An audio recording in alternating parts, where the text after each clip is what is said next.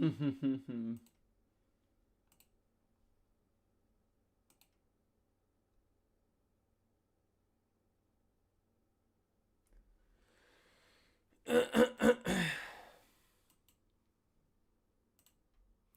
Himaz. Hey, Gaminator. Hey, Lightwave.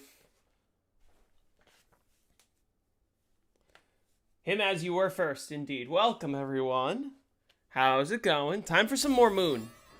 Awesome title. Thank you, Snowy.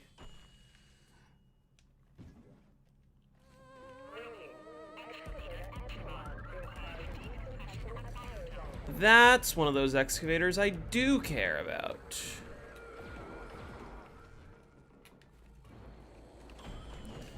I need to work on my next video is what I need to do. I've been procrastinating that.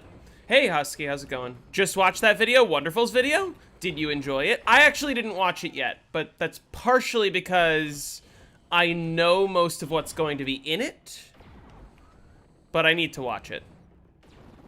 Because I love his videos. Excavator, say welcome. Yes, it was good? That's good. I'm glad to hear it. Yeah, the only reason I didn't watch it when it first released because I was doing stuff. And, I know the world record history for the most part. I still want to watch it, though. Just 29 more rounds until Insta start. I don't think that's true.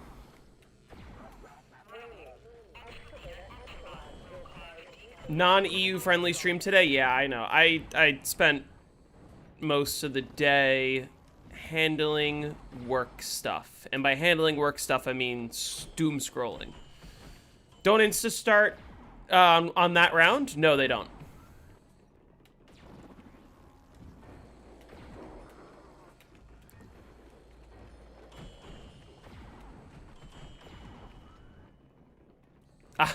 I know what you're trying to do. You had funny trivia questions. Just a couple. You got time. Well, I mean, what time is it over there? Like 11:30, or is it after midnight for you?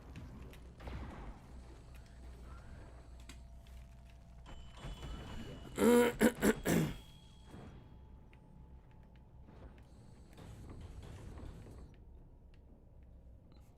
right, a little after midnight. I mean, yeah, if you need to sleep, then you can sleep. I think tomorrow will be a more EU-friendly stream.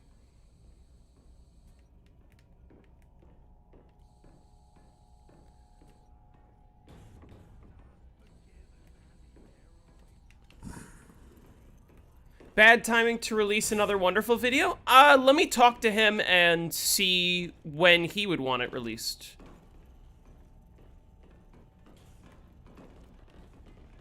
I have no problem releasing it. This is gonna be messy.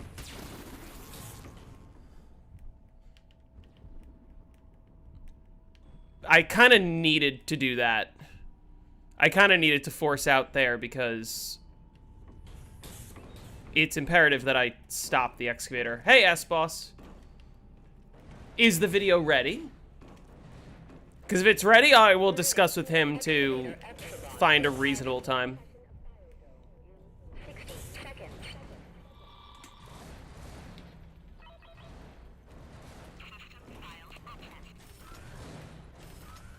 Excavator Epsilon. Control restored.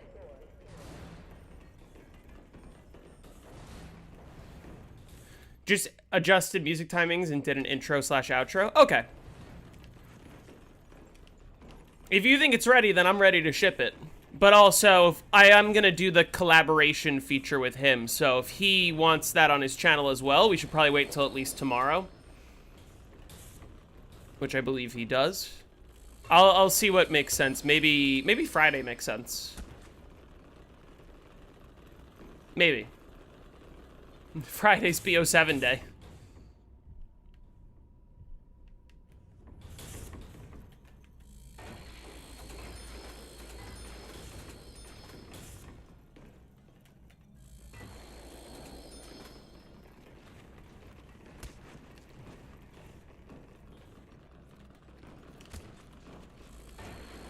You're doing a collab? We did a collab. We're uploading a collab.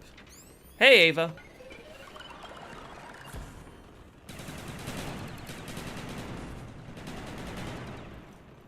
Video from JCM better than BO7. Well, that's good. What wonder weapon has the biggest magazine size? Wait, what wonder weapon has the biggest magazine size? Is the question. That's what WW means in that case. I'm trying to think. First one that comes to my head is the upgraded lightning staff having 18. I'm assuming upgraded versions count. Fractalizer only has 8.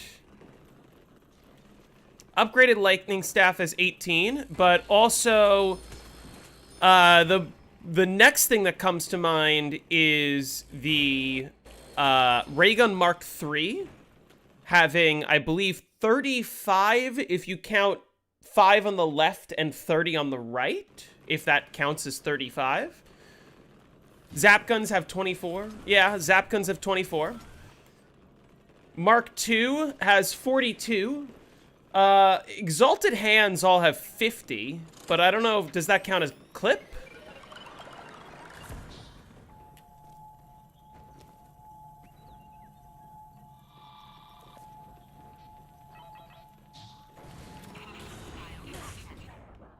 All right, that works.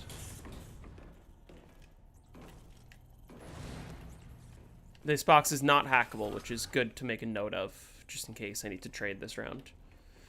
DIE Shockwave? DIE Shockwave has, what, 60? So that's in the lead right now. Well, what about the Ray K? What does the Ray K have?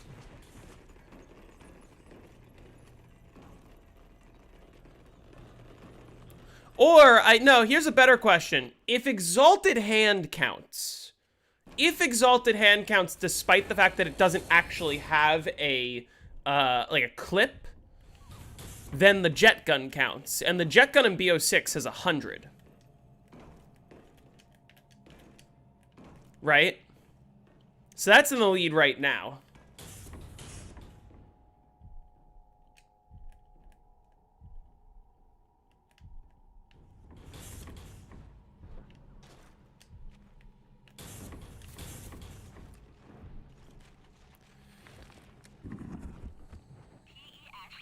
I forgot to grab my PES. This is going to be gross. Let's make it as less gross as possible.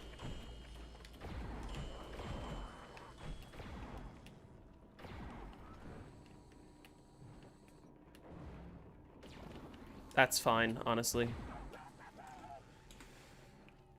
The Forged Freeze has 150. Ray gun variant, probably. Oh, yeah, the Mark II... The yellow Mark II has 150. Because the real question is, does that count as a clip, right? Any wonder weapons that can beat 150? Which is the yellow ray gun? Thinking about it.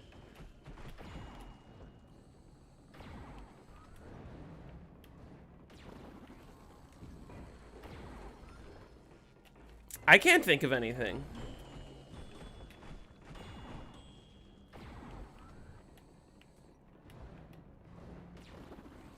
Oh, well, that title.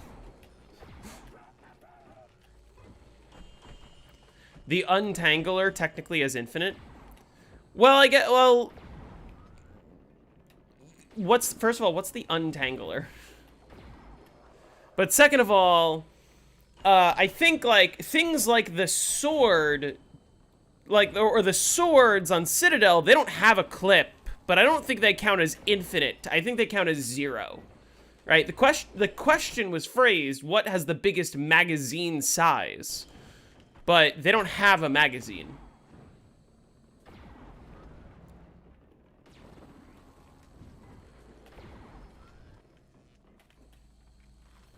It's the wonder weapon in Beast and Ghosts and Skulls. Oh, that thing? Does it have a magazine, is the question. The yellow ray gun definitely does have a magazine. It doesn't act like it has a magazine, but you can reload it to speed up the recharge. And it physically has a magazine on the weapon. So I think the yellow ray gun's in the lead with 150 in the magazine when it's upgraded.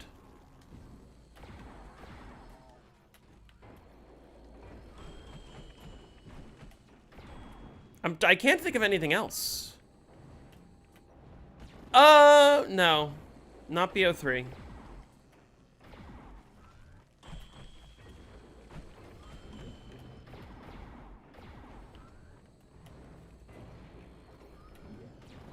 Not anything else on BO4. Not Cold War. Not BO6. Yeah, that final answer.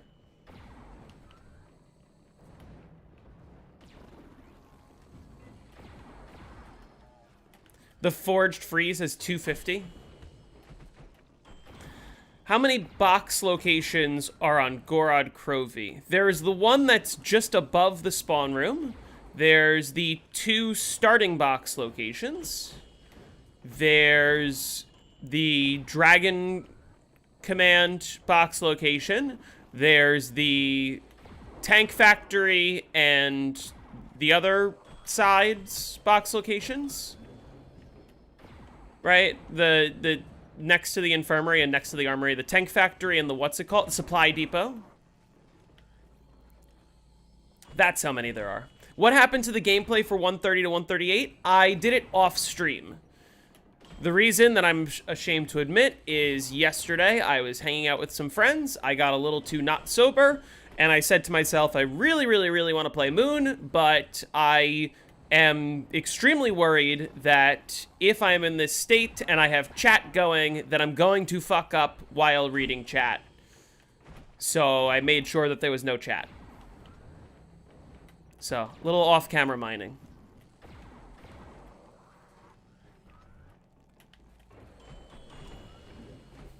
Mike muted gameplay? Well, actually, I was in a call with Jake for a lot of it. I'm uploading it right now. What map has the most? You know, funnily enough, Kino has 9. 9 has 10 box locations. Because it's the top and bottom of each tower, which is 8 total. The starting box location, which is the 9th. And then the final one is on the other side of the, like, in the cursed room. Or whatever that... Not the cursed room, but, like, the other side of that bottom crypt area.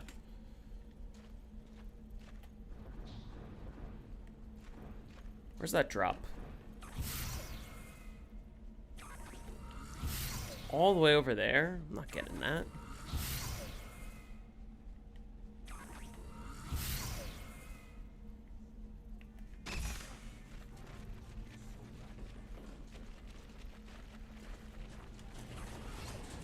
So this run is invalid? What do you mean? What's invalid about this run? I'm trying to think. I think Revelations has a lot of box locations.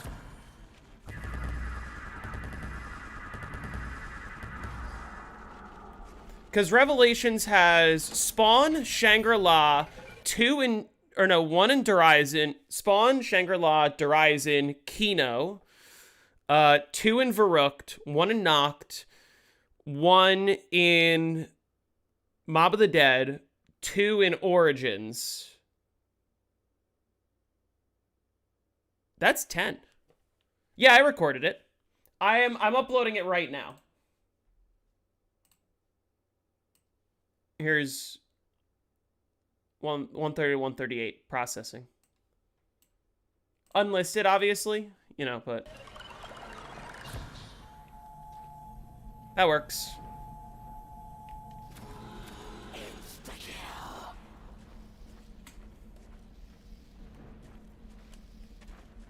I need 1 more max ammo to finish the round, though.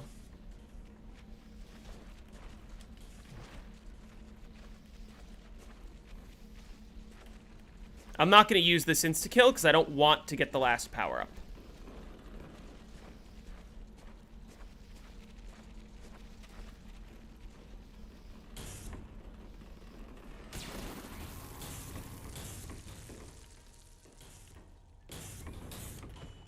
Please activate You think I can get the record? We'll see. We'll see.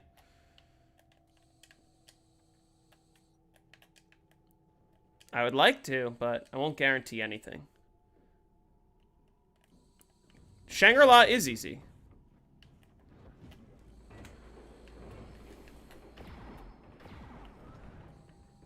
I'm trying to think. There are maps with more box locations.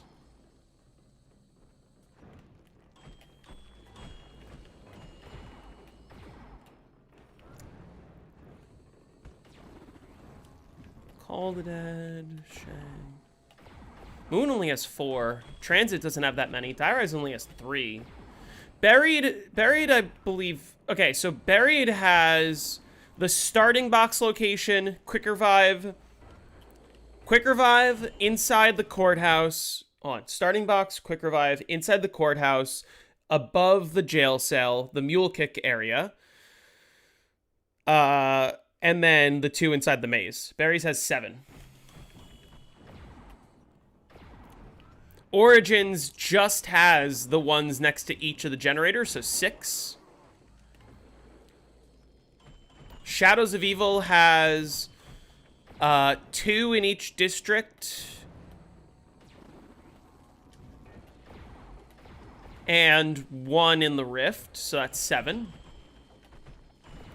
Only 1 in Buried Maze. There are 2 in the Buried Maze. And the box cannot move to either of those locations, which is a detail that most people don't realize. You think I forgot one on Rev? Spawn, Knocked, Shangri-La. Okay, hold on. Spawn, Knocked, Shangri-La, DE, Kino, 2 in Verrucht, 1 in Mob of the Dead, 1 on top of Origins, 1 by Gen 3 in Origins. Did I say Knocked? That should be it. Are there any others?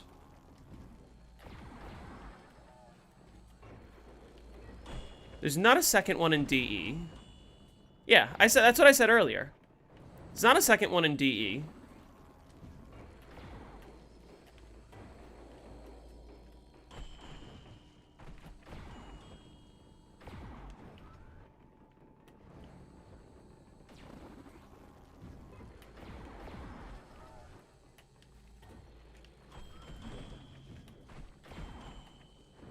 Currently a 3-way tie at 10. Let's find a map with 11 box locations. It's not Transit. Transit has Bus Depot, Diner, Farm, Power, and then 2 in Town.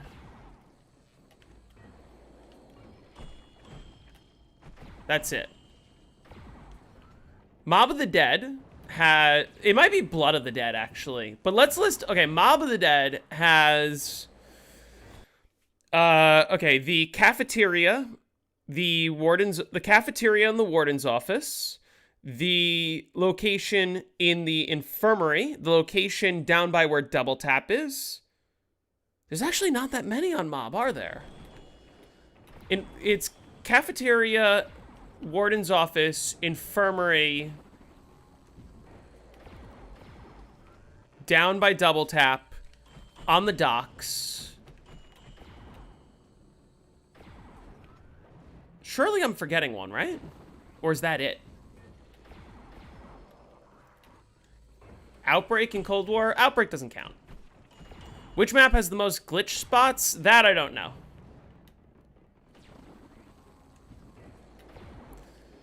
Blood of the Dead has all of the same ones that I said before, plus the warden's house, the one after the catwalk, and the 2 in the new industries and by the first power switch.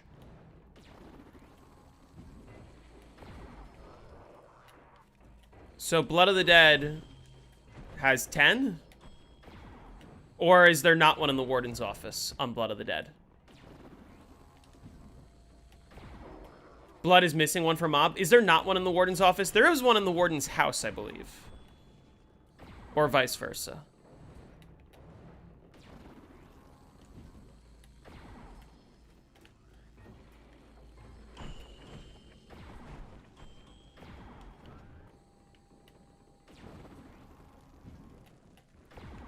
There isn't one at the Citadel staircase. Blood has office.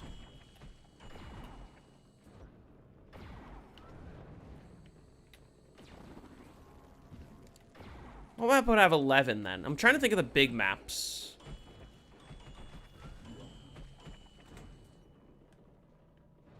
It's definitely not Dead of the Night. Or really, it's not any of the Chaos maps. Unless it's maybe Voyage. I don't think it's Voyage. Voyage definitely doesn't have 11. Call of the Dead has less than 11 for sure.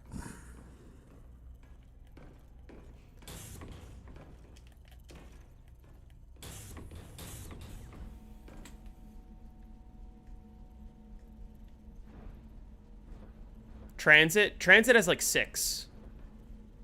Cold War. D-Machine. Man, I'm not gonna be able to list the Cold War boxes besides like D-Machine has the one in the original knocked spot, the one in the spawn room, the 2 locations that it can start in. One in the Speed Cola room, one in the Deadshot room, and one in the Power room. That's not 11. I can't think of any others on D-Machine.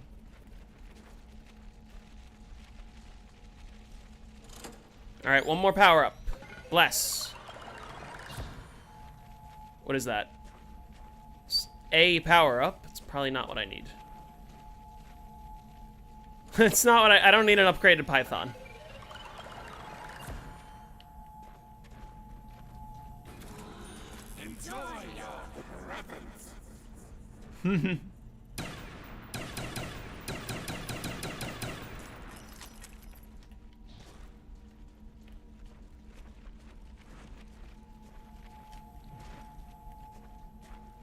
This pad isn't on, obviously. So I can't get that insta-kill and nuke. Great.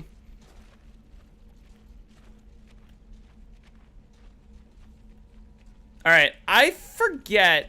I'm pretty sure I hacked the boxes on 136. Not that any of you guys would be able to confirm, but doesn't matter.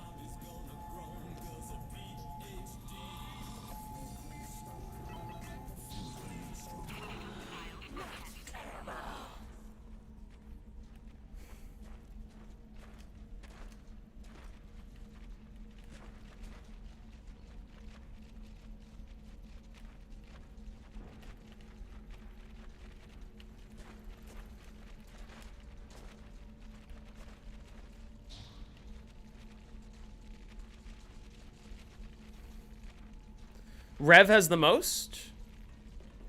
Yeah, but no, but Rev is tied with other maps.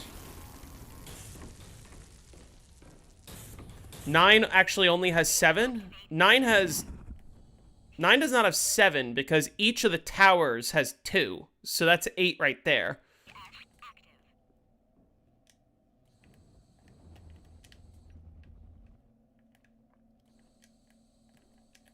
Every single tower on 9 has 1 on the top floor and the bottom floor. So 9 doesn't have 7. Plus the starting box location, and then there's 1 in the cursed room. It is called the cursed room, the one where the 1 window strat is.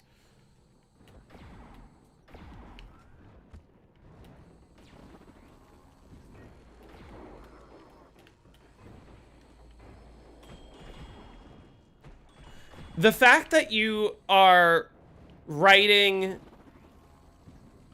a list with parentheses initial next to one of the things is indication that you just copied that from the wiki. And that you also counted wrong. Altar rooms of Danu, Ra, Zeus, and Odin. Bottom of Danu, bottom of Ra, bottom of Odin, bottom of Zeus, plus the cursed room, plus the fallen hero. That's 10. That's what I said.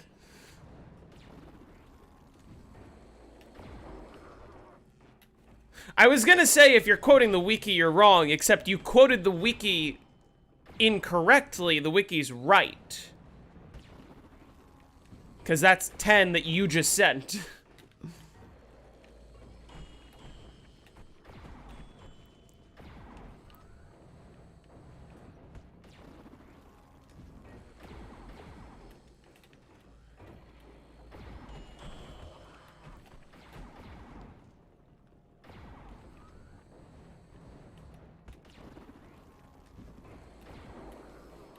Hey, Darren, how's it going?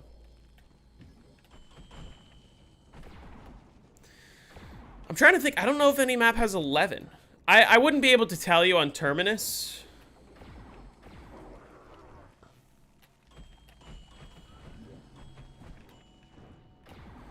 You appreciate me doing guides as lives, but I think doing them as videos is better.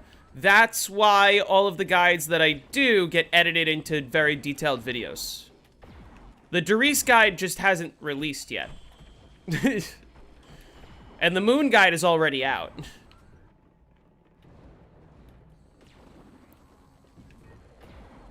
This is just me playing for fun. Release the Doris files.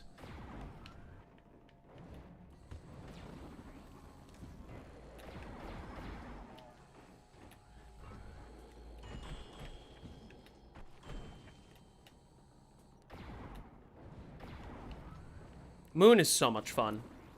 I hope that more people will start to realize it after Wonderful's video today. It's such a good map.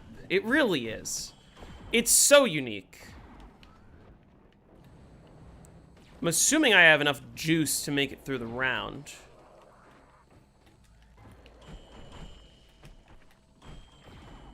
What did Wonderful do today? He released a video on the world record history for Moon. I assume it only covers Black Ops 1 Moon, because 255 on Black Ops 3 Moon happened pretty quickly.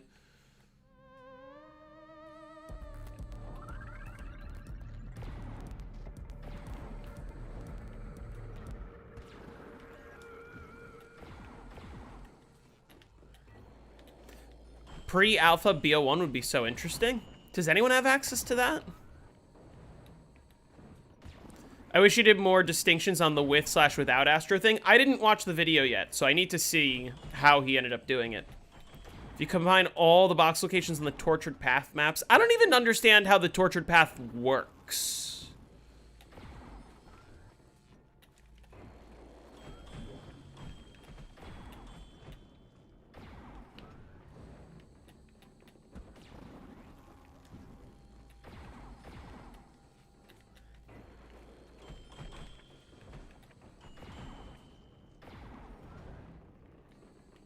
Tortured Path is ass.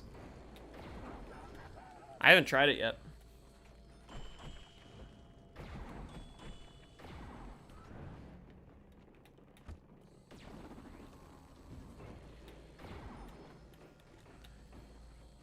My timing is superb with this strategy. Doesn't take much practice to get good at this strat.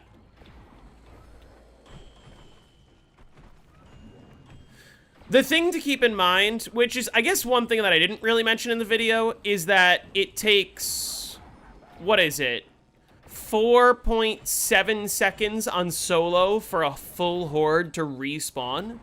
So all you gotta do is just stall for just under 5 seconds, and you should have enough time to just kill the whole horde just like that. And the reason why I say kill 2 zombies, then shoot into the window, is because the amount of time it takes to kill 2 zombies is like 4 seconds.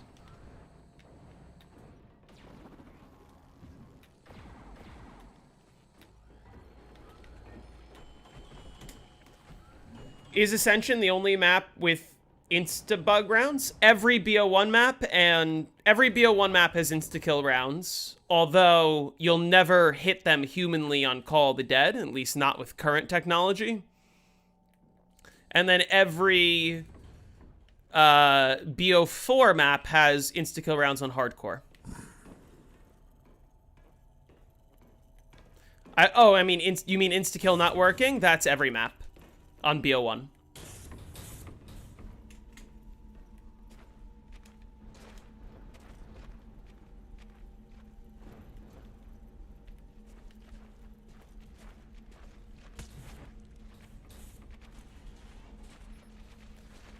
Yeah, I am on a round where insta-kill does not work. So if I pick up an insta-kill, it will not do anything.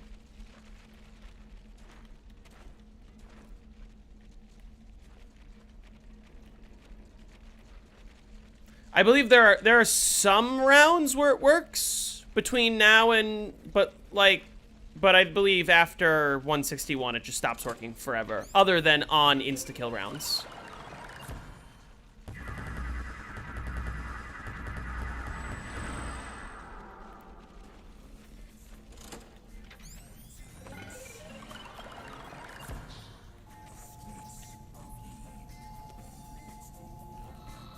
Easy.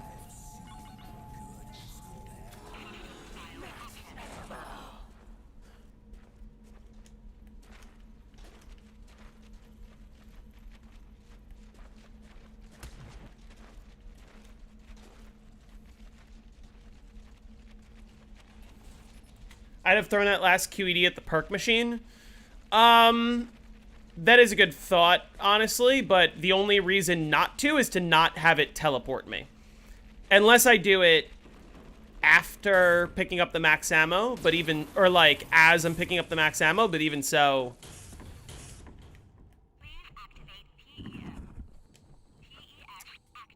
When do insta-kill rounds start on World at War? On Nocturne Toten and on Verrückt, they start on 163. They're the same rounds as they are on Black Ops 1. But on Shinonuma and Doris, they work a little bit differently, where every time you have a dog round, it pushes back the first insta-kill round by 1 round. So usually it will end up starting in like the 200s. But it will be different every game, depending on how many 4-rounders or 5-rounders you get.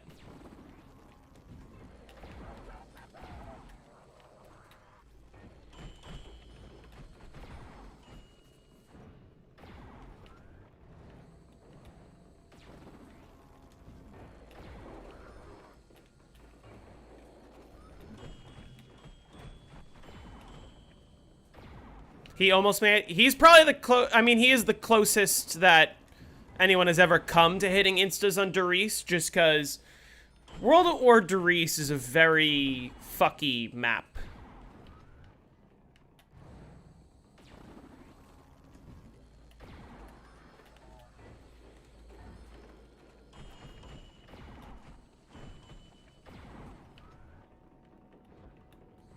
For a lot of reasons. So, it's, you know, not just the fact that the Wunderwaffe is bugged, but... Do you believe World at War Doris to be the hardest map of all time? Absolutely not. I would say... Sort of depends on your goal. Because, like, if you're trying to just get to round 100, then, you know, maybe Bus Depot, I guess.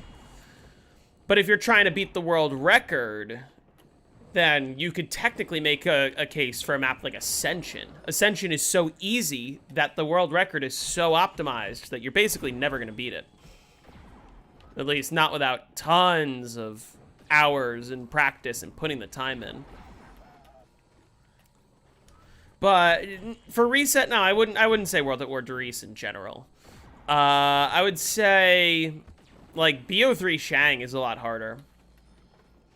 What makes Moon my favorite? I really like the atmosphere. Pun intended. Always intend your puns.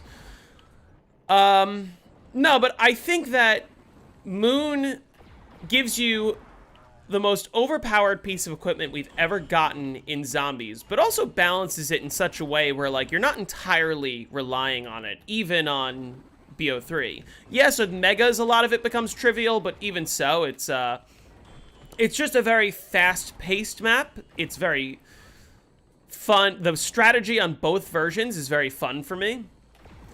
I like the excavators a lot because I think the excavators are a really good example of, like, a quick time event. The same thing that Exo Zombies tried to achieve and failed at doing so in those rounds where you have to, like, cleanse yourself or whatever. Hey, Jake. You got off 3 minutes before I got on. I was gonna call you, and then I was like, oh, you're not streaming. You must be bowling. Haven't a lot of people hit reset on BO3 Shang? No. No, not a lot of people. And only one person may have hit 255, and that person is a convicted cheater, so...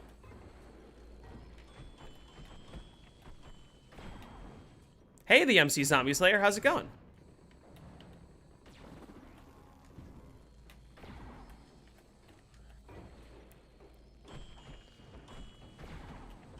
Like I said, it depends on your goal. Think Firebase has the best high rounds in Cold War? I disagree.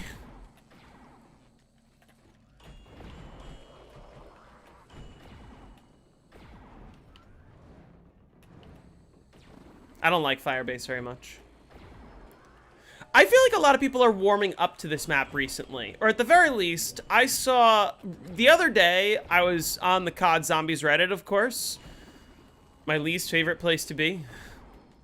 And I saw, for the 15 millionth time, a post saying, what's your top 5 favorite maps? And I'm like, wow, what original content. That's never been posted before. But there was quite a few people putting Moon in their top 5. And I was like, this is unusual. This is... There's usually not that many people putting Moon in their top 5. It's very nice to see so many people.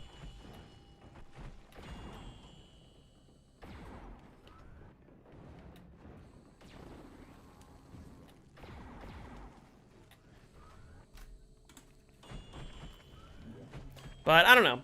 A lot of people don't like Moon because they don't understand it. Because they don't know how to kill the astronaut. Which, in all fairness, fair.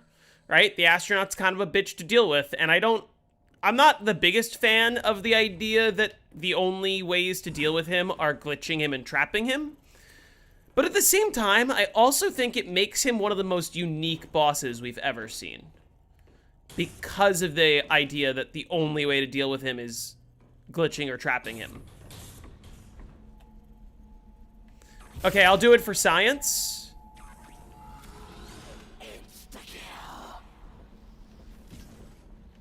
You guys want to know what happens? I'll show you.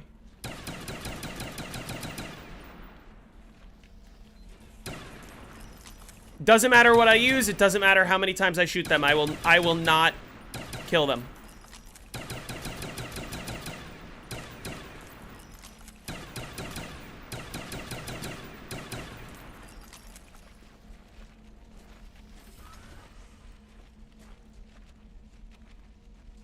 When did you pap a python? I got it out of a QED.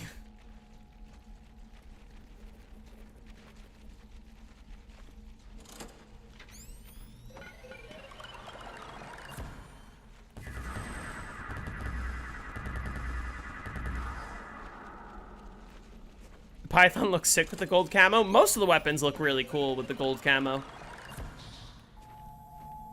Okay, this is fine.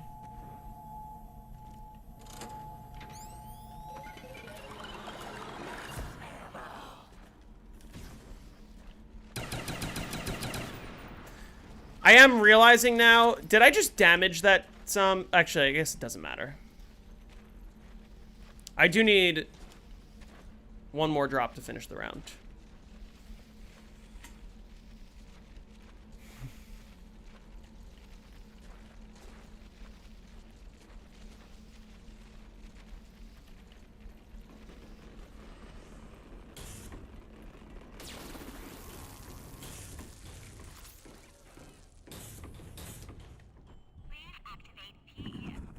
Best map on BO2 is Origins, and the best map on BO3 is Origins. I don't agree with that, but...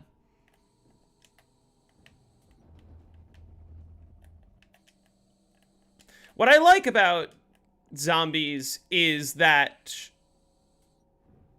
Oh, shoot, I just... had a respawner. Yeah, if you have well, here's the thing. I can turn graphic content on now with a console command. Is my title clickbait? Yes, it is. It's mostly clickbait for Wonderful. I want him to get in here. What was I gonna say? I can use a console command to turn on graphic content, and actually it wouldn't affect the reset time. The real question is, do I think that should be allowed? And my current answer is I'm honestly not sure. I've heard arguments for both sides, and I can kind of go either way. I'm like almost leaning more towards it just because it will allow like Call of the Dead co-op to be pushed past 139.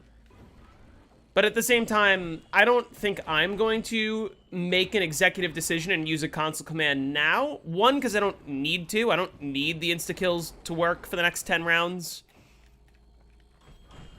Maybe it will be helpful later. Probably it'll be really helpful later, actually. Because I can use some insta-kills. But I don't know. I'm just going to leave it off for now because I don't need an insta-kill at the moment.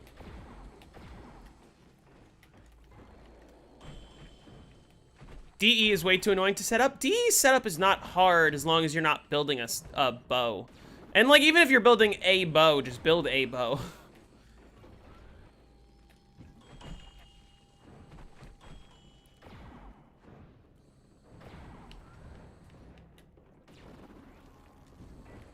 Ooh, that was nice. That was 23 kills. DE setup, I think, is a lot better than Origins. Because DE setup, you don't need all the perks. Origins, you, like, don't need all the perks, but you really want to have 8 perks. You saw my Die Rise video, and that shit should never be legit. I think it should. The reason being, like, you can't do that forever. If you do that forever, your game will crash. And so the way I see it is, to my knowledge, the only way to extend the highest possible round. Other than just, like, playing better, I guess. Or faster. You know, and there is a faster strategy. But, like, if you do 1 to 100 with the Slickifier, and then do like 65 rounds of that, and then do Trample Steam, you could probably hit upwards of round 240. Maybe. And I'm more interested in like, even if it's sort of this like, okay, you have to do this brain dead thing for like a portion of the game, you still spend a majority of the game doing the Trample Steam strat. In terms of hours played and in terms of, like, the number of kills. And that's just... You're invincible for the time you do it. Well, you're invincible to zombies because they don't hit you. I'd say it's more exploiting pathing rather than being invincible. You're not invincible. You can't move from that spot. Otherwise, you will die. And the other thing to consider is on jumping jack rounds, they can still go after you. Is it even faster? Yeah, it's a lot faster. It would extend, like I said, it would extend the highest possible round to like 240.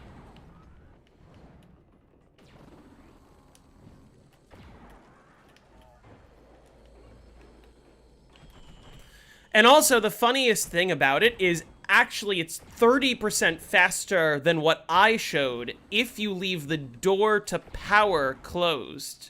Meaning you'd have to play 100 or so rounds of the Slickifier, then do the glitch to jump up into the power room to make the spawns faster because they don't spawn outside the power room. Which even itself is questionable because we're not entirely sure if power with the door closed is like a disabled zone where the problem that like doing the town strat where you jump into the bar with the bar door closed is if you stand too long inside of a zone that isn't enabled, your game will crash as well. So there's a lot of like testing to be done. And I'm not saying that like, you know, I'm not saying it isn't a completely brain dead strategy. It's a pile-up glitch nonetheless. It's not a pile-up glitch though. Because if you don't knife the zombies, they don't die. If they're not damaged before they fall into the shaft, they don't die. So you still have to actively be participating in the game. And again, even the slight pileup of Mob of the Dead was debated. I don't remember debate about that, but... And again, I think the more important thing is that it allows the record to be extended beyond what's currently possible. And that's what I care about a lot more in general.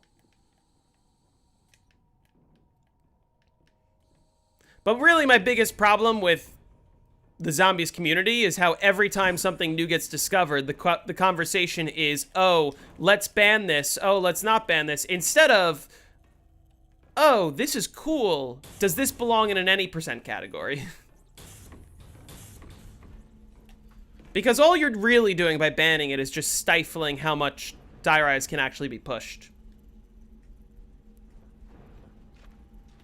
So you have to do this glitch to go to the power. I don't know if is the jump up exploit considered a glitch? And also, I don't think it counts as a glitch to sit in that spot in power, because it's not a glitch. It's just the pathing of the zombies. If you say that the pathing of the zombies is bad, it's an exploit. It's not a glitch. It's controversial. It's 100% controversial. Right? Is there going to be a lot of scrutiny over a record that eventually uses that for part of the game? 100%. Understandably. You know? But I also think there's sort of a balancing act of how long can you do it without crashing? Because the longer you can do it without crashing, the longer you'll get to play the trample steam strat.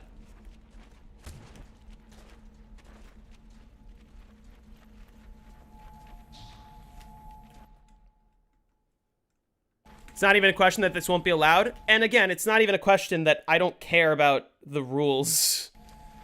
I care about, like, pushing the maps to their extremes. That's what being a zombie scientist is all about. If I cared about the rules, that guy wouldn't be chilling where he is. That's what exactly, that's what makes it brilliant. Also, like, I feel like the whole argument is like, oh, does it count as a glitch? Except there's tons of glitches that are currently legal. Which, again, would all be solved if the conversation stopped being should it be banned and started being should it belong in an any % category. And should there be an any % category? And the answer is pretty much always yes.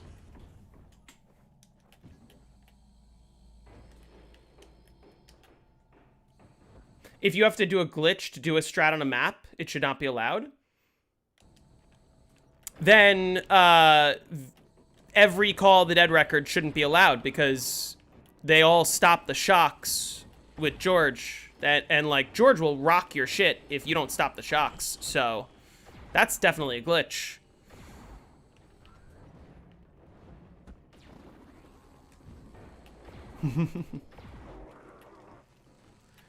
The jet gun is not a glitch, the knifing.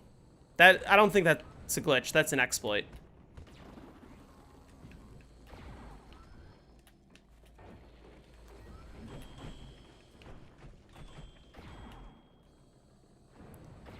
Like, again, you know, if you're gonna say that if no glitches, then any DE records that get hit by the flamethrower, well, let's assume DE doesn't use traps really, so that doesn't matter. If no glitches, then every Black Ops 1 Shinonuma record should be banned, because 2 trap switches shouldn't be independent from each other.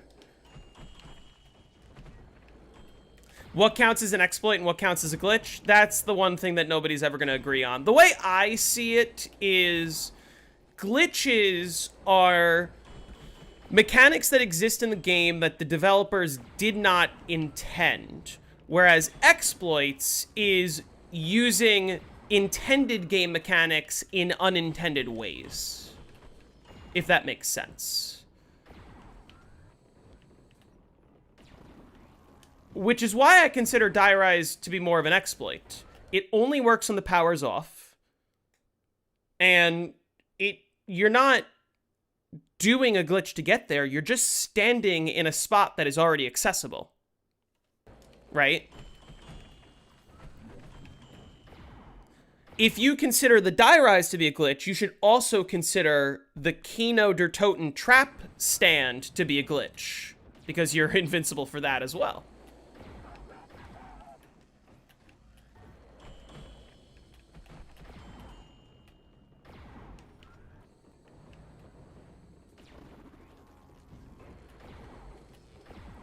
Unless that's an exploit, because you're just standing in a spot on the map. It's not your fault that the developers designed the Kino der Toten trap.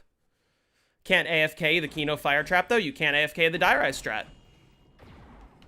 You could maybe AFK it for a little while. You will die to the jumping jacks if you AFK it. So at the very least, you have to pay some attention.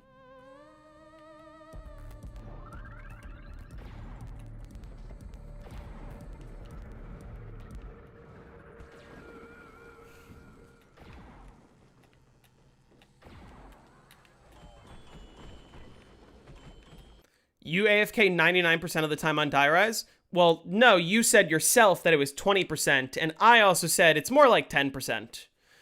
Because you'd be doing 3 hours of Slickofire camping, probably about 10 hours of exploiting, and then 80 to 90, maybe upwards of 20 hours of exploiting, and then 80 to 90 hours of trample steam strat, one of the most difficult strats in all of zombies. So you're not really AFKing 90% of the time, you're AFKing 10 to at most 20% of the time. Well, 99% of the time when you start the strat, well, sure. But that's the point, isn't it? Aren't you AFK 99% of the time when you pull the trap on Kino? Hey, Matsko. Can't you just completely AFK the tomb, like, straight up?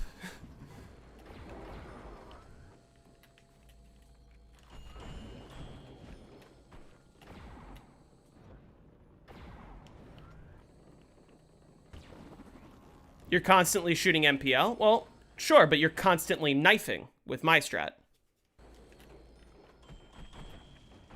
Can't you AFK every Cold War map? Not exactly.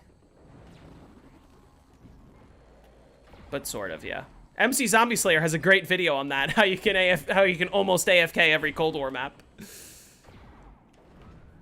This reminds you of the Alpha Omega thing. A lot of people commented on that video, Electric Burst 1.0. Did you see Steve do this strat originally? I didn't see Steve specifically do this strat. I've seen a bunch of people do this strat. But I've also been doing this strat for a long time.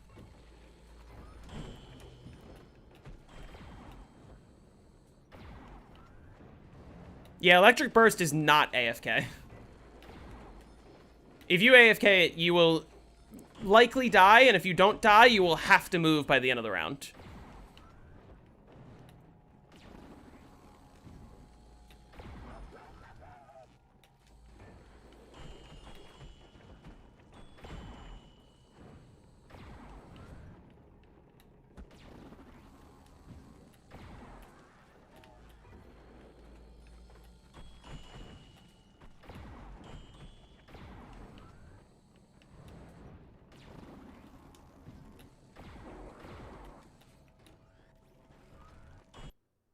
I don't get... Wait, what? He never goes bio, he does it in the room? Well, yeah, that's what I was doing for the first 125 rounds. But then I intentionally let the excavator breach because it means I have to wear the PES to survive in the room. Or I can run the other variant, but I would rather run the PES because PES removes 11 entities from the map, which greatly extends how long I can play until reset.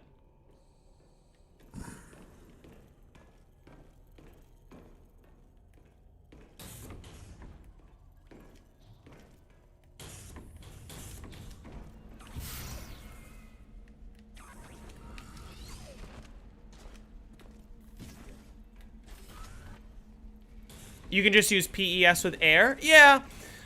I sort of realized after the fact that maybe I should have just not let it breach. The reason that I did let it breach... I want to kill the crawler. The reason that I let it breach was because every time, for the rest of the game, every time the Tunnel 11 excavator activates, I don't need to do anything about it. And I can just deal with it the next time I deal with an excavator.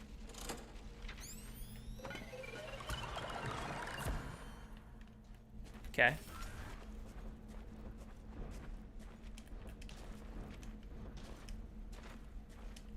So, like, 1 out of every 3 excavators I just don't even need to touch.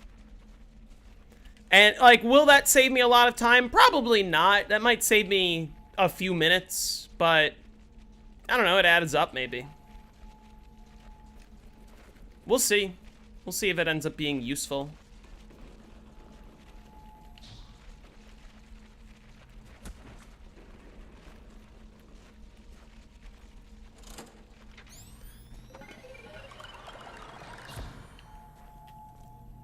Next time, will I let the excavator trap the astronaut? Maybe.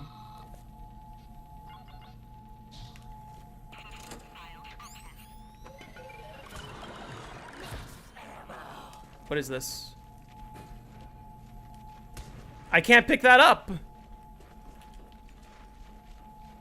I can't pick that up. That's in the ground. Okay. All right, that's fine. How much extending are we talking? Like, in terms of reset? Wearing... Obviously, it doesn't matter whether or not I have oxygen in the room. Holding the PES saves about 2.5 hours if you do it from the start of the game. But since I didn't do it until after I'm 100, it saves more like 2 hours.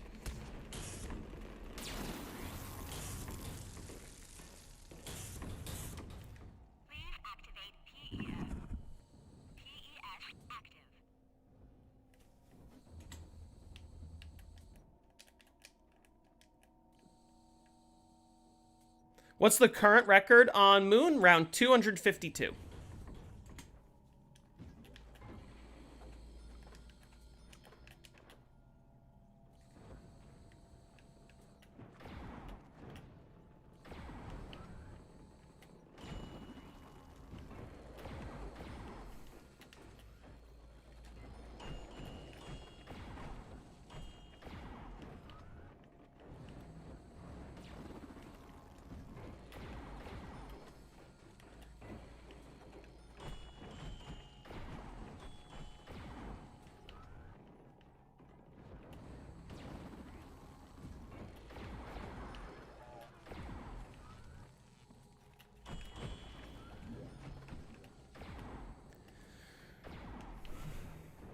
I will be very disappointed if that drop that was in the ground was actually Gersh's. But I have no way of knowing. I do need to text Hermetrics about that.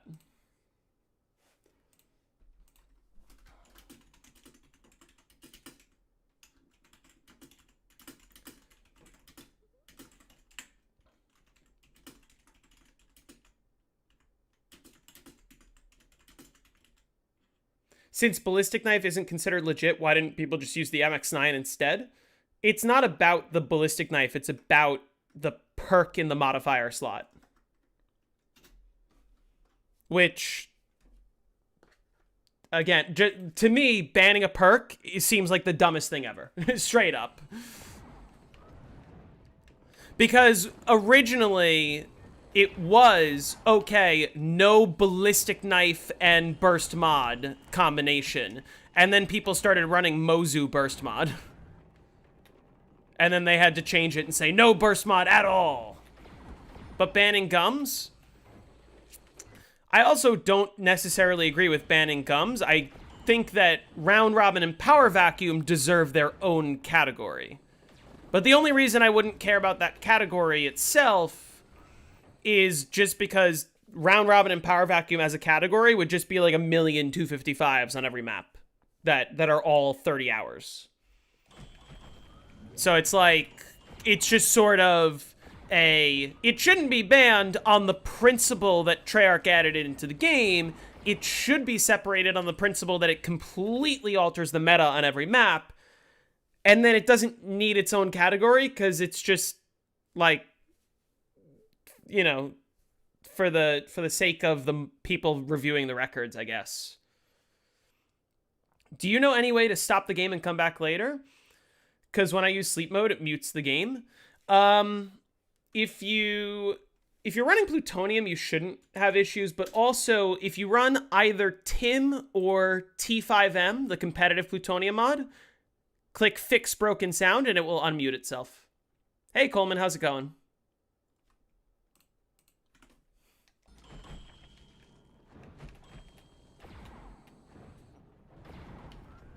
Four-player records, round robin 255 in like under 2 hours. That's the only reason why I say it's banned is not because of the fact that it's overpowered. I do believe Treyarch added it into the game. As much as I hate the gums, they exist. I heard the biggest reason they banned the strat is because you could do it on hardcore. Which, again, all the hardcore players would just rather do that. Yeah, you could do it on hardcore. Eventually, it becomes a 2-knife. Also, if you're going to ban it on hardcore, or if you're going to ban it because of hardcore, then ban it on hardcore. But many of the hardcore players just prefer running it anyway. And also, every time you get to instas, what do you think they're doing without the burst modifier? They're doing the same fucking thing. Just sitting there actually being AFK and knifing. It's banned on hardcore and allowed on normal. I think it should just be allowed. Because, well, the other argument is like, oh, but you could use it on hardcore Voyage where nothing else but Blaze Phase can kill zombies.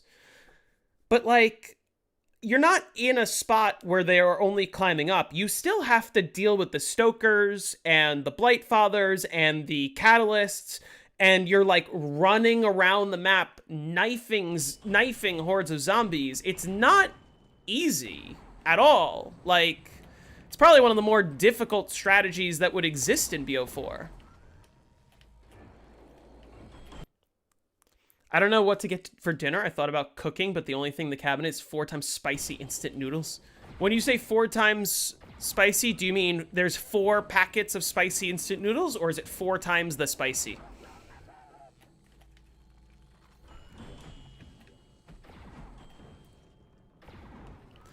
And I guess the other argument is like, if you have 4 players, or I guess to a lesser degree, if you have 3 players, you can exploit it more easily. But, like, oh well, that's how Treyarch designed the game. I don't really care about 3- and 4-player records in the first place. And the person who used to have the 4-player world record on Classified, who had their run removed, commented on my Electric Burst video saying, I was very upset when they removed my run. Like, I put the work in, I want the recognition. The flavor says 4x spicy on it.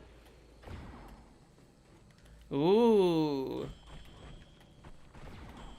I like 4x spicy.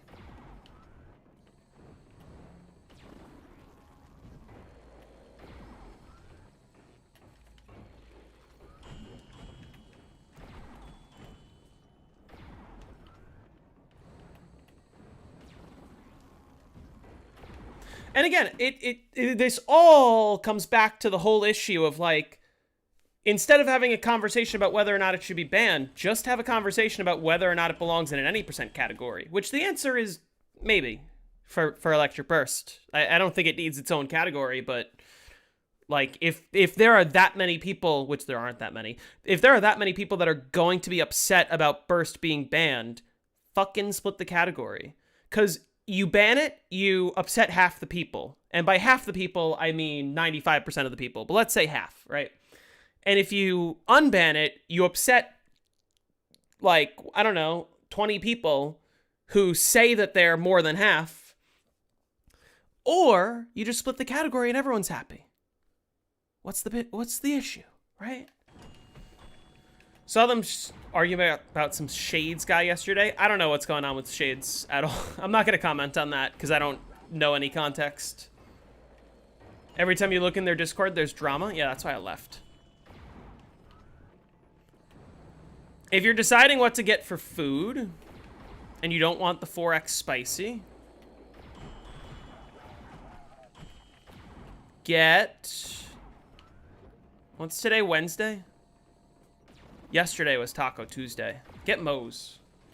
Can you do a round 100 Ascension after this? I actually did one just a few weeks ago. I just a couple weeks ago posted my round 100 tutorial for Ascension.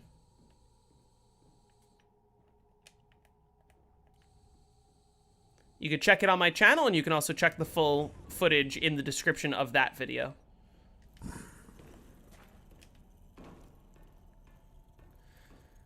Is BO4 mid or S tier game? BO4 is better than BO3. That's what I will say about that.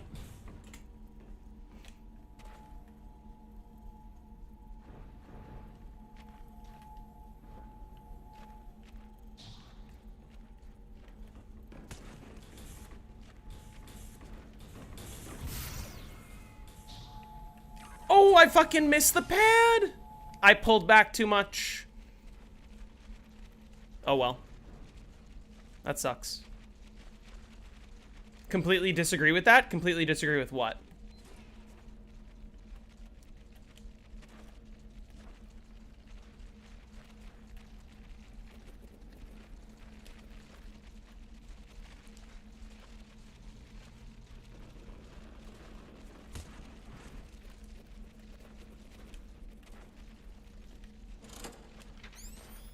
All right.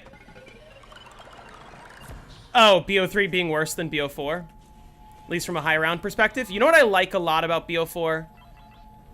BO4 does not have a round cap. Every single record is beatable.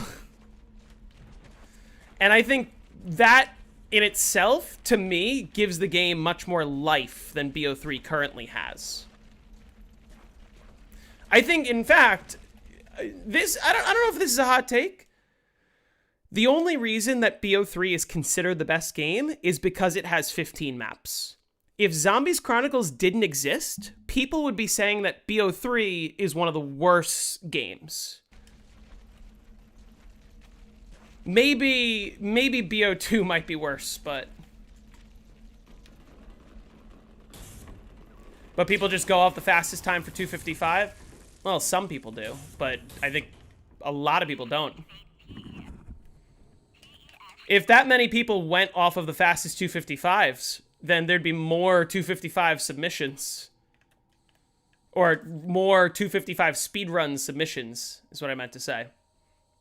Except there's only about a third as many 255 speedrun submissions as there are just 255s on the leaderboards. And I also think that 255 speedruns are significantly less competitive. For almost every map in the game, like, nobody really cares to grind for the fastest 255 other than, like, Moon and Revelations and Shadows. You know? Whereas BO4, I guess not that many people are playing BO4 right now, but every record can be pushed in various ways.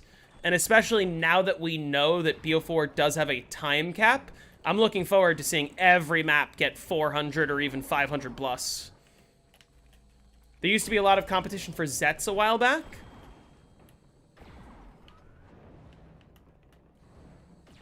For the 255 speedrun. BO3 Gobblegums were the worst. BO3 Gobblegums were way too overpowered. BO4's round pushing is who can sit in the corner on PlayStation the longest. That's not even true, though. That's true on Dead of the Night. There was never any competition, really, for BO4. I feel like right now there are more people playing BO4 than there has been since 2019.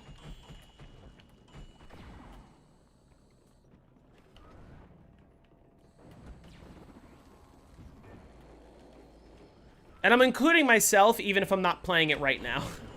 I want to go for a bunch of BO4 world records. I just need to jailbreak my PlayStation, because that seems to be the meta at the moment. And I can't do that yet. Do I play Counter-Strike? I do not. Well, yeah, the other reason BO3 is so loved is, like, casuals love it. There's so many maps to choose from, of course. there's something for everyone, which I definitely agree with. But I think in terms of, like, which high rounds are more interesting to me, I'm choosing BO4 every time. What BO4 records would I go for? I want to go for Ancient Evil. I want to let Jake beat it first, because that's what he's doing right now. I really want to go for Ancient Evil. I do need to revisit Alpha Omega, because I've been fucking putting that off. Holy shit. I would like to have the Alpha Omega record at some point. I don't want to go for tag again. What strategies are so interesting on BO4 to me compared to BO3? For one, the Ancient Evil strategy, there's so much more technology now with, like, optimizing your tributes throughout the game and not relying on Luna, that, like, you can be incredibly fast on Ancient Evil, more so than was previously thought possible.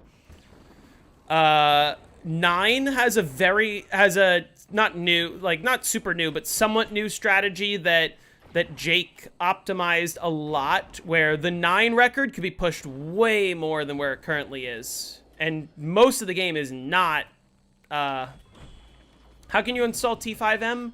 Go into my Discord server or the download link of any of my recent videos.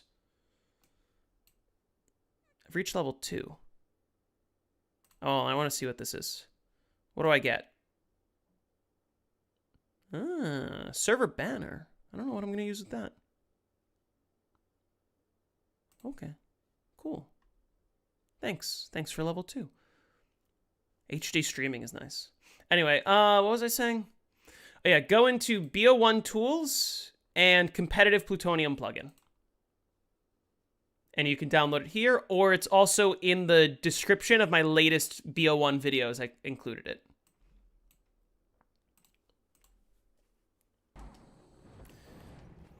The one map I don't care about is Dead of the Night at all. Voyage is a record that is definitely beatable. Voyage is, like, to me, more interesting than most BO3 maps, although it's sort of plain. Not like it's sort of the same thing. No, 9 has a brand new strategy that is really optimized, more than it ever has been, because there was, like, very little actual strategy for 9 other than running around and hitting the traps. Dead of the Night has an unlimited ammo Easter egg that can push the record. Technically, yes. Yeah, I hate... Dead of the Night, I think, is one of the worst maps of all time. Are you interested at all in Easter eggs? Not really. I've done every Easter egg up to the end of BO3. I've done Blood of the Dead, and that's it. And I've done D-Machine, and that's it on every game beyond that. Is there a vid on 9's new strat? There is on Jake's channel. If you look up the Zombie Guru, all one word, he has a video on the strat. It isn't as detailed as some of the videos that I would normally make. I would love to make a video like that. Wanted to go for hardcore Dead of the Night at some point for Wonder Weapon trains. Then the max ammo Easter egg came, and now there's no point. Dead of the Night hardcore is another interesting one. Although, like, the problem with normal Dead of the Night is you either do the infinite ammo Easter egg, and then you just camp in, like, the bedroom spamming Helion Salvo, or you don't do the infinite ammo Easter egg, and you camp next to the silver bullets table spamming infinite ammo. Again, it's one of those things, like, I don't think it should be banned, because it doesn't, like, banning it doesn't make the record less, or it doesn't make the record more competitive. It just makes people not want to play at all. But it is dumb that Treyarch added it. It's really dumb. Do the kills reset on BO4? Yeah, after 65536, they reset back to 0.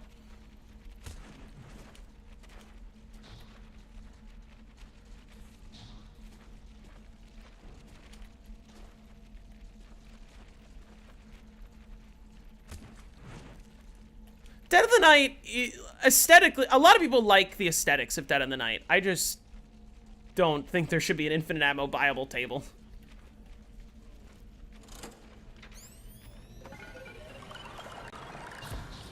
Blood of the Dead, the strat is the same as it's been, but... Is that my last drops of the round? Was, right?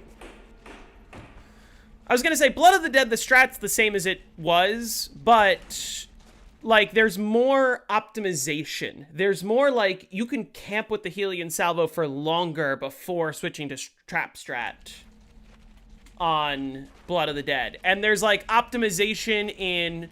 Because now there's a new trick, or it's probably not a new trick, but a trick that I never knew about, that you can make dog rounds happen every 5 to 6 instead of every, like, what is it, 9 to 11 that it currently is or something. Have I ever gone for high rounds on BO1 Verrückt? Not extensively.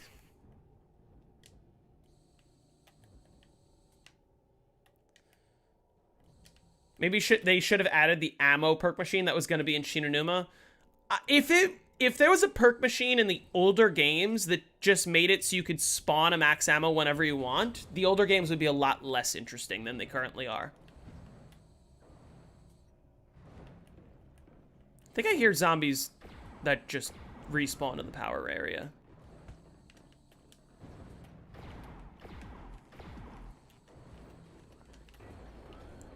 I don't know. Yeah, that would be that. Oops. It would be too OP, but also it would just, like, ruin what makes the older games interesting, which is that, like, ammo is a very limited resource, and you have to come up with creative ways around that. But if you get rid of that aspect of the older games, it just becomes Black Ops 6. Like, imagine playing Ascension, but instead of having to trade out or hit traps, you just buy ammo. Every time you're out, you just buy ammo. Basically, what the strategy would devolve into is you just spam the Thunder Gun. You don't even get full hordes. You just sit next to the ammo machine and just spam, spam, spam, and then you buy more. At least BO7 will have Cursed. Can I tell you, Cursed mode to me doesn't look that great. It looks interesting. It looks like it's more challenging.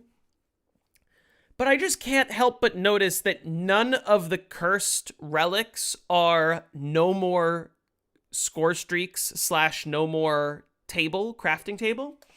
That would already make the game significantly better.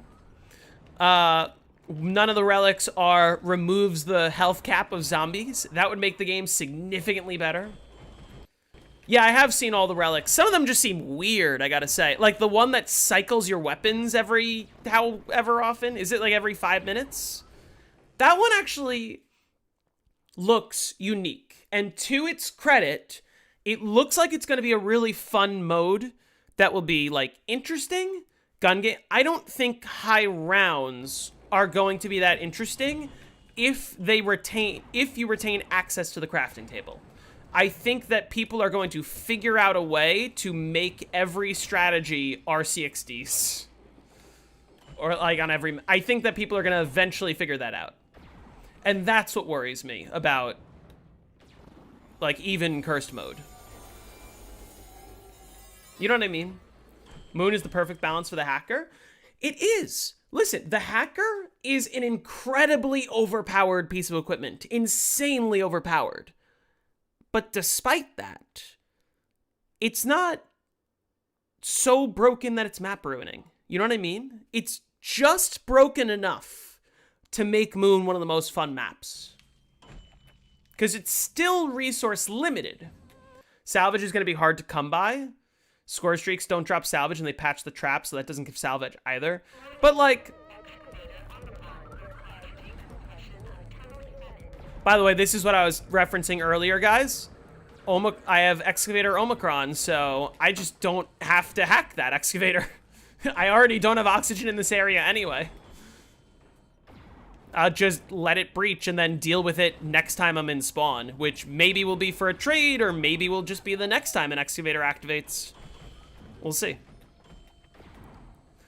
Salvage is going to be hard to come by. I feel like with the Picky Eater augment on Vulturade, like, there's gonna be some sort of spamming Casimirs, or, like, even on Van Doren Farm, just, like, running a giant loop and, like, using Tomahawks. I'm not saying it's gonna be fast.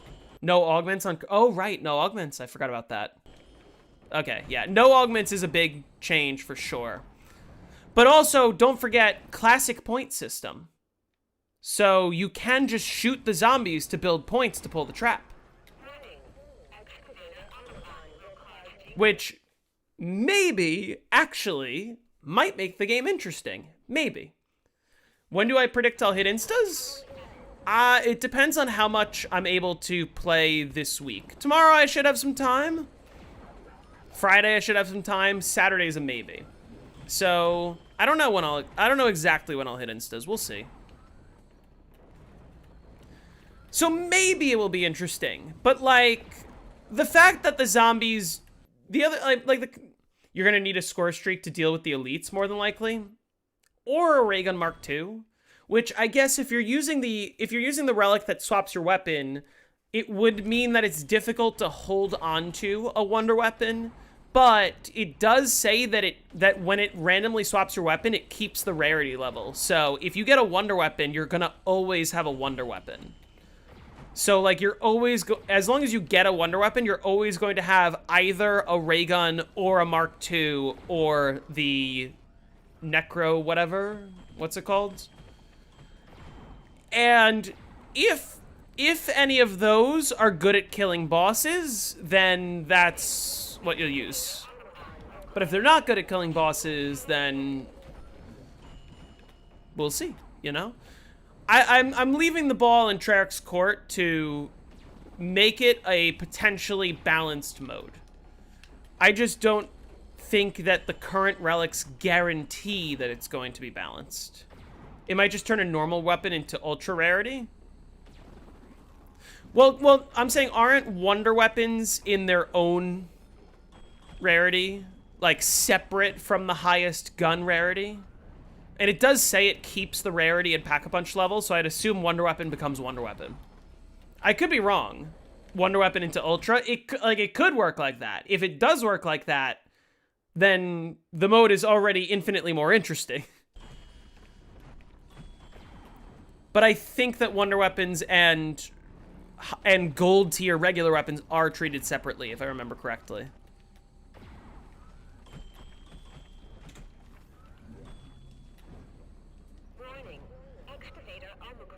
They're adding ultra rarity and tier 2 cursed. You mean a tier higher than gold rarity?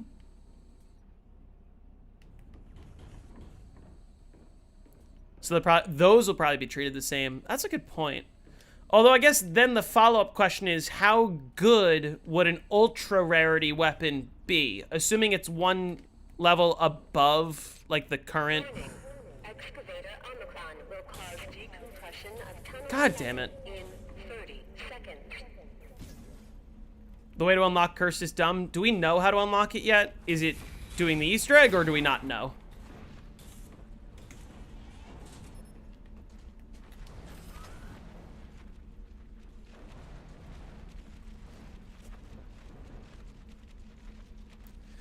Can I ask a lengthy question only a high rounder like myself could answer? Go for it. There's plenty of other high rounders here as well, so don't feel like I'm the only one that will answer it. Oh. I forgot about that. Warning. Massive decompression in Tunnel 11. PES required.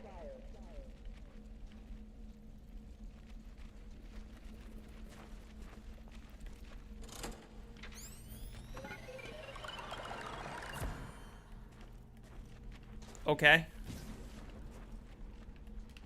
I'm not reaching that.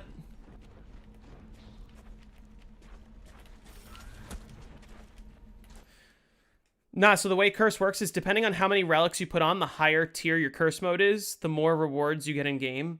Tier 1 is golden armor, tier 2 is ultra rarity, tier 3 is tier 4 pap. My concern... Okay, so I didn't know that's how it worked. Thanks for educating me. My immediate concern... Tier 3 and legendary weapons are already, like, powerful enough that you can use them on high rounds. They're not as good as things like score streaks or traps or, like, wonder weapons. But you can kind of run in a circle and hold your own. If you start adding tier 4 Pack-a-Punch and a higher ultra rarity, how good are the weapons? Like, are the weapons going to be insanely broken, or are they going to balance it? Okay. I'm not complaining about getting 2 astronaut explosions, because that's kills. I didn't get any drops, though.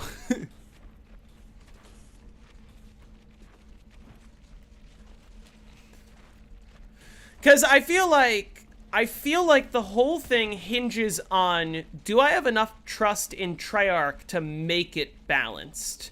And the answer is, I don't know. You know what I mean? You hit a death barrier going back into the spawn room on Shadows of Evil Human Grapple for the 2nd time in the game. I don't know exactly what causes that, but I think I know what you're talking about.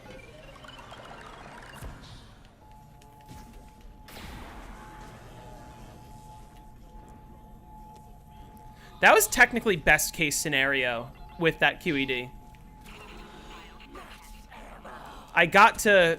Ooh! Get away from me. Okay, relax. We're fine.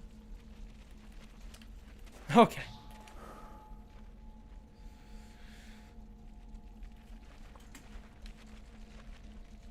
That was best case scenario, because I killed 3 hordes, and the 3rd one gave me 1 drop.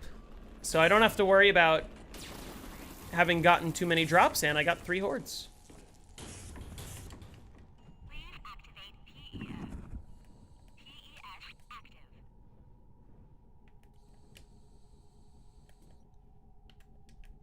Death barrier still occurs every 3 seconds. Yeah, so, like, I think it depends on the timing of the grapple. Why did you only get a set?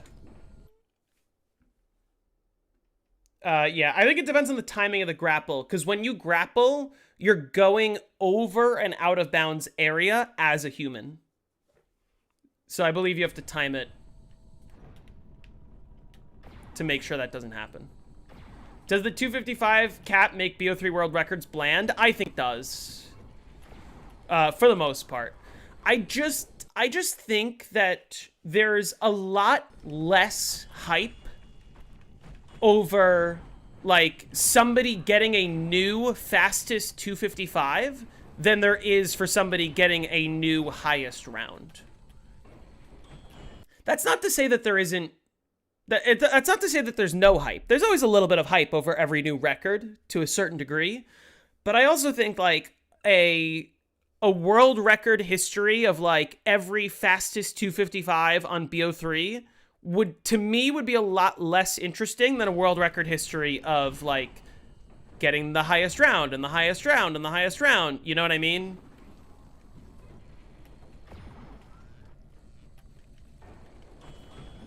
They should allow or make a new cap for round cap removed. I used to be against that, but the more that I hear people talk about it, the more interested I am in, like, potentially just running that just for fun. Being like, okay, I can get to 255 in Revelations, as can all of you. But what is the highest round that you could get if you used no round cap? I wish they got rid of the 999 round cap and added a built-in reset on BO6. That would make the game a lot more interesting, for sure. Like, genuinely, I don't like a lot of things about BO6 or Cold War, and a lot of things that I worry I am not going to like about BO7.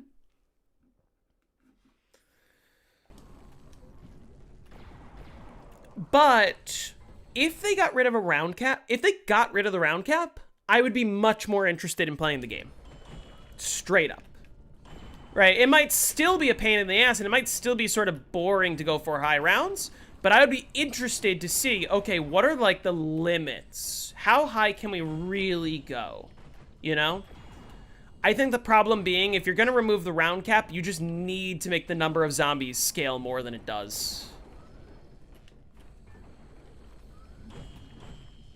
Like, and you know, to that I say, like, I think that somebody getting a fastest 255 on any BO3 map is significantly less hype than it would or will be for anyone to beat any BO4 world record at all.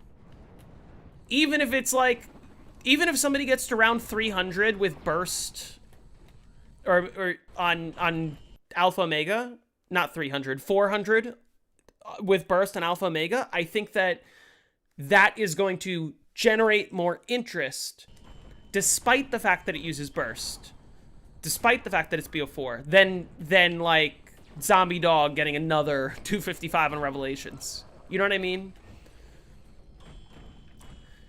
That's not to say that every BO4 map is more interesting than every BO3 map. I think that if somebody got a new fastest 255 on, like, Knocked, it'd probably be exciting. Knocked Classics, that'd probably be pretty exciting. Oh, fuck. Okay, saved. I didn't realize I didn't reload.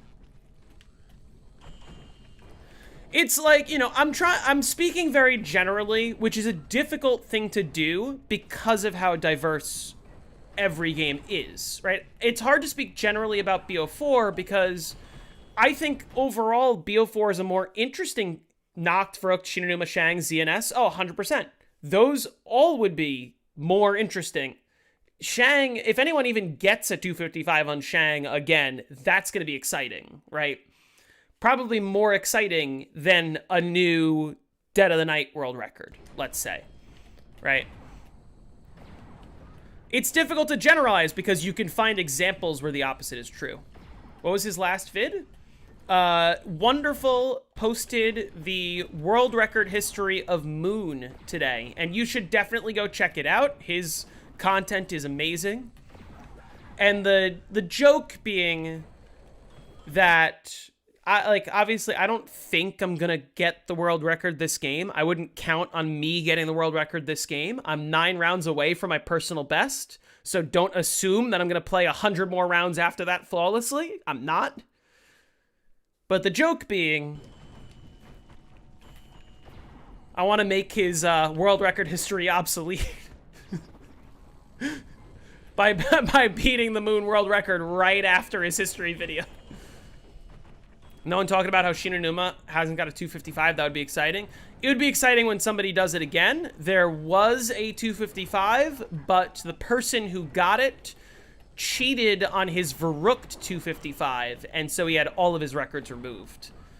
I don't know if it's actually been... It has been proven that he cheated on his Varrooked record. I don't know if it's been cheated, or I don't know if it's... Good discussion. Yeah, thanks for stopping in. I always love when you're here. I'll be sure to stop into some of your streams soon. We need to catch up, but good talking to you. Sorry, it's not an EU-friendly stream. I know. Yeah, so I don't know if his Shang or Shinonuma records are cheated, but his Varrooked record was cheated, which calls into question all of his runs. Please watch Steve if I get a chance. I'm not sure what specifically you're asking me to watch. Are you talking about his No Man's Land record that just happened? Because I did see that. I'm subscribed to Steve.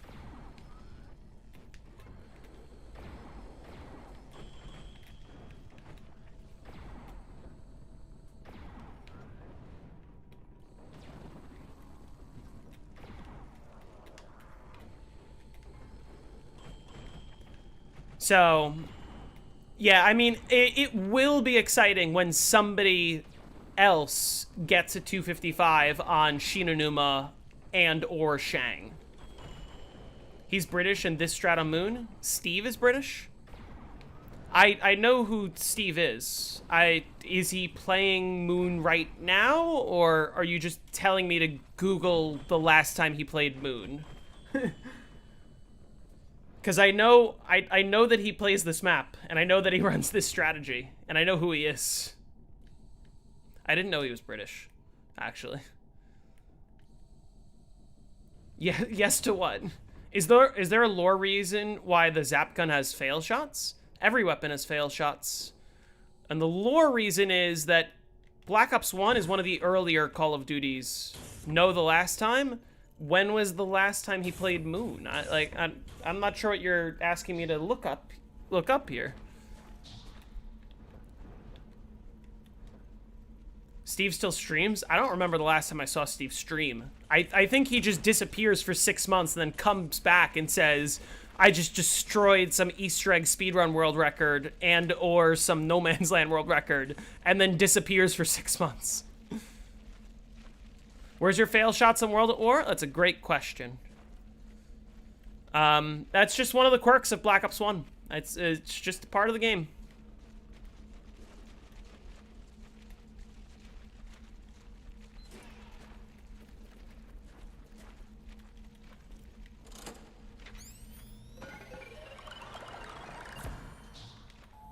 Perfect.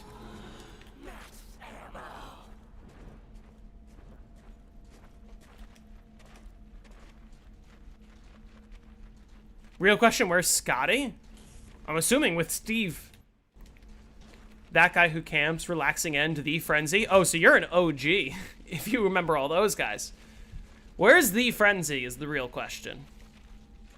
That is... I mean, I've discussed him recently. I have not seen him in a very long time, as I don't think most people have.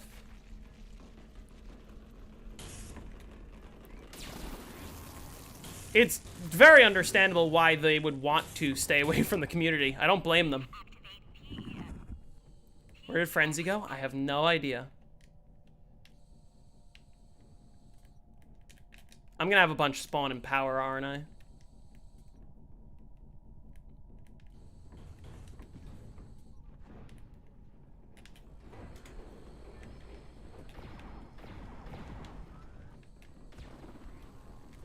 That's not a good sign. Or is it?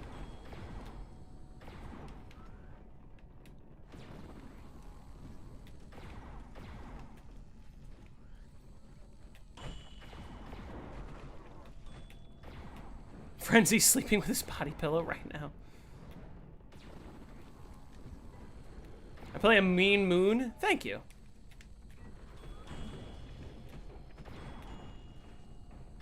Who remembers the Alley A days? Man, that's a throwback.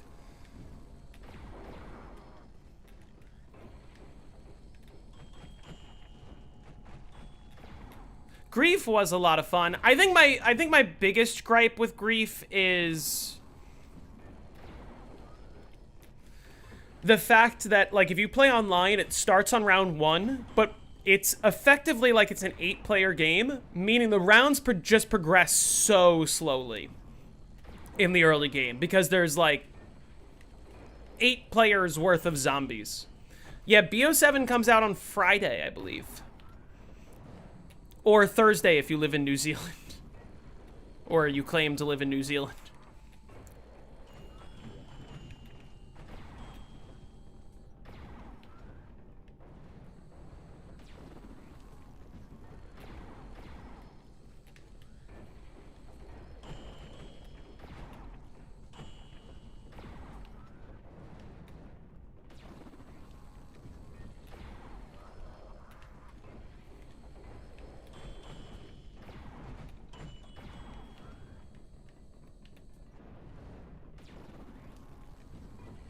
Just noticed BO7 Nikolai. Yeah, he's chilling there.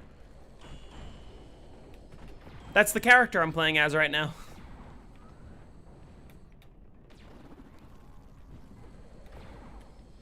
You live in New Zealand? Nice. What time is it over there? Out of curiosity. I'm assuming it is currently Thursday for you, right?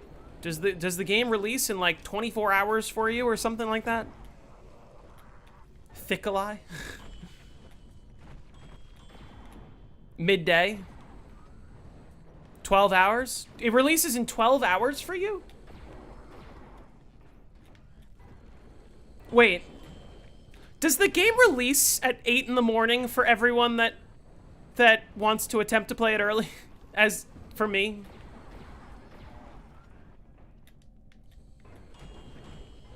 Sploog? You still bowling?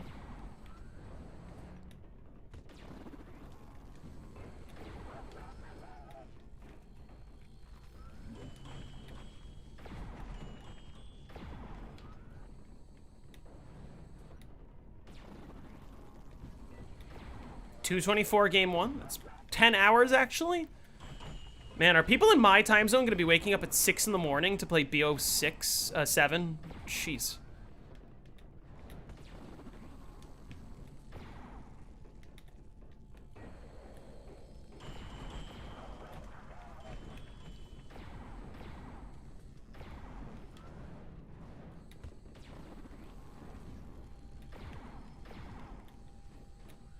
Who remembers Slippery Jim? I don't, actually. Goes to show how much I'm into it. I mean, I knew that it was November 14th for, like, for people who are waiting for it to actually launch, but I didn't remember how much the time difference between New Zealand and the rest of the world was. Because, like, everyone's just gonna change their time zone tomorrow and all be playing it tomorrow all day. If it really releases in 10 hours from now. I remember that name, but I don't remember...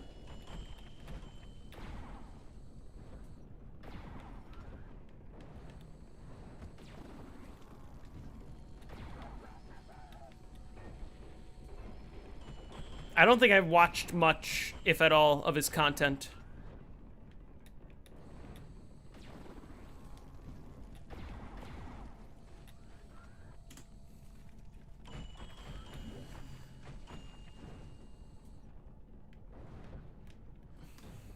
What time is it? It is 8:10 p.m.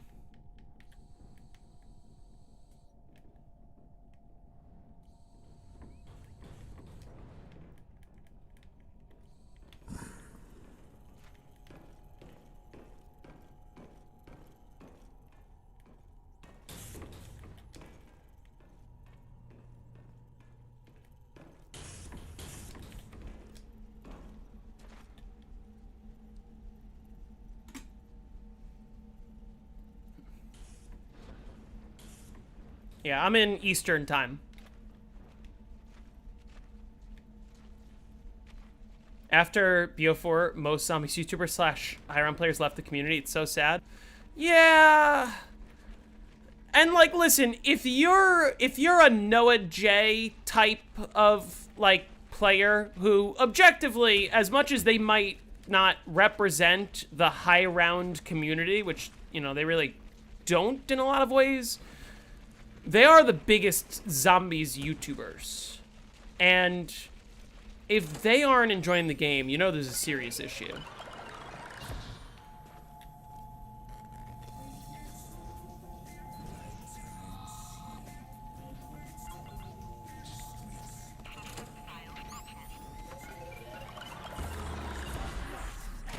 Ooh!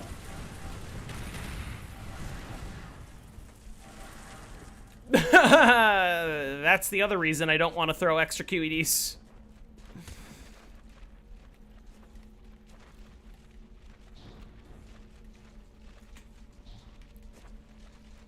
But also, that's the reason why I'm throwing the QEDs where I am, is to avoid that exact scenario, because all I have to do is go to the other side of the rock.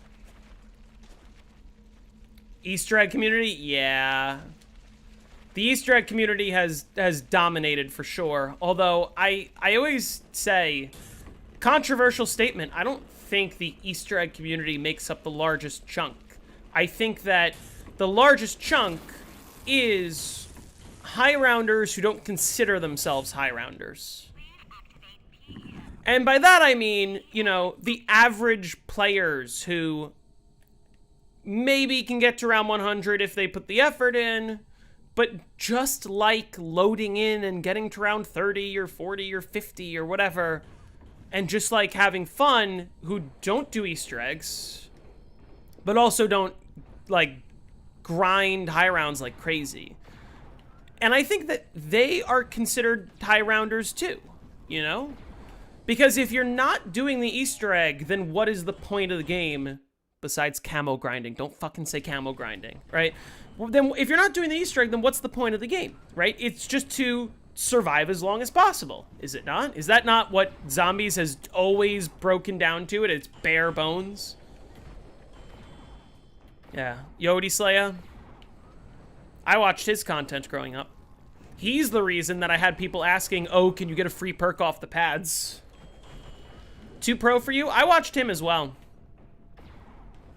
And as much as he's not, like, a part of the high rounding community, at least not anymore, he was a high rounder, right?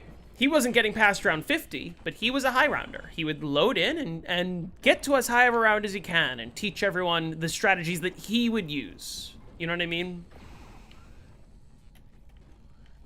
Yeah, he did good setup guides. He did good high round guides. And by good, I mean, like, here's how to get to round 40.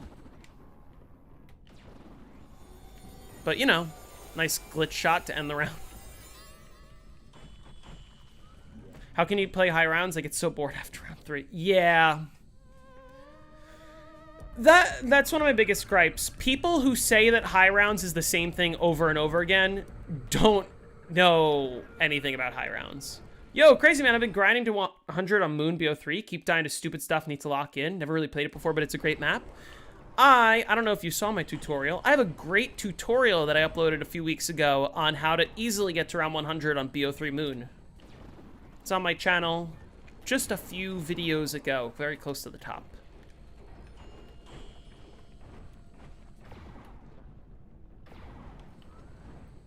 But BO3 Moon is so much fun. I was just playing BO3 Moon a couple weeks ago. I got to round 213, and yes, I'm very upset about having died in that game.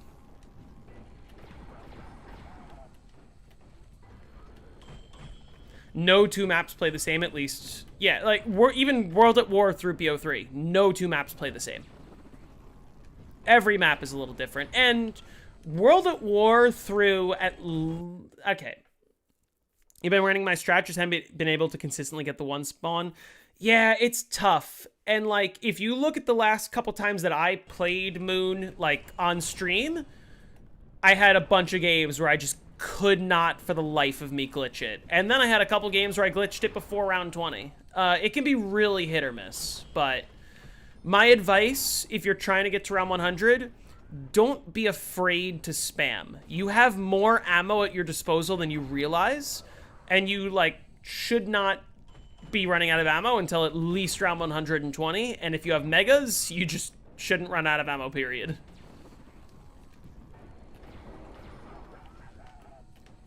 Hey, Flanky. Going well, how are you? Here's what I was gonna say. People say that high rounds is just the same thing over and over again, but on most maps that isn't true. That isn't true on any World at War or BO1 map. On BO2, that's true on Transit, and to a lesser degree, Mob. But, like, every other map, you're using multiple strategies, you're switching up how you're playing, you're doing different things on higher rounds. Like, BO3 is a little bit more, it's all the same, but, like, there's still optimization. BO4, none of them are the same throughout the whole game. A lot of the maps, you can't put the Helion Salvo for like 100 rounds, but after that, you don't have infinite ammo on the Helion Salvo, unless it's Dead of the Night, and then you do.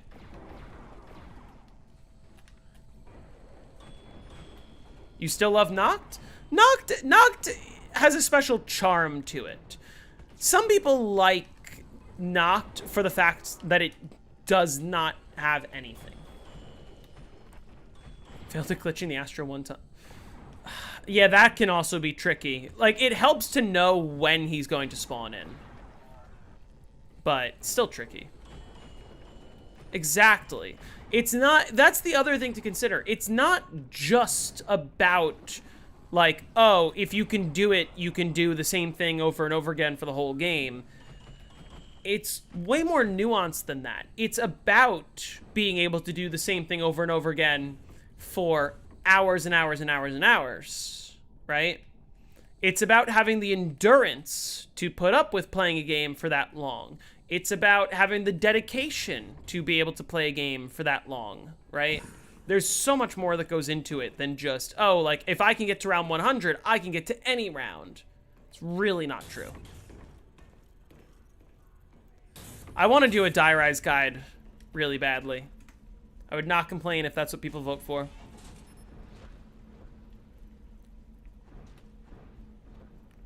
BO2 Origins past round 100 is the most interesting high rounds. It, in a lot of ways, it really is, especially considering the new strategies that now exist that have been under our noses for years.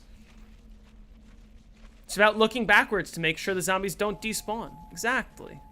Can I get this? Oh, not if I'm sent the wrong way.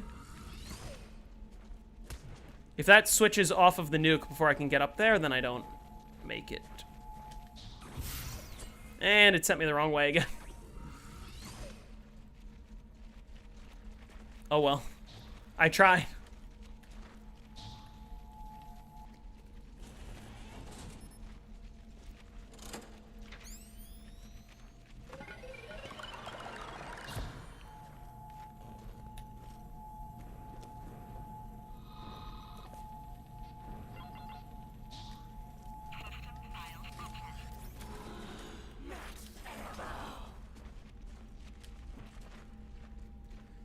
I'm not going to complain if I just keep getting QED luck like this. I've had the QEDs for like 7 rounds now.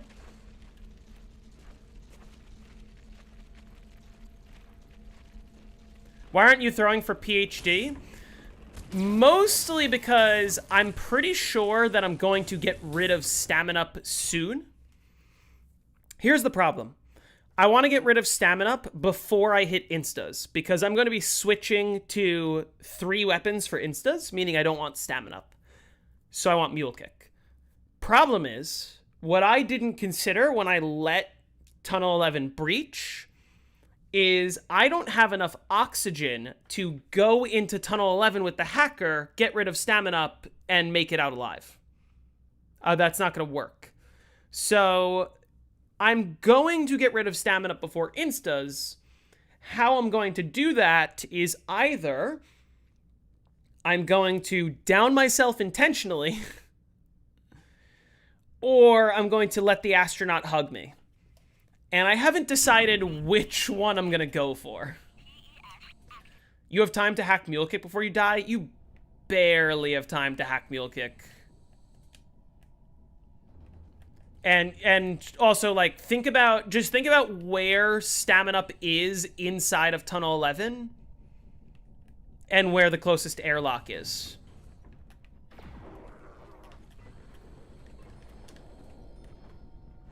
Like, I don't think you make it out of there alive. You barely have time for Mule Kick, if that.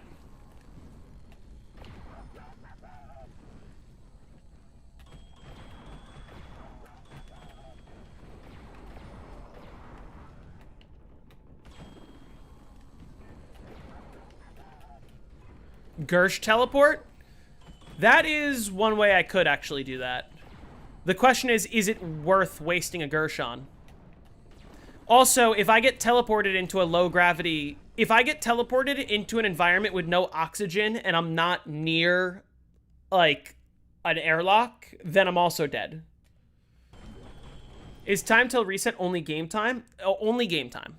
So you see the timer does pause when I pause. Granted, obviously it will fluctuate, because it calculates it based on the number of entities currently on the map. So, like, now it's higher because zombies take up a bunch of slots, but when the zombies respawn, it goes lower. If that makes sense. Or, yeah. QED for 5th perk? That's what I'm trying to do. Well, the problem is I can't QED for Mule Kick, because, like, the odds of me hitting a 5th perk aren't even very high. and I don't want to be throwing QEDs outdoors like that because I have no reason to be out there. And I could potentially decompress the labs, which I don't want to do necessarily. I don't think decompressing the labs actually matters, but like I don't want to run that risk, and I don't want to waste QEDs on throwing it at Mule Kick. Hey, JP Boss. Isn't M16 the best? It is, but HK21 is actually in a lot of ways better. What would my strat be for insta-kill rounds? Basically this, except what I would do is I would use an upgraded HK21 until it's out of ammo, and then I would switch to using an upgraded M16 and using, like, basically you shoot the ceiling spawn and then you shoot the grenade into the window. And then when you're out of ammo, you just go buy more ammo from Tunnel 11 or Tunnel 6, I mean. Approximately, what are the odds of getting a perk? Like, I don't, it's super low. It's like 3% or something. It's sort of complicated to calculate because there's like there's a 5% chance that the game will even make it possible for you to get a perk on any given QED throw, and if it is possible, there's like a 1 in 11 chance of you hitting it or something. Maybe it's better odds than what I just said. My QED video has it like in the description or something.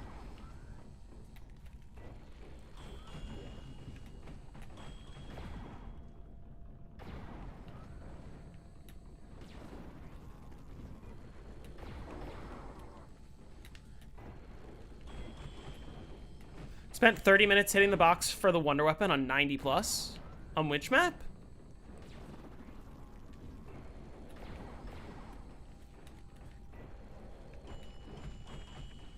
It was awful? That sounds awful.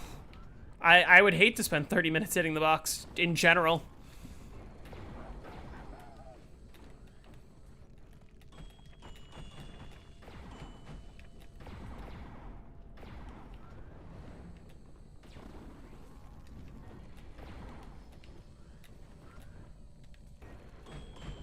On Die Rise? How do you lose your Wonder Weapon on Die Rise?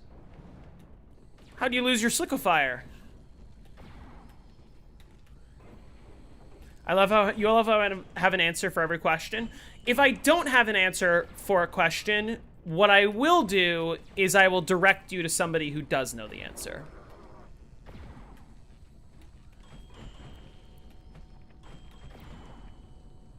Rough calculation. I have to look at, funnily enough, my video is what I have to look at to find out the exact odds. But I don't remember.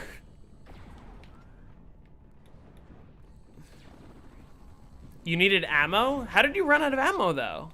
On Die Rise? What were you doing?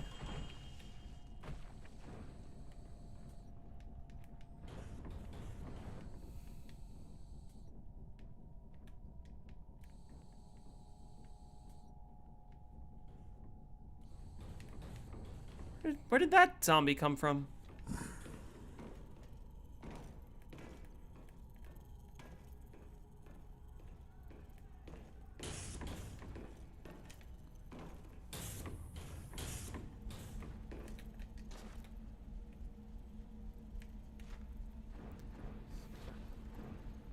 Trading on Die Rise is such a pain. At least the upside is that there's only 3 box locations, but it like, especially the roof box location is such a pain.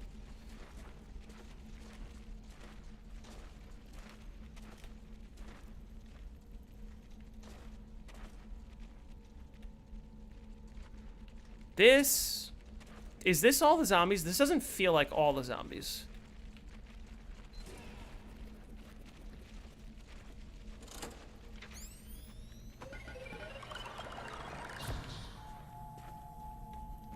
Okay.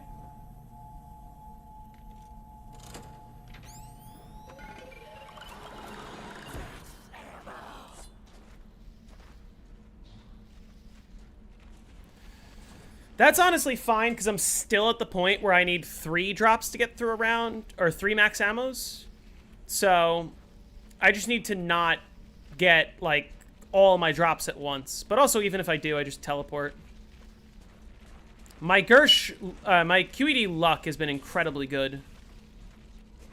In the sense that, like, if I can survive this many rounds with QEDs, that's a good sign.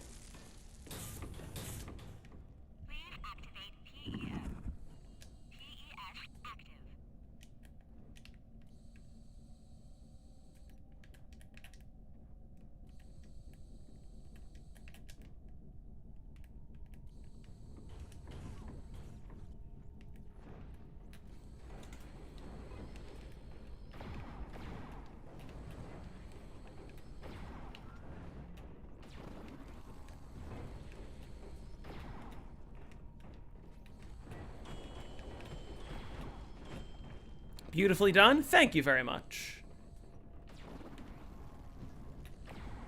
Yeah, obviously I'm losing time over, like, if I was just doing it in this room, but it's also just safer, and I'm saving myself a ton of trade time over the course of the game.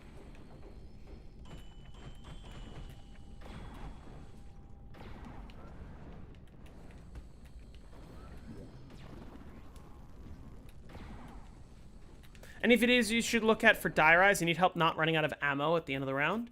Are you doing the shaft strategy?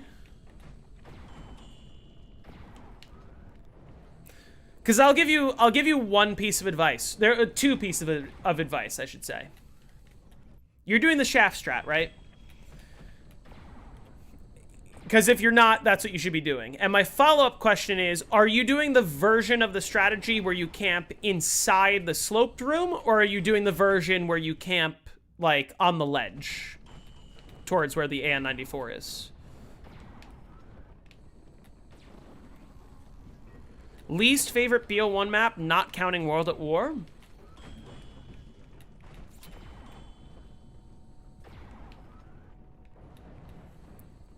Man, I hate to say this. It might be Kino. It might be Kino. Because, like, I like 5 a lot. I think 5 is interesting. I like Shang. Call of the Dead is one of my favorites. Moon is my favorite. It's either Kino or maybe Ascension, but I think it's Kino. Dead Ops, if that counts. That does count. Dead Ops is not my least favorite. I like Dead Ops a lot. What round am I going to today? I don't know, until I get bored. This is not my PB. My PB on this version of the map is round 150. So, very close to my PB, but not quite there.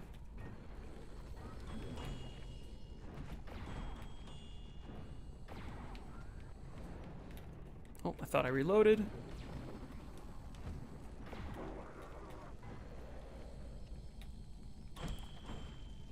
Because, like, Ascension is just... I don't know. It's plain. It's easy. Kino's kind of... like, at least Ascension has monkey rounds, which I think are a very well-executed, like, intense special round. Because I think that special rounds in general are meant to be sort of a break, you know? It's just a free round, a free max ammo. That's what dog rounds are. You just get to skip around, you get a free max ammo, right? Everyone's happy about that.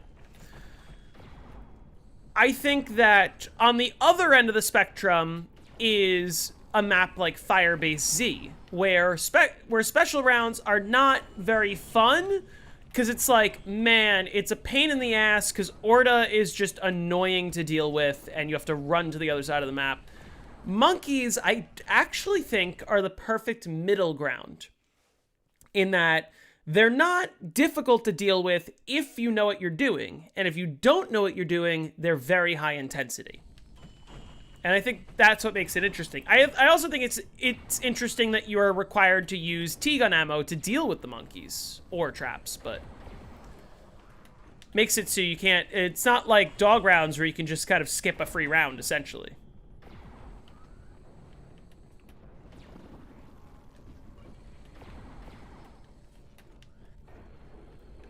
Why you gotta call your favorite map plain?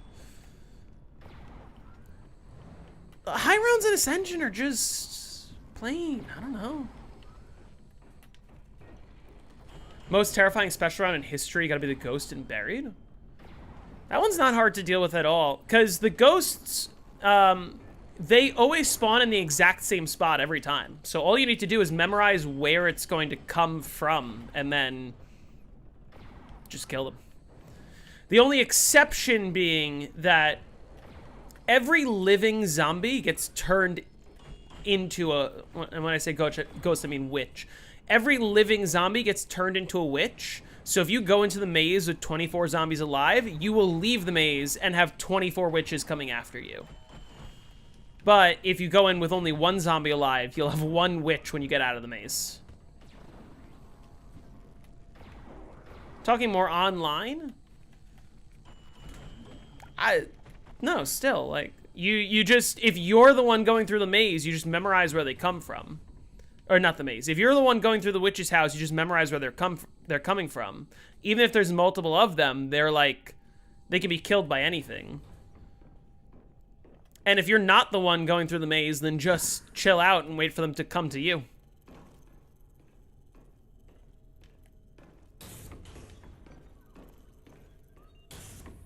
You can clear a whole round on Buried using the witches then? No. That's not what I said.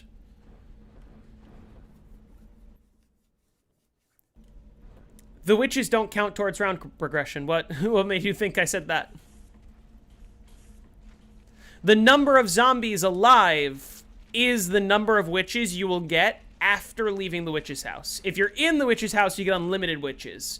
Once you leave the witch's house, you have to kill the number of witches equal to the... When I said the number of zombies alive, I meant, like, the number of zombies already on the map, not the number of zombies left on the round. Yeah, so the maximum would be 24. Every living zombie gets turned into a witch, meaning 24. And that's also only once every 5 rounds. The witch's house only activates once every 5 rounds, and every round that it isn't active, you can still go through the witch's house, but you won't get a free perk, and it won't kill any of the zombies.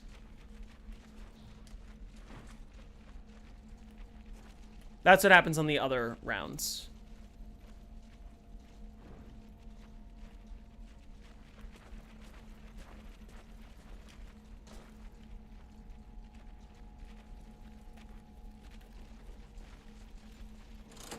Do you think the newer zombies modes are easier? Yes. In a way that I think just isn't good design, frankly.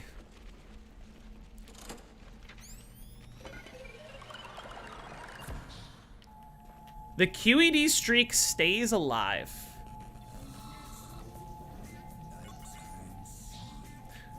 Was I talking about the recent discovery on Dire-Eyes camping the power room?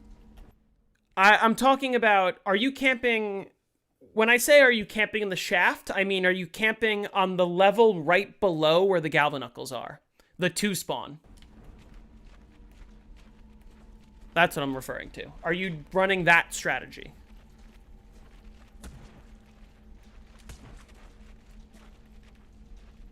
Yeah, you're camping there?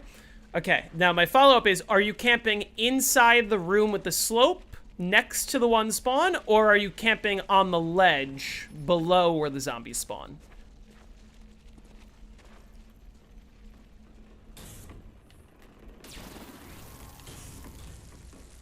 You're camping on the ledge. Okay.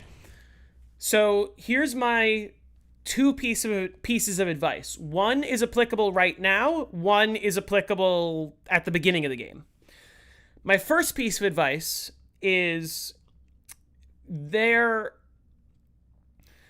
only 2 spawns, so there's no carpenters. And also, or rather, there are carpenters on the map, but you can prevent carpenters because there's only 2 spawns. What you want to do is you want to try to line up your drop cycle so that the drop cycle begins and ends with the 4 drops that are on the round. And that's called perfect drops. And the way you do that is by activating carpenters and then cycling through carpenters until you have your drops beginning to end, right?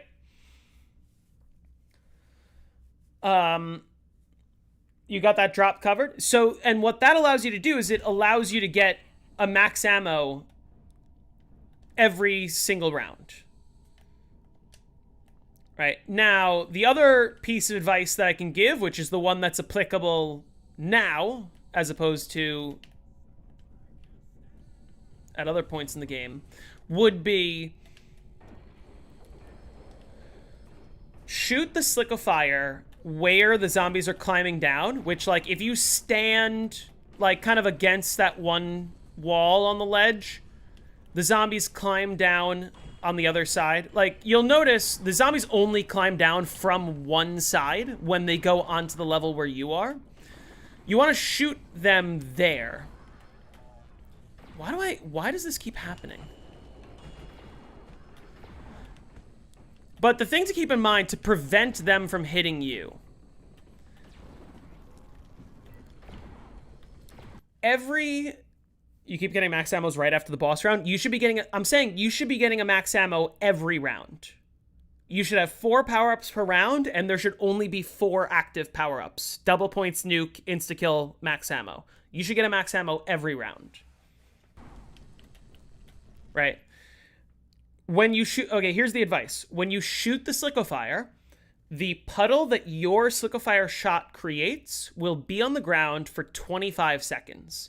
So what you want to do is you want to start the chain, and then every 25 seconds, right on the dot, shoot the slick of fire at the spot where the zombies are climbing down. Sometimes you get several of the same drop, like nukes, insta-kills.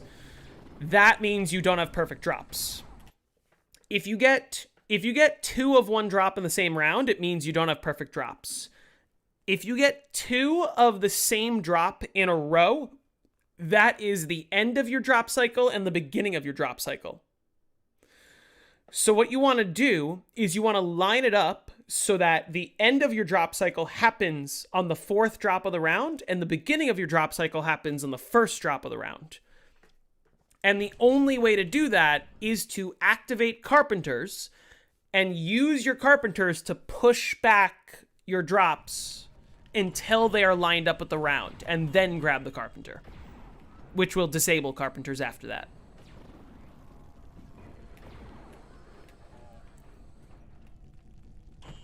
It's a little bit too late for you to do that right now, most likely. But also, even without carpenters, like, you just shouldn't be... Even without perfect drops, you just shouldn't be running out of ammo. You should be getting ammo 4 out of every... Or, like, you know, at least 3 out of every 4 rounds, if not every round. On top of the special rounds. So if you're running out of ammo, you're, like, wasting ammo somehow. How did zombies high rounders find these things out? Trial and error or looking to the code? Depends on the thing. Drop cycle is something that we've kind of always known about. Yeah. No, you want carpenters to try to line it up. So for example, let's say I notice it's the beginning of the round. I get a double points and then another double points back to back. That means that the second double points was the beginning of my drop cycle. And so that means that my drop cycle is from the second power-up of the round and it ends on the first power-up of the round. So what you would do in that case, wasn't called the dead bleed out strat discovered by reading the code? I think partially yes.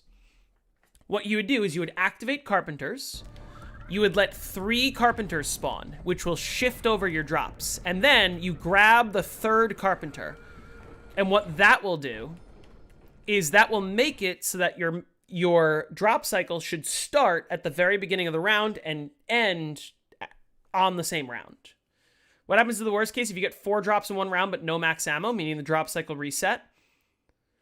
That just also means that you didn't line up your cycle properly, but that should only happen every once in a while.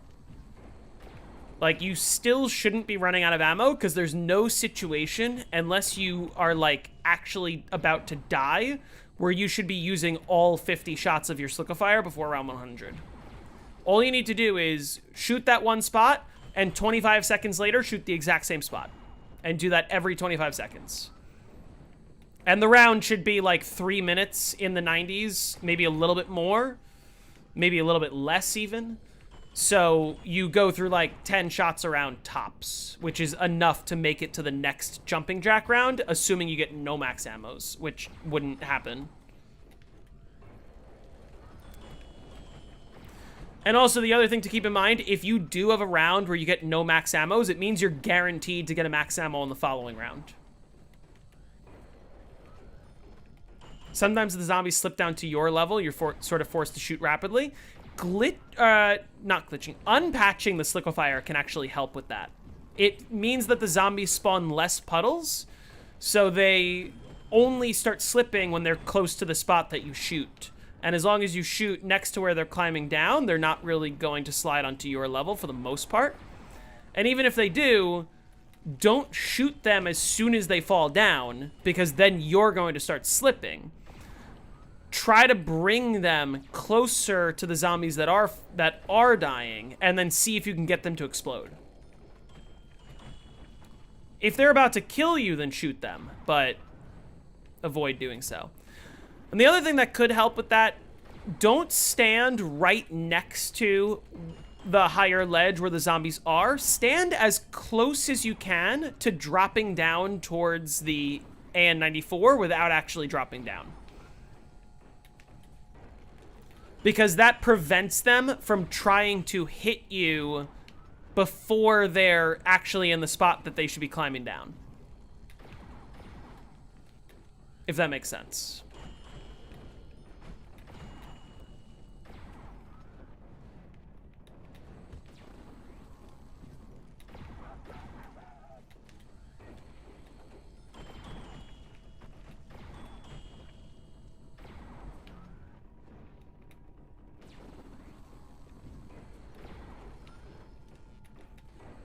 Would having a trample steam facing the other direction help with any zombies falling down?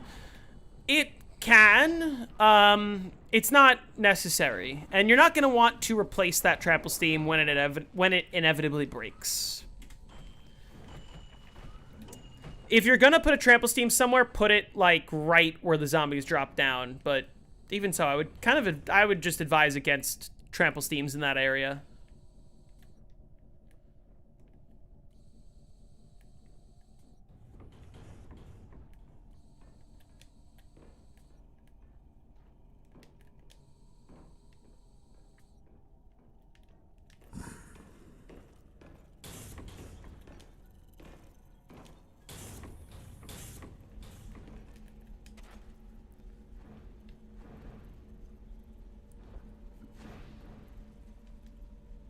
Because the trample steam's going to break as soon as you kill 20... I think it's 25 zombies, or it might be 28 zombies. Which, like, when you consider where you're placing it, you might end up killing 28 zombies pretty quickly. And then if you don't have a trample steam, what do you do then? Right, you can run around the map and go get one, but that's just kind of a pain, and it's not necessary.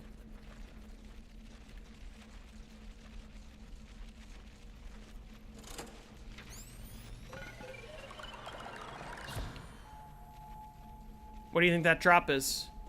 Obviously not a red perk. Ha! Okay. Nice, upgraded RPK.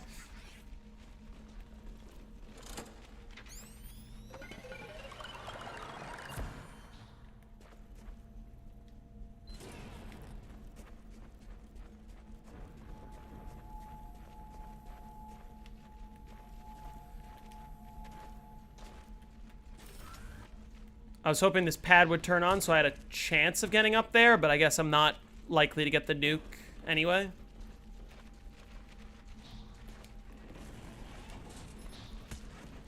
Yeah, that's unfortunate.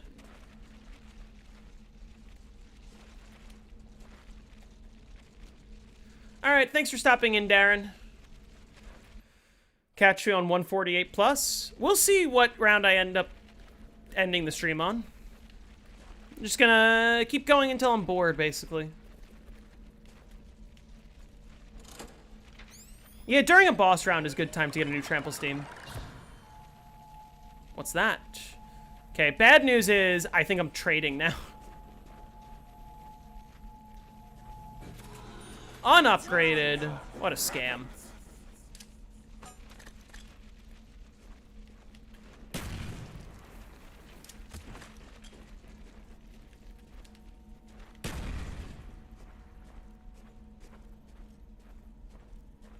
Yeah, it's time to start hacking boxes, unfortunately.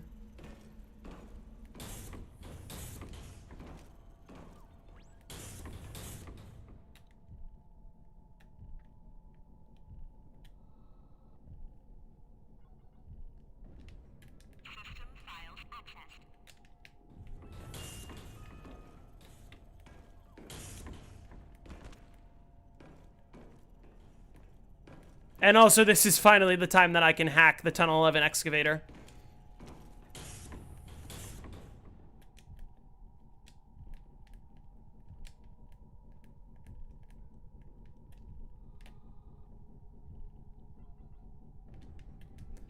I will say, when I was doing some off-camera playing of this game, I did have some exceptionally bad box luck.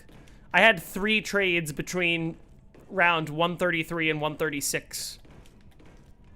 But the funny thing is, 136 is the last time I did trade, and that's when I got my QEDs that I still have. But now we're going back for Gersh's.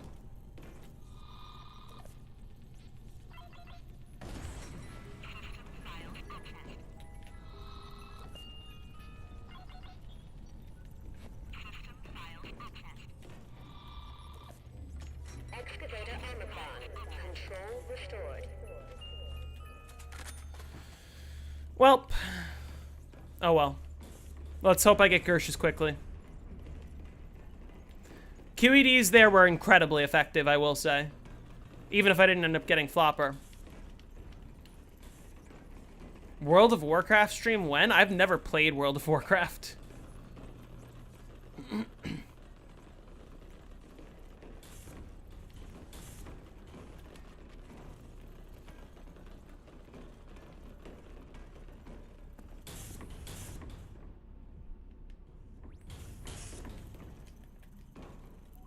Doesn't hacking the excavator that's already down add more entities for the tunnel you decompressed earlier? Only for Tunnel 6. It does not for Tunnel 11.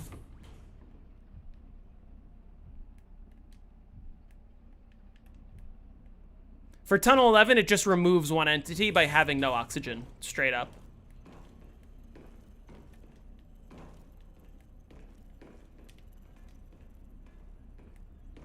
You don't know which tunnel is which? Tunnel 6 is the one that people care about for the Easter egg. I have to double check. Is this one of the rounds where insta-kills do work? I know I wrote it down somewhere. No, it's 147 is the next one. So if I'm going for any dome drops while I trade, I'm going for specifically dome nukes. Speaking of, I'm not reaching that. It already changed. Yeah. If this is the world record run, then it will be as legendary as J-Dub's post Shades video. Oh, right. That's who Shades is. I was trying to remember.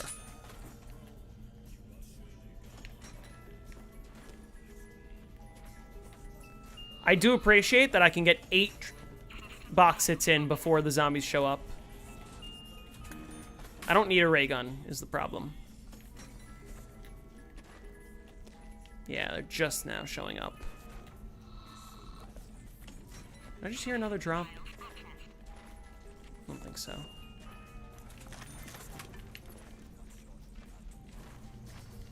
Slap your body to the floor, everybody needs.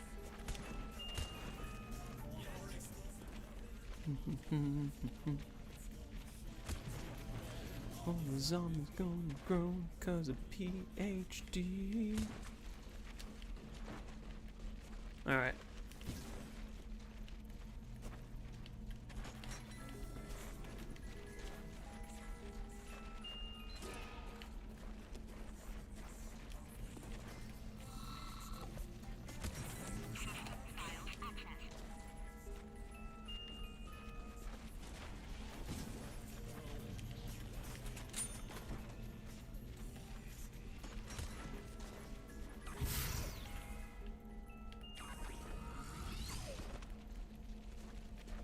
I have one chance to get this nuke if it's semi-right. Oh! Huge!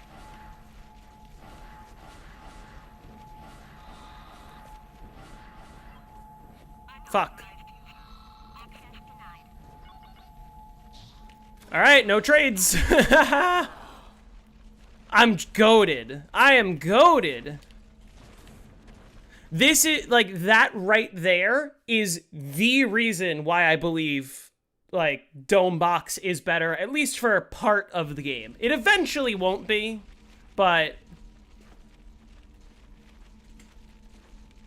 that's so helpful. And now I have my QEDs back, of course.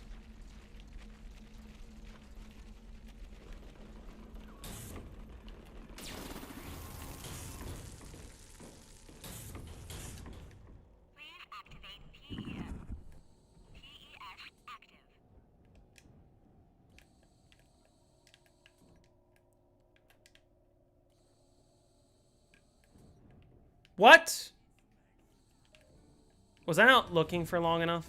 I just spawned a bunch of zombies inside of power.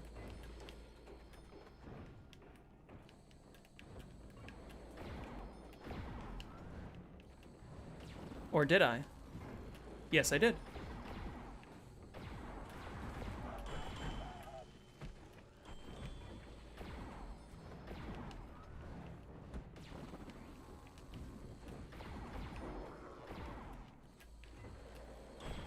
Doesn't really matter.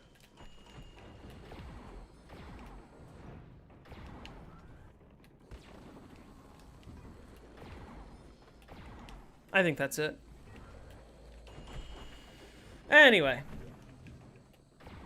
I almost never get the nuke as, like, as the last power-up to spawn on the pad. So that was very lucky. It's truly impossible to say how much time that saves. Saves box hits, that's for sure.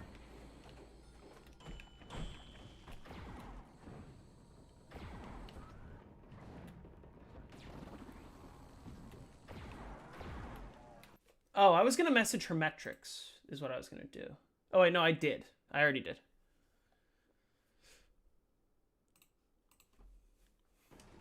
How much ammo should you be realistically going through?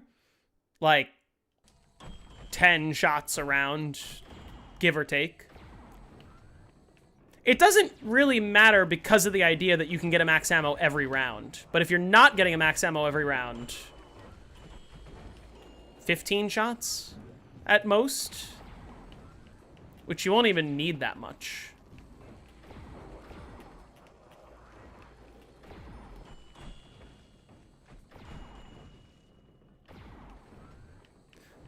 If your goal is only to hit round 100, then when you hit 99, just spam the hell out of it.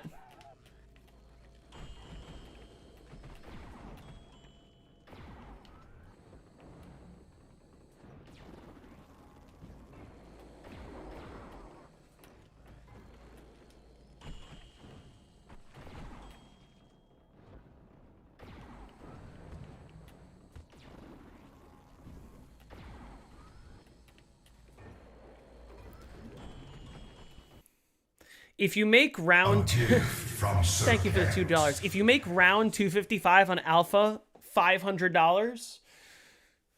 First of all, how much is Australian dollars to USD?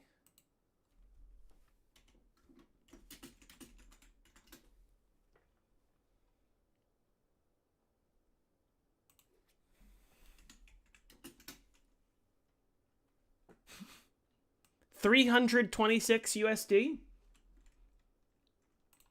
I would do it. If you're serious about that, I will start up a game of Alpha Omega, like,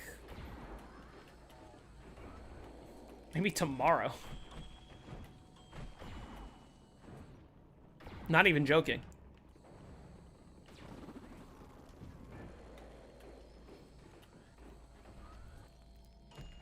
Yeah, that's the worst. When you get 95 and you have the 50-50.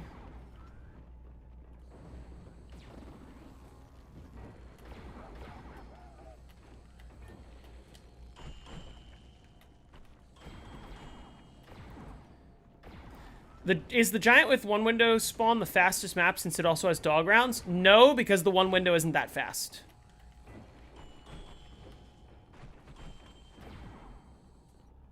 If you're doing Alpha Omega 255, you aren't doing Moon 200. I can do both.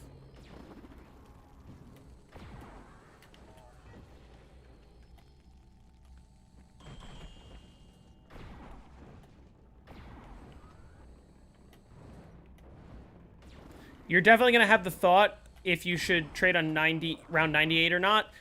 You should not. There's zero reason that you should be trading before round 100.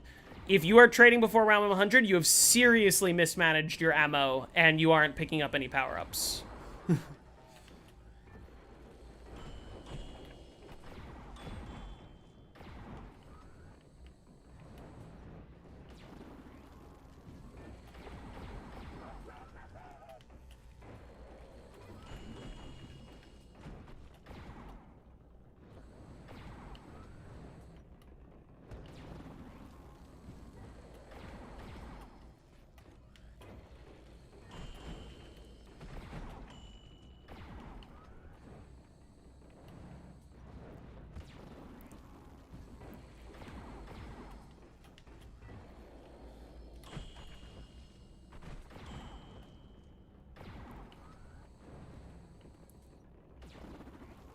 You're a one-man band? That's awesome.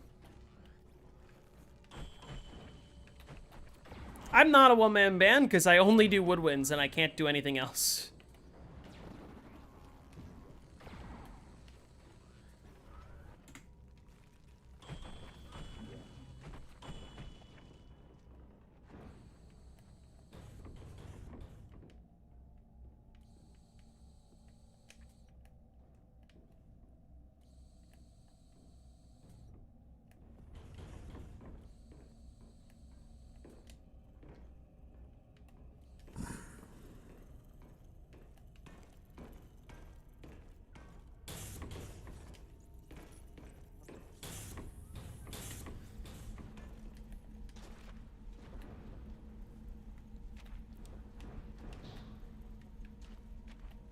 Ah.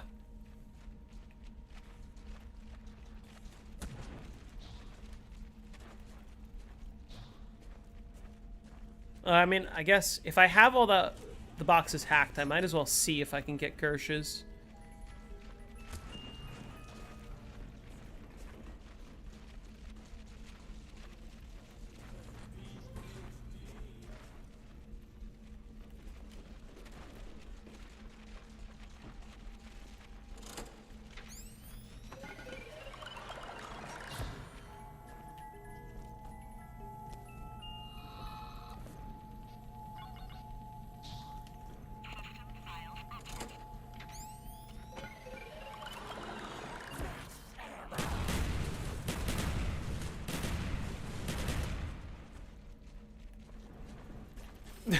Okay. Would it be better to stand to the back of the wall and die rise next to the ledge you suggested? I like to stand right up against the wall. Because that way, like, if you accidentally spawn goo where you're standing, all you need to do is just, like, jump and push up against the wall, and the goo shouldn't affect you. And just keep jumping.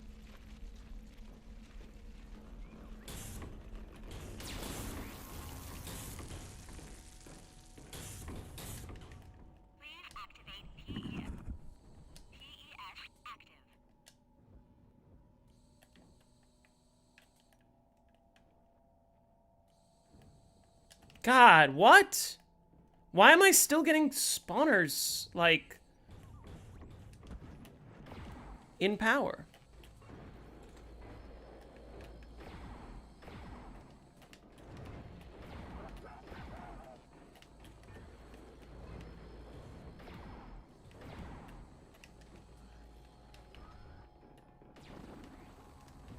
Yeah, there's a bunch that just spawned outside.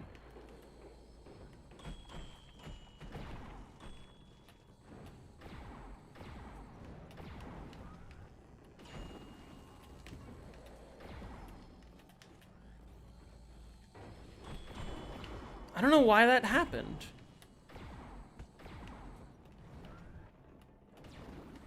Alright, we're fine.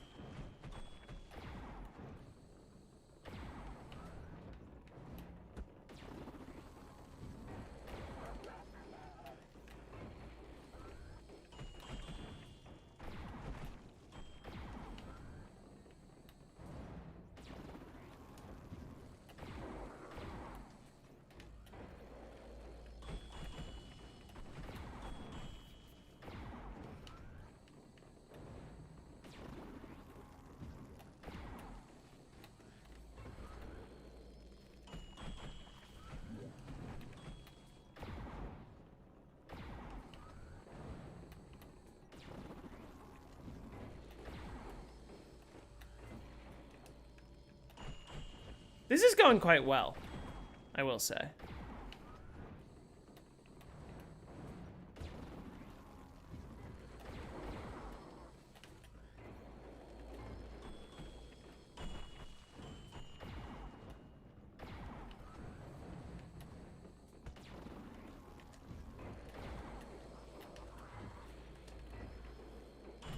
Trying to do the BO3 round 100 on Moon using your strat, but I get hit when boarding the windows, then get a red screen, which allows them to make it through the window. What you're doing wrong is you need to shoot more often. Meaning, if you're getting red screened that often, shoot the wave gun faster. Or, if you're getting red screened while you're dead wiring, make sure when you dead wire to shoot the closest zombie to you. Because it will kill all the zombies that are attacking through the window and leave the zombies behind that aren't attacking you.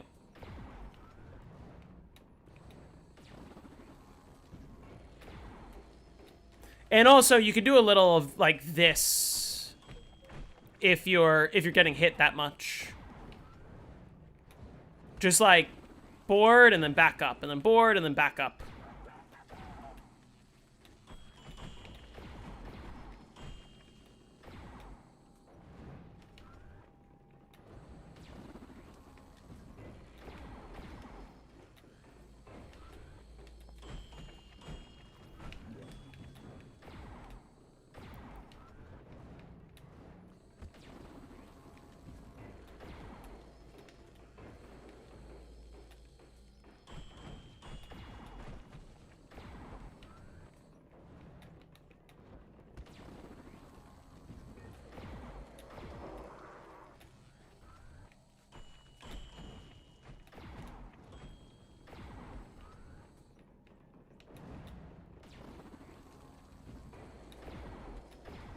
Yeah, keep me posted. Let me know how it goes.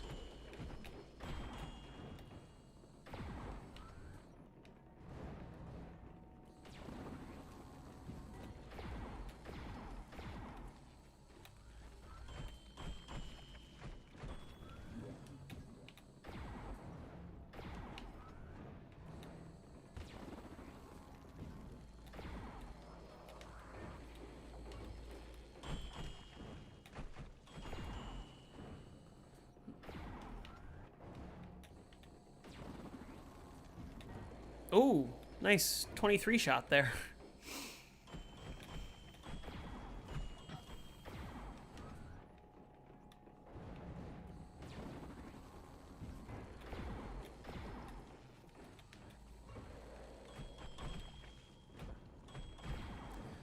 Do I have a drop left on this round? I'm assuming I do. I know it says drops grabbed 5, but I think a couple of those were weapons.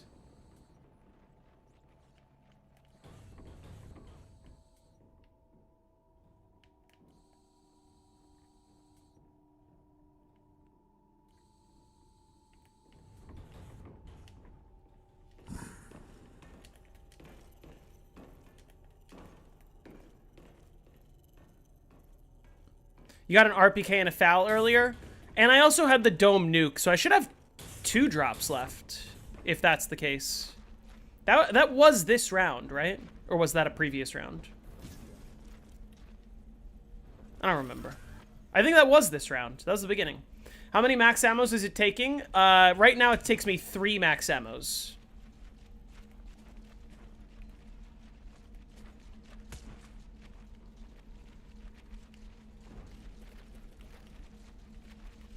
I did hack all the boxes last round, so I could, again, hit for Gershes, which I think is the correct play. Like, just while I'm waiting for the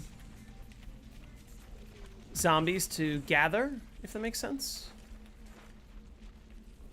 Which seems like they're all gathered.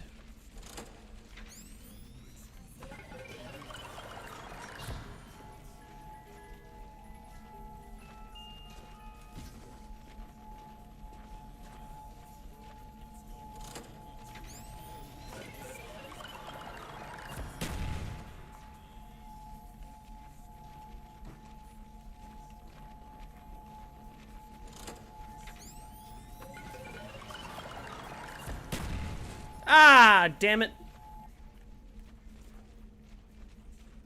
Not damn it that I missed that power up, because that doesn't matter, but now I'm hitting the box, I guess.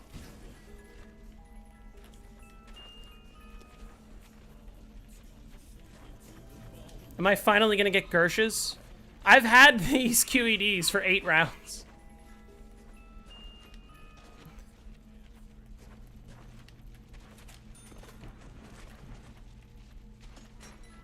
Do I hear power up? No, I don't. That's the ray gun.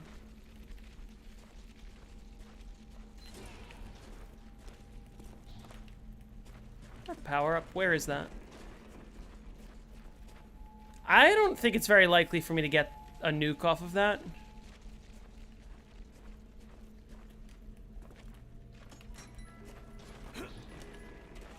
Yeah, definitely not.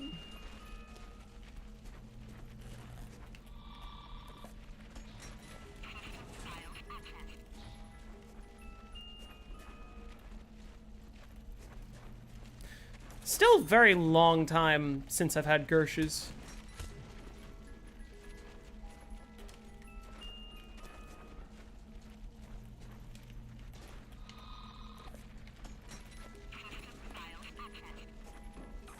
Ah! Stop it.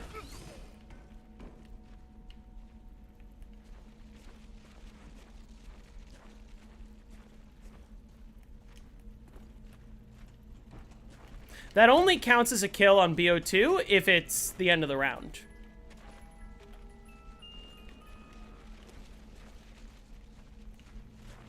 Because otherwise, strategies would revolve much more around, like, damaging a horde and then just leaving. And just doing that over and over. Like, Die Rise, you could just damage a horde and then jump to the other building and then damage another horde and then jump back.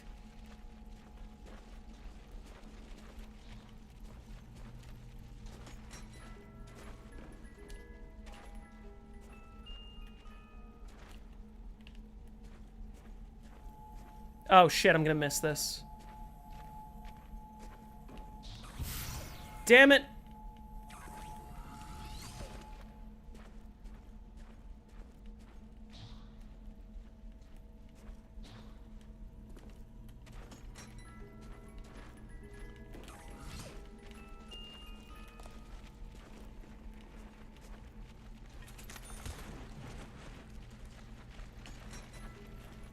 Man, I'm goated. Look at that.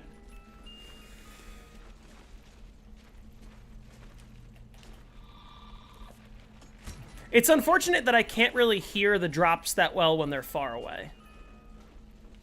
Because if I could hear them better throughout the entire dome, I'd be able to go for them more often.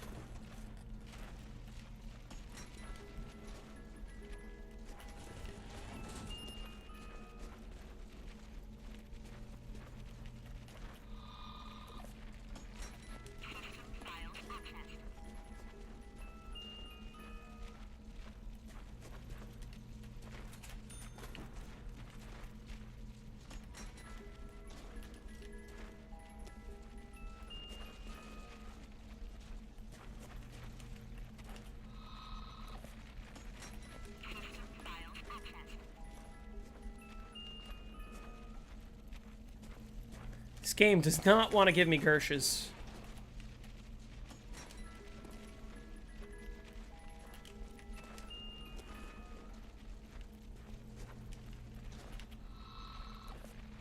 When was the last time I needed to teleport? I did accidentally at one point in the 130s. Just because I, like, threw a QED and got 4 power-ups.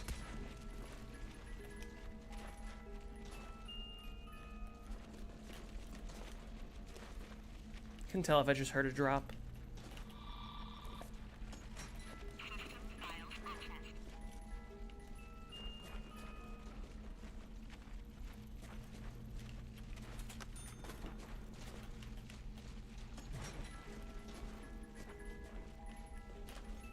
It's more common than you might realize. Power-ups like to spawn as early in the round as possible in these older games. That's a drop. I can't reach that.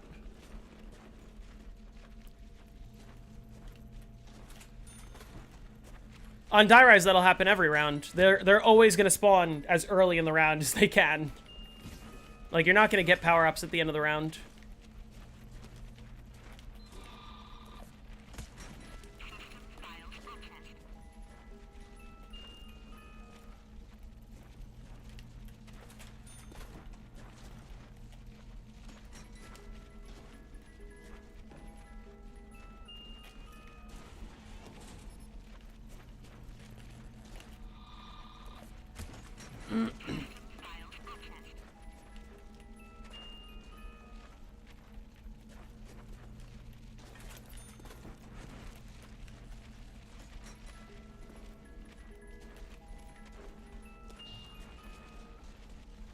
There we go.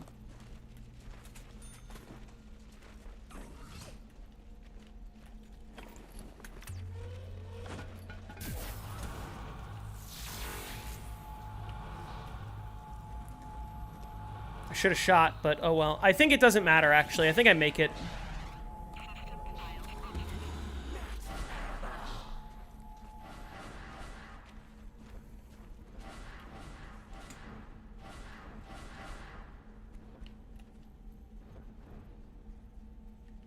Alright, that could have been better. That could have been a lot worse, I guess.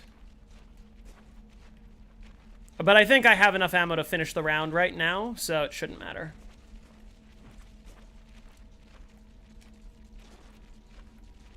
And now I have my Gershes back.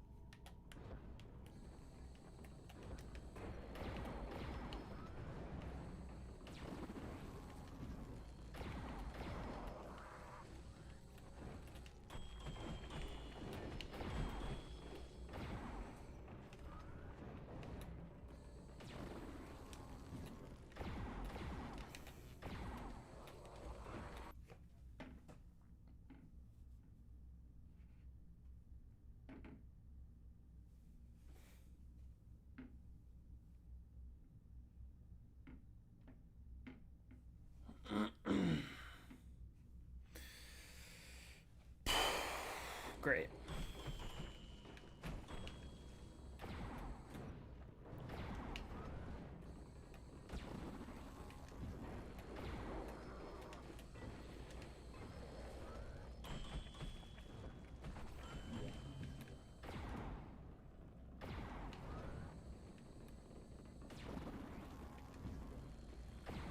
If you could change stuff about the Astro Boss from Moon, what would you add or remove? I would cap his health. That's it. That's it. Because then it wouldn't be a debate of, like, what we should do with him. And then there would also be some sort of skill in, like, sometimes you might want to hold on to him to use him to force power-ups, which technically still exists in the with Astro category, but only once per game. You know what I mean? I would just cap his health, that's it.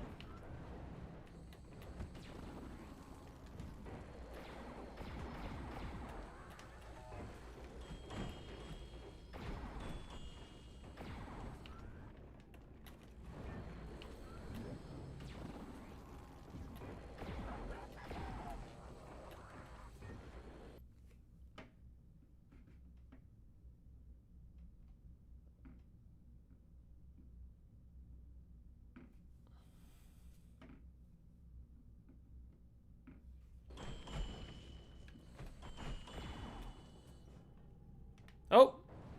Okay. That was a good round.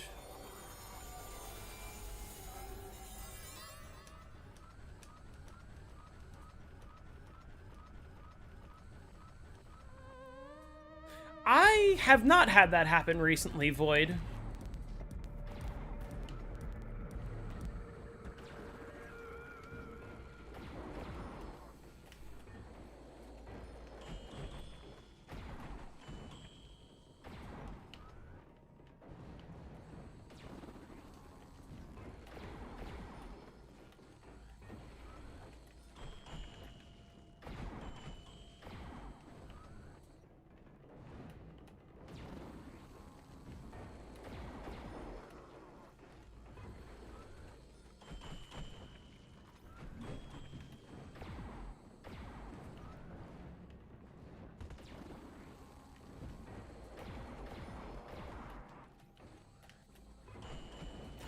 I do get a lot of AI ads, like especially when I'm scrolling shorts or whatever. Hey, come talk to this AI chatbot. Hey, I can do anything you want me to. And I'm like, Jesus fucking Christ, this is the world we live in. This is it. It's no going back. Hey, I'm doing well. How are you?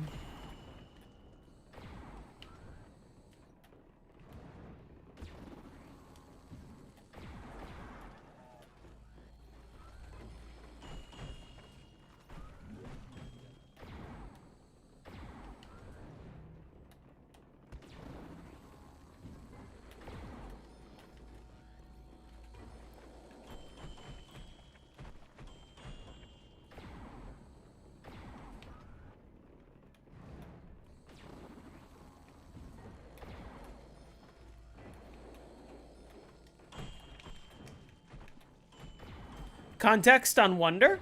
Wonder uploaded a video today of the world record history of Black Ops 1 Moon. And so the joke is, now that he's uploaded the world record history for Black Ops 1 Moon, the race is on to make the video obsolete, meaning for somebody to beat the record.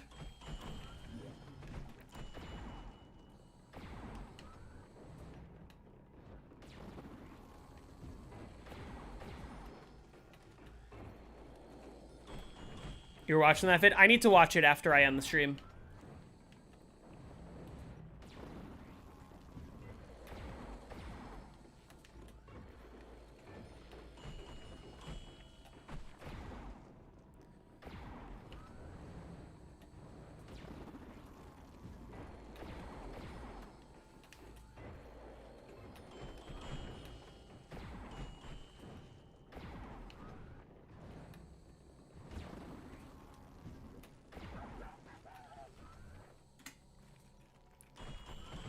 Yeah. Well, I think the problem is that, like, if we talk about the world record history, glitching all the old world records glitched the astronaut, and then out of nowhere, they just started saying, oh, it's banned.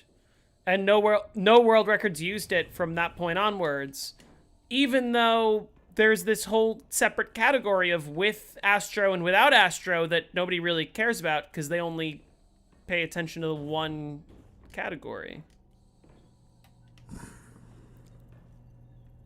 And the one category they pay attention to is which everyone has the world record. Glitching the Astro is still banned, yeah.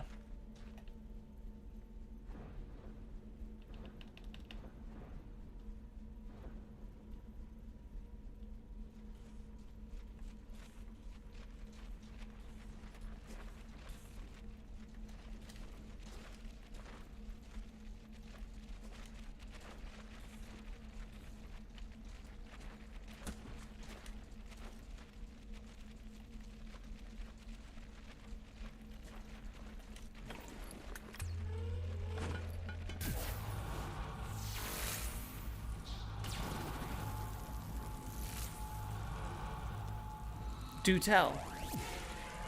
Let's go. Here we go.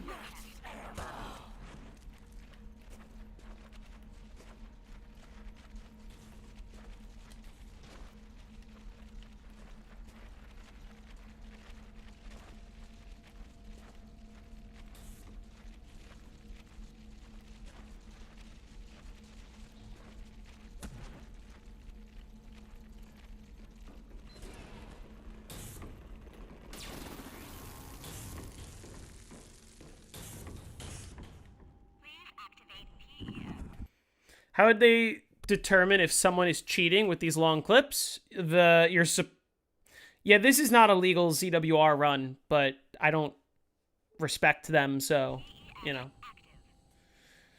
The way that you're supposed to verify records if you want to be a respected site is you watch all the footage. Right? Because the answer is, how do you know if someone's cheating? You watch all the footage. That's how you know. What? Why is this happening? Why do I keep getting them spawning prematurely? Meaning they're probably also spawning out there. Yep.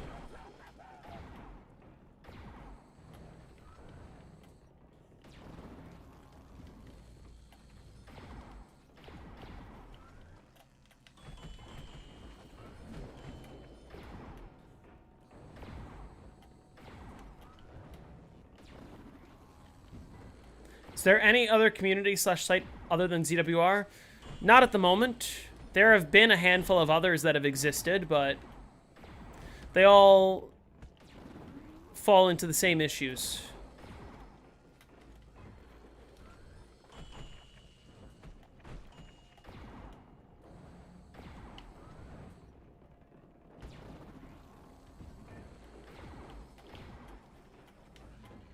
So someone watching 200 hours of footage? No, that's the point, is that nobody watches any of the footage on ZWR.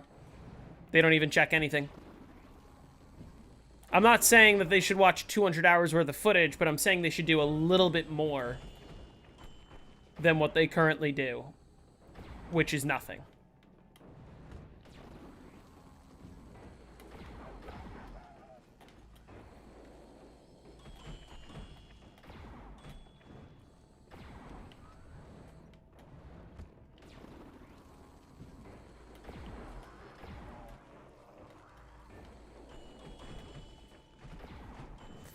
You'd think they could pay the people that are watching the footage, given that ZWR does run ads on the website and they get a few million hits a month. ZWR is making a lot of money. All of it's going towards the owner, Wings,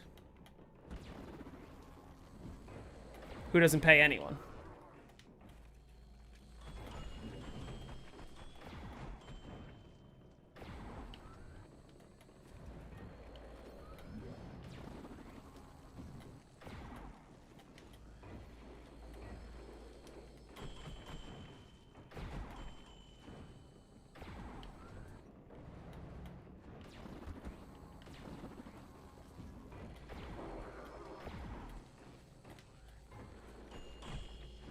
The ZWR website devs are unpaid? Yep. Nobody gets paid there. I think they used to give out a holiday bonus, but that hasn't happened in a while. Not since at least before COVID.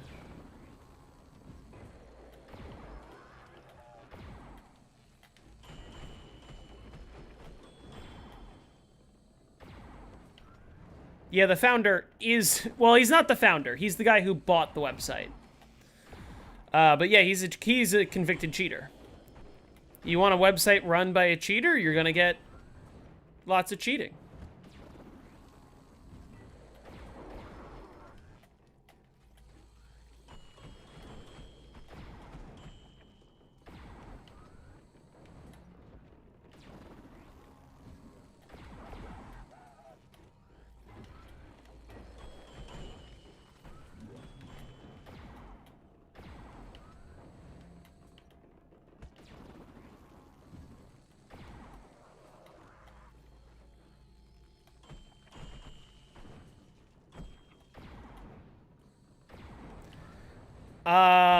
Anything specific you need to do? Yeah, you need to go onto the rules page for whatever category you're submitting to and check what you need to do there, because I don't know.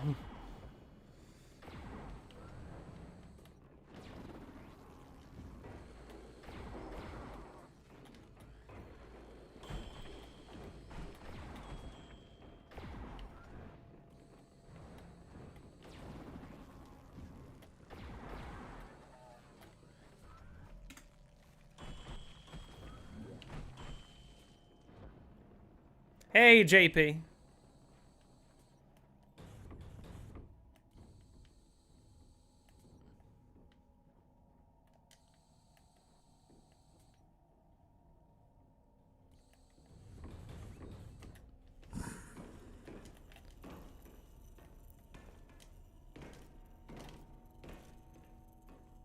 Yeah, what round am I going for this stream? I haven't decided yet. I'm just kind of playing until I get bored.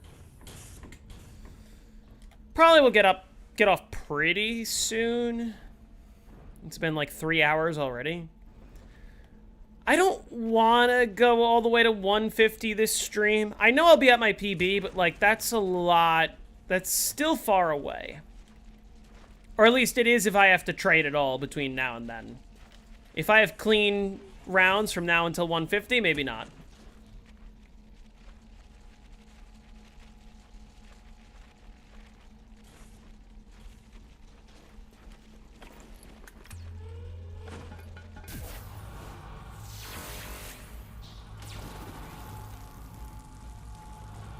Is that a max? That's a max.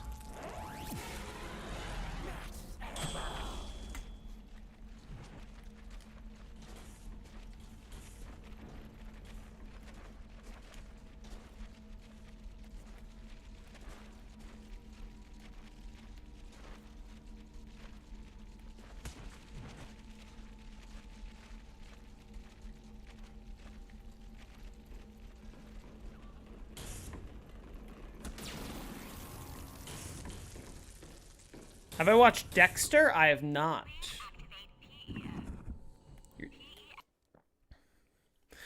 Listen, I mean, I talk a lot about politics on the channel, of course, for those of you that watch me. And I think that weed is a great example of, like, politics affects all of us, even in ways that we don't realize. Because I think there are many people who are like, yeah, I don't care about politics. I wish weed was legal. And I'm like, how the fuck do you think that happens?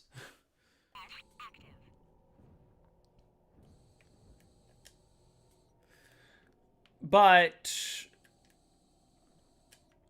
one thing that I will say about this current administration is I generally believe that Trump has no idea what he's doing. Why? Why am I getting spawners like that? I don't understand.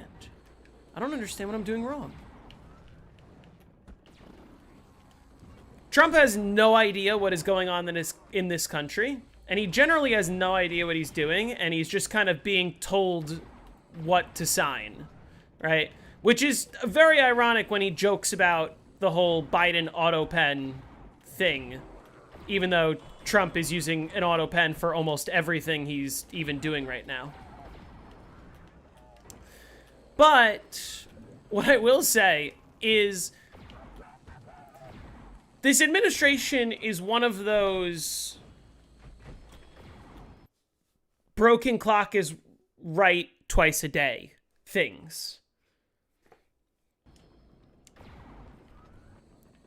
And one example being, I believe today the last ever penny was minted. People have been saying for years now, we should stop producing pennies. We should stop making pennies because every penny costs the government 1.6 cents to produce. So you're just losing money creating pennies in a world where nobody pays with cash anymore. You know what I mean?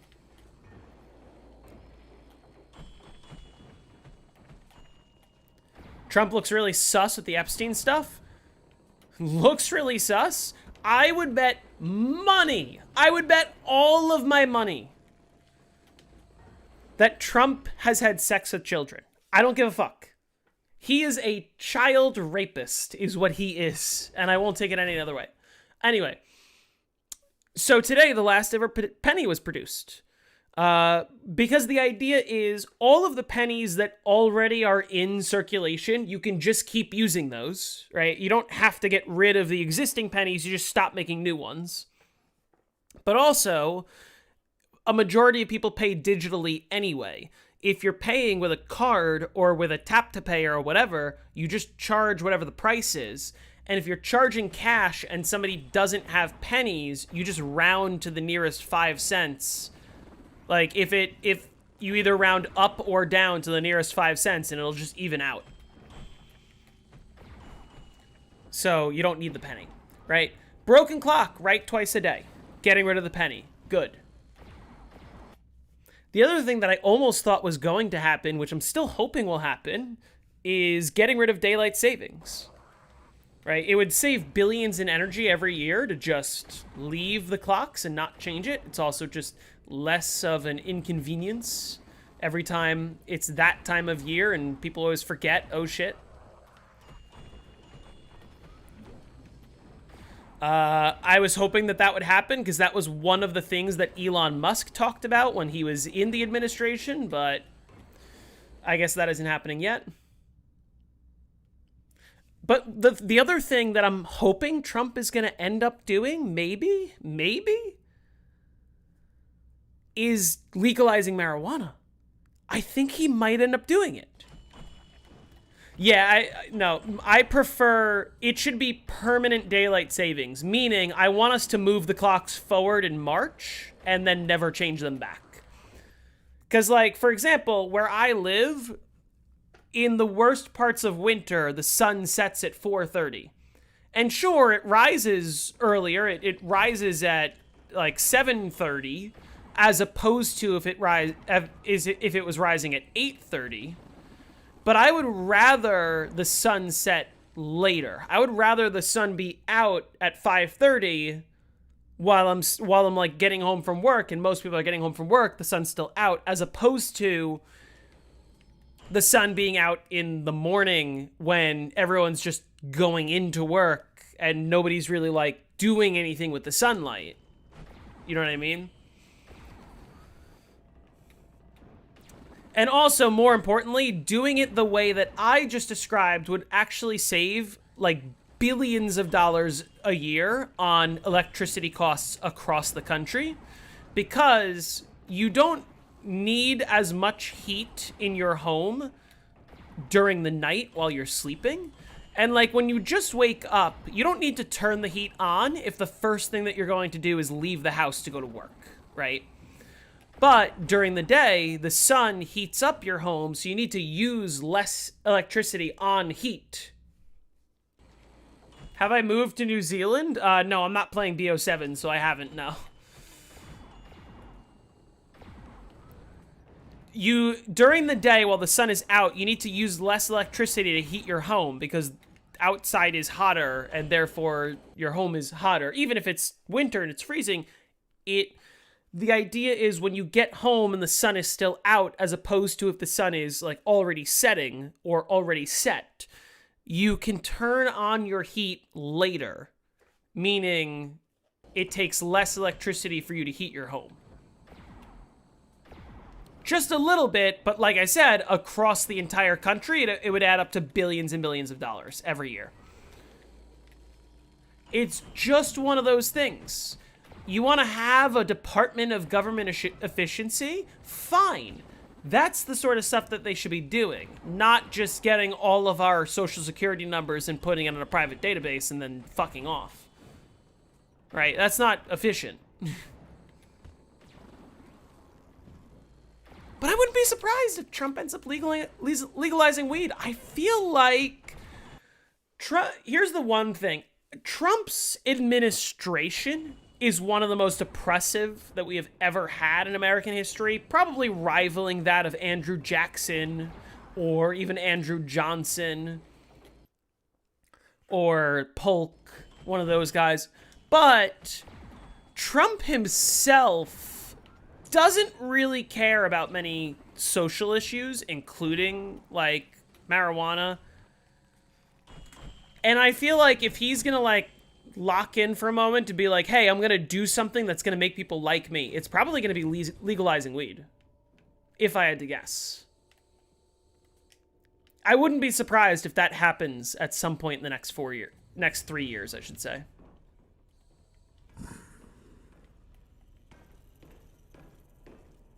Yeah, he loves his popularity stunts.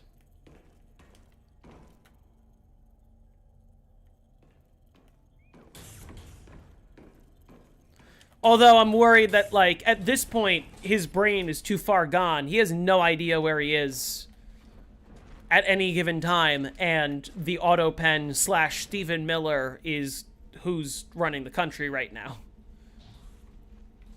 Very ironic, isn't it?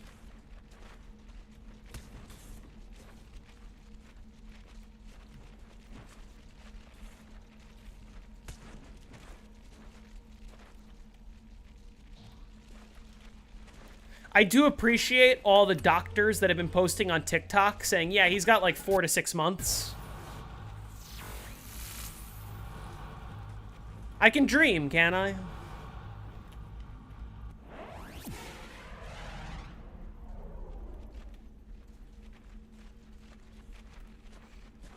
To me, it's weird. Listen, I think it's weird to think about the idea that, like, here's something I think about a lot, is the idea of a former president being a prominent figure has only sort of cropped up recently.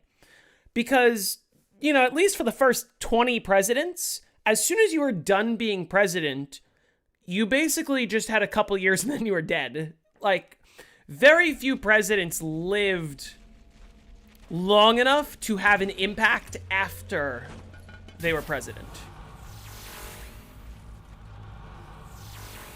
There are some notable exceptions. Like, for example, John Tyler lived long enough to fight in the Civil War. The only caveat being, John Tyler was our 10th president, by the way. Lincoln was our 16th. John Tyler lived long enough to fight in the Civil War, the only caveat being he fought for the Confederacy. And he also died during the war, I believe of natural causes, not of dying to getting killed. He was buried...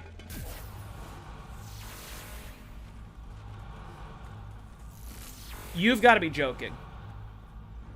John Tyler is the only president to not be buried wrapped in or / under an American flag. He was actually buried under the Confederate flag. Which is interesting, because John Tyler himself isn't really associated with the Confederacy.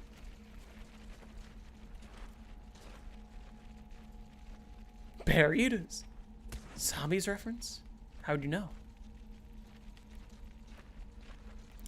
But generally speaking, when presidents were done being president, they fell out of popularity and then just died, right? I guess the other exception is Grover Cleveland, who, after he was done being president, said, I'm angry that I lost, especially because he did actually lose the popular vote. Actually, if I'm correct, can't I hit the box right now? Didn't I hack him on 142 or 143? Yeah, I'm pretty sure I can.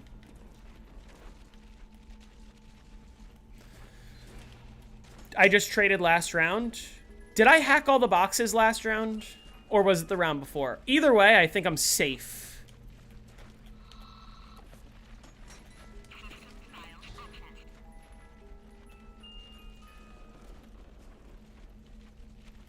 Time for another bong. In a moment. Once this trade is done, honestly. Okay, let's see if I can...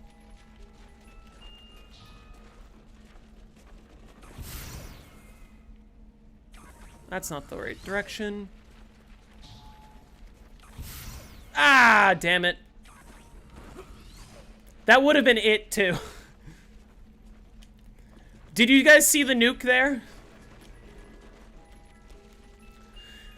One of the other most notable exceptions of former presidents sort of being prominent is actually not Grover Cleveland. It's actually Herbert Hoover. Everyone, you know, if you're booked up on your United States history, you remember Herbert Hoover was the president who exacerbated the Great Depression. He was in his first year of his presidency when the Great Depression happened, and then proceeded to make it way worse. In case you're wondering how he made it worse, it was actually by implementing tariffs on everything.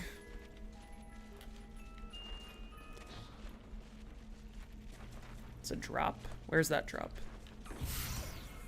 That's an insta-kill. I don't need an insta-kill. Shit. Insta-kills don't work on this round. Left. Fuck, I'm not getting that.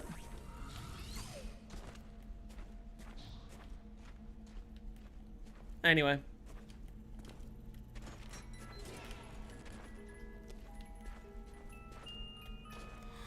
But favorite pasta shape?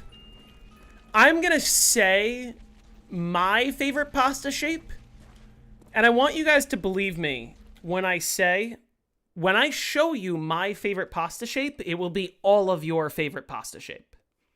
What round should you switch to the high round strat on 5? Like 45-ish, give or take. Depends how long you're comfortable camping.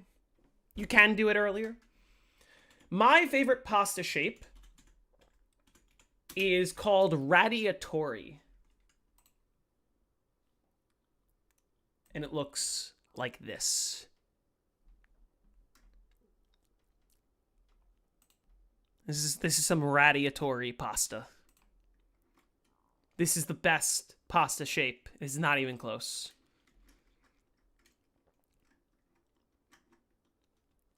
Anyway. What I was saying is, Herbert Hoover, yeah, responsible for the Great Depression, or rather, he himself wasn't necessarily responsible for it. I would say more of the blame initially falls on Calvin Coolidge, but he's the reason it ended up being as bad as it was, because it was bad. Because he made it worse.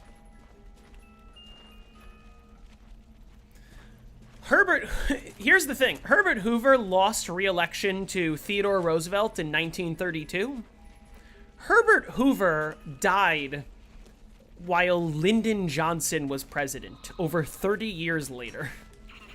Herbert Hoover met John F. Kennedy multiple times during JFK's presidency. Which is which surprises a lot of people, because people think of Hoover as being, yup, Great Depression, 30s, and then they forget that Hoover was, like, alive well into the 60s.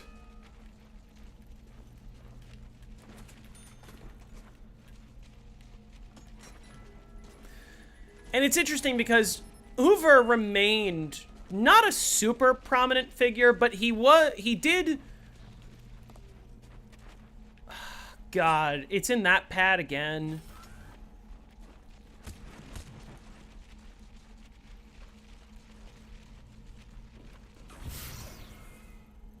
Semi-left. Fuck!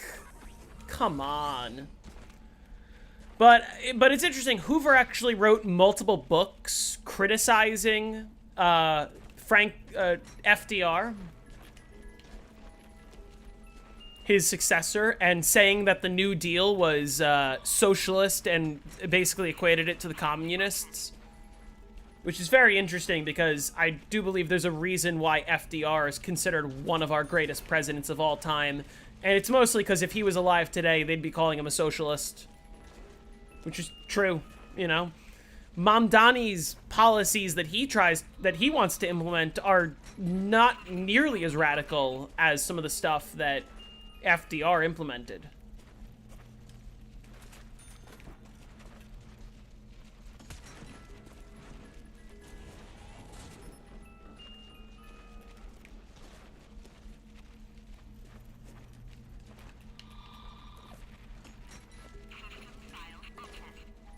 But no, the reason why this conversation stemmed is because the idea of a former president being a prominent figure wasn't really a thing until recently.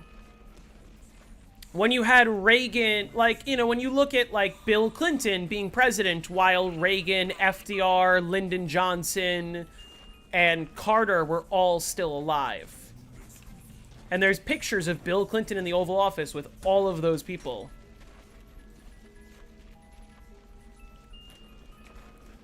There's pictures of Obama in the Oval Office with Carter, HW, W, and Clinton.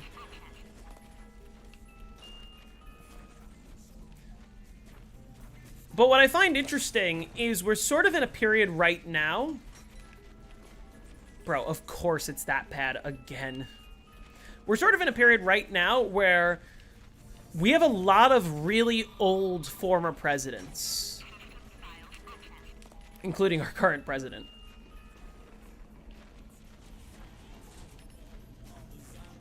I'm not going to go for that drop. Yeah, I wouldn't have made that. Have I ever made it to Instas? Not on this map yet.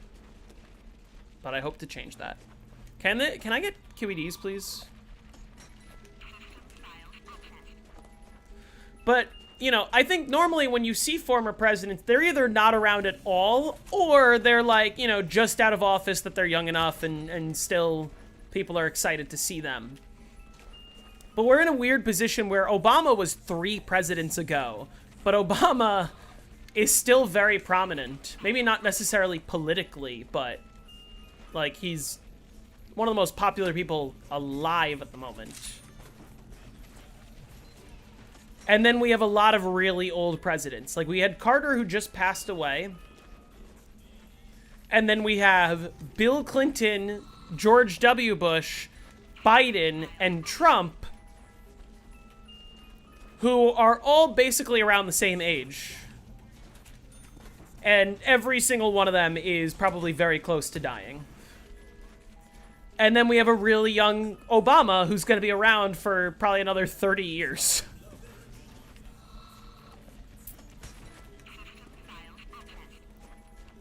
Yeah, it's actually interesting. Besides, I'm pretty sure, besides Obama, Trump is, like, the youngest living president, or maybe Bill Clinton's a little older. I'm not gonna get that drop. That's the nuke, of course. Of course the pad shuts off. And the pad just turned on. It was just off. Yeah, easily. I think 260 is possible on this map. There are people who disagree, but granted, if my box luck continues to be this bad, then 260 is not possible. This is kind of horrendous, if I'm being honest.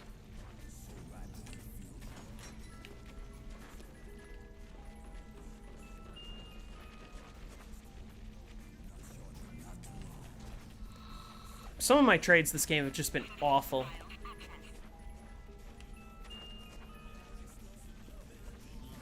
But yeah, we're gonna see Clinton. We're gonna see Clinton, Trump, Biden, and Bush all die very close to each other. And then 30 years from now, we're gonna have a bunch of really young former presidents and a really old Obama just, like, around.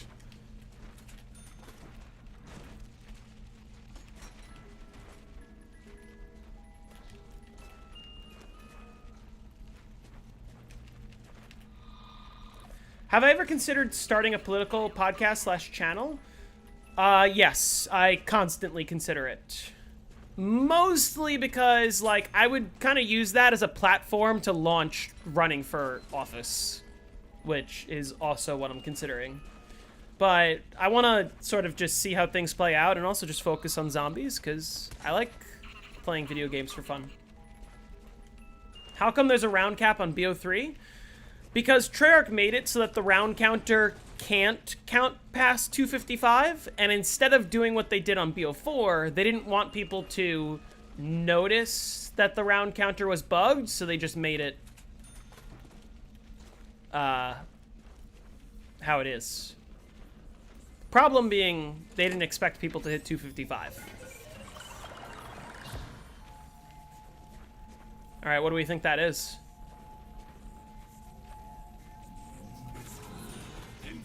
Okay, nice. Upgraded commando, I guess.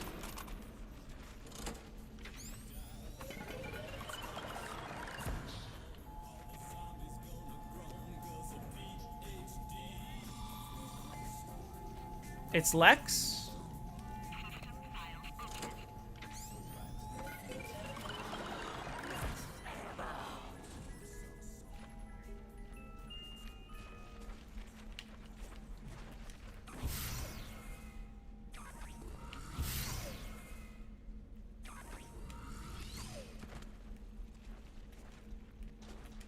Apparently I got Trump from a QED.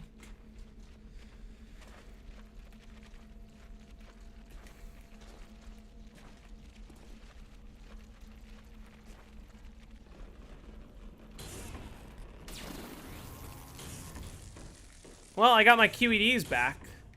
Reactivate PES. PES active.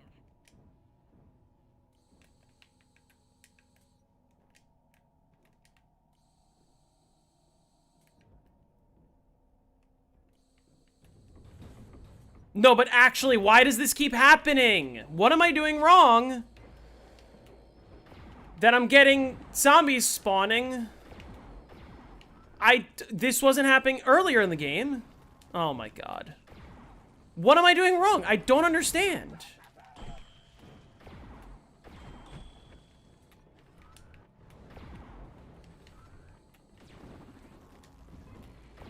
That I keep getting zombies spawning by power. It's pissing me off.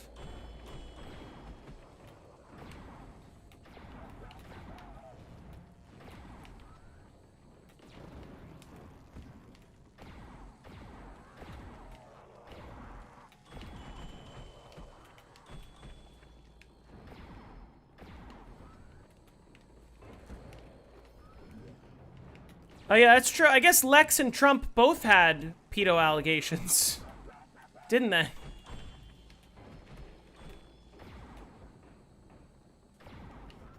Only one of them is the leader of the free world, though. Yeah, that trade was exceptionally bad. JP Boss, are you still here?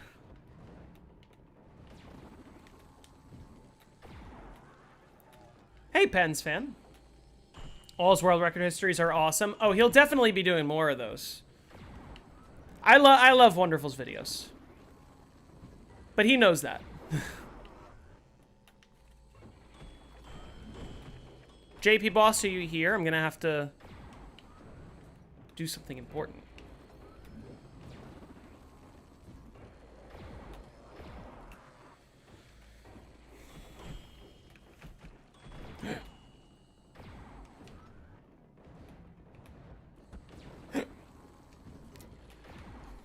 Yeah, listen, that's the one thing that I'll always have over Trump. I don't have allegations of raping children. And much to some people's chagrin, I don't plan to either.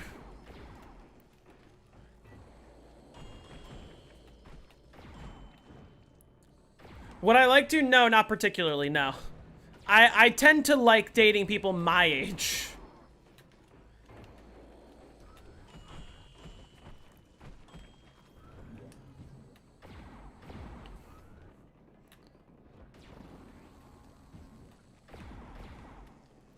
There was, you guys see the emails that came out? You remember an old Zombies creator by the name of Nixaru? Yes. Because I remember what happened to them. I thought their videos were good, and then what ended up happening was she came out as trans and said, hey, I'm changing the channel name to Vixaria, and, like, by the way, I'm trans.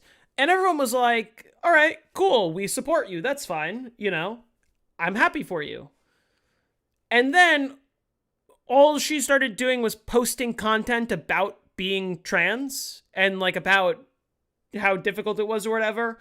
And all the comments were like, listen, no disrespect, we support you, but we subscribe to you for zombies. Like, where's that? And then they left.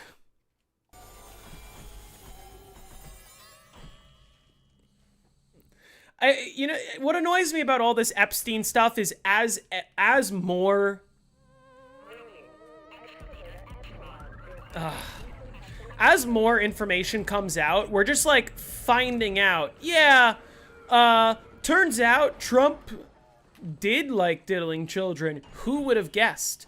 And it's like we keep releasing new information as if the big surprise is gonna be, well, he said he didn't do it, but now there's this new email, and now there's more pictures of him and Epstein together, and now there's more flight logs with Trump's name all over it. And it's like, Jesus fucking Christ, can we just... If he's innocent, release them and clear his name. And if he's not innocent, then why do we want a child rapist as the president? Seriously, I'd rather take J.D. Vance, unironically. And the real problem is that we all know that those files are never going to see the light of day in the next 3 years, and even if they do, they're going to be heavily edited, redacted, you name it.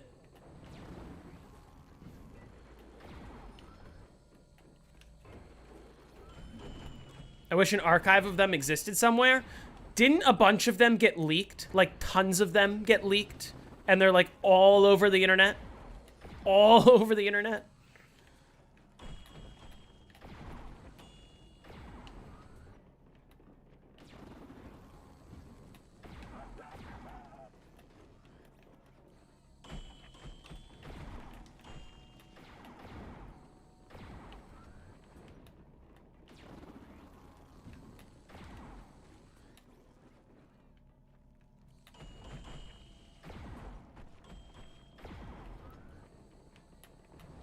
And, like, it's weird because MAGA types go, oh, trust me, you don't want those files released because it's gonna incriminate Bill Clinton. And I'm like, yes, I fucking do. I don't care if it incriminates Bill Clinton. I want all child rapists to be prosecuted. Like, is that such a hard position to get behind? Apparently it is.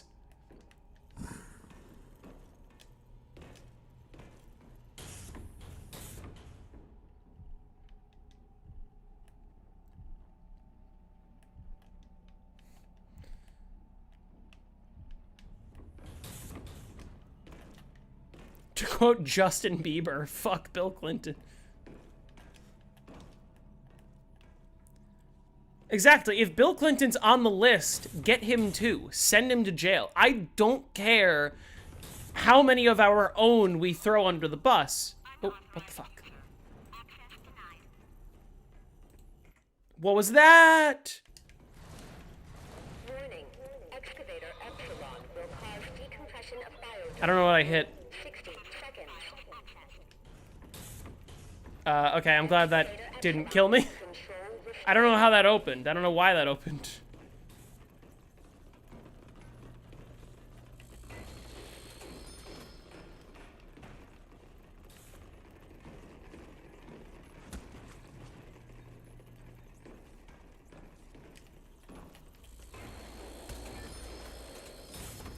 It's weird. What I find weird is that MAGA's whole point is like, oh, you do want to protect child predators if they're one of your own, which it's like, no, we fucking don't. We want all child predators to be prosecuted. We don't care what side they're on. You guys are the only ones that care what side they're on because you want to protect Trump.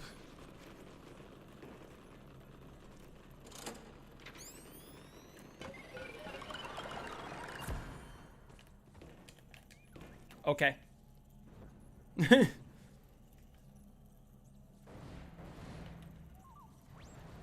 Exactly, Pens. You understand. It's like...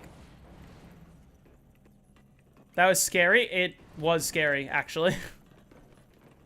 If I downed, it wouldn't have been the end of the world, because I would have just used that as an excuse to switch to Mule Kick, but... Not as scary as this is about to be. Never mind. Okay, I'm goated.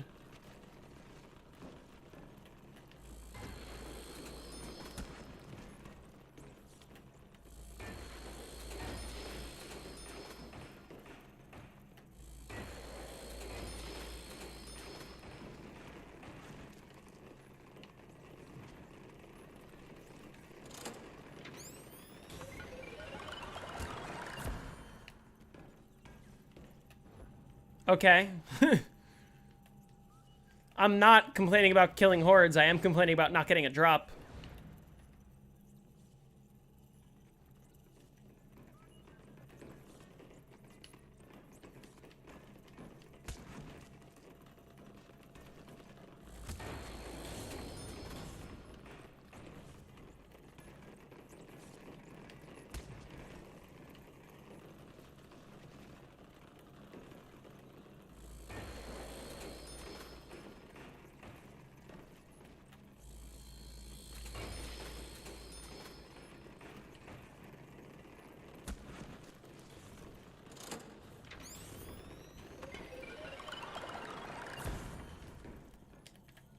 All right.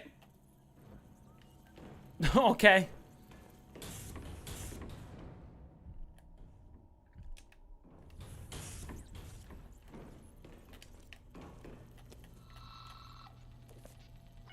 Check boxes? Yeah, I know. I don't remember when I hacked them all, so I do need to double check them.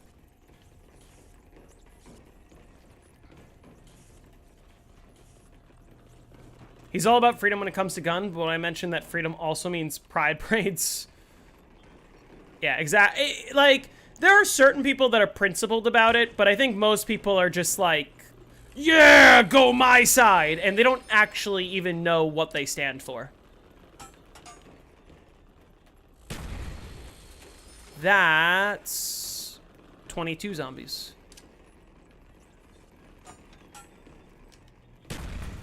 That's 23 zombies. Okay.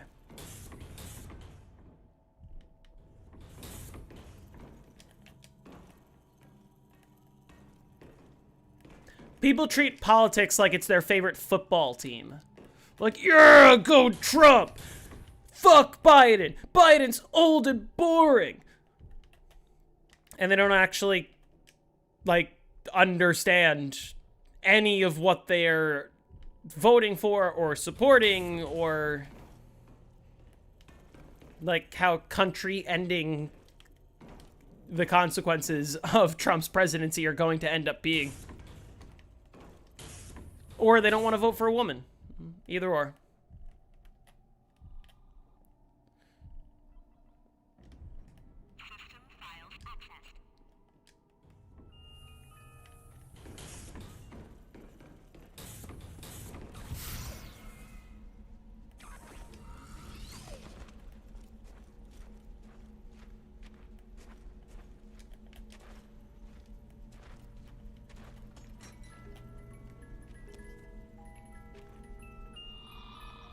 Just give me groceries right here, please.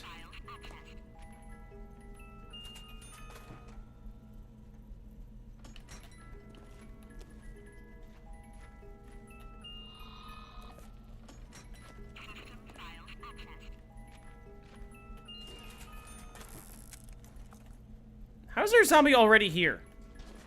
Were they that close? Huh. Interesting.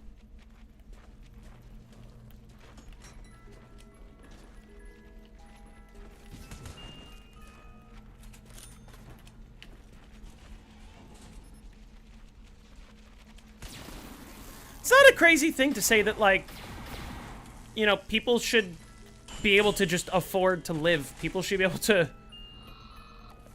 work and not have to worry about paying rent or putting food on the table if you work a full-time job.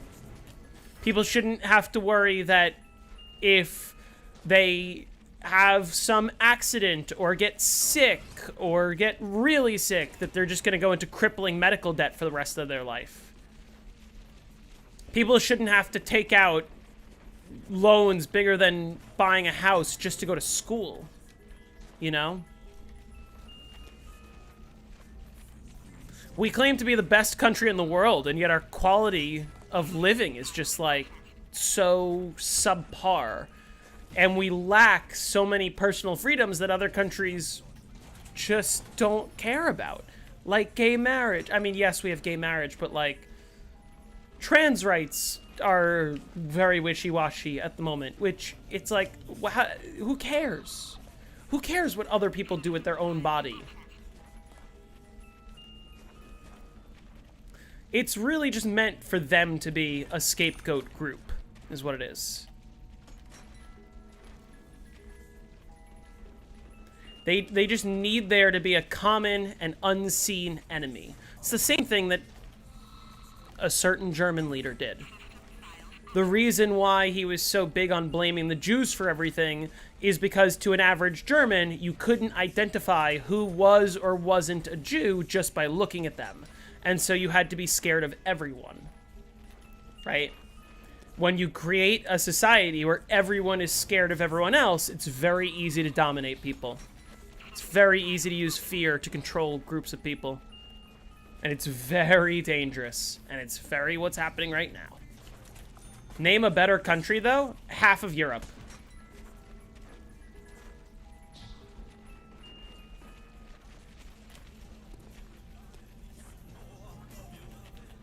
Canada? Yeah, Canada. It sent me the wrong way.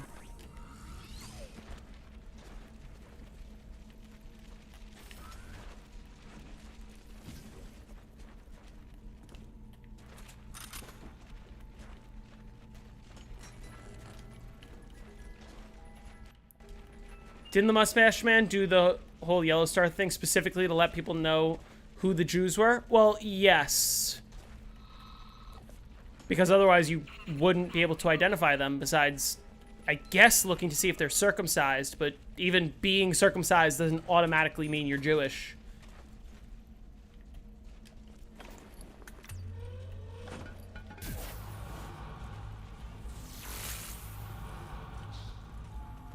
Perfect.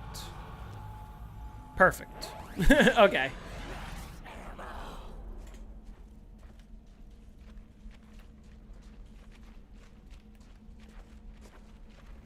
But it's the sort of thing, like, when the Trump administration announces that they're getting rid of, like, where you can no longer choose your preferred gender on your passport or your license, you have to use your biological gender.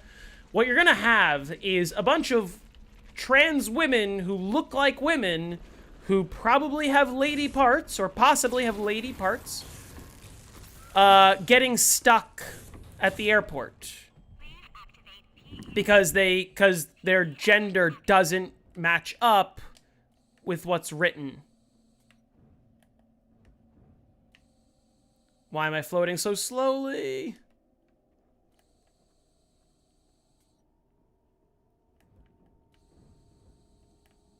Also, why? I'm still getting respawners. I don't understand what I'm doing differently. I don't understand what I'm doing wrong. This is gonna lose me a ton of time. What is, like, what the fuck? I'm doing the same thing that I do every other time. I didn't change anything.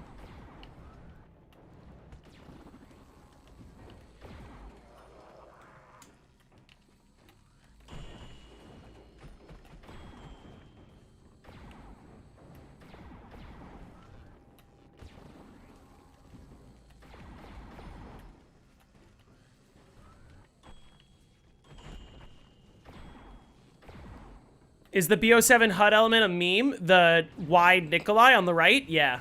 Yeah, it is.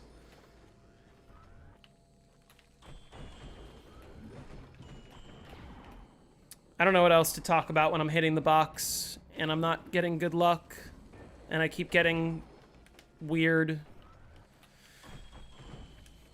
respawns.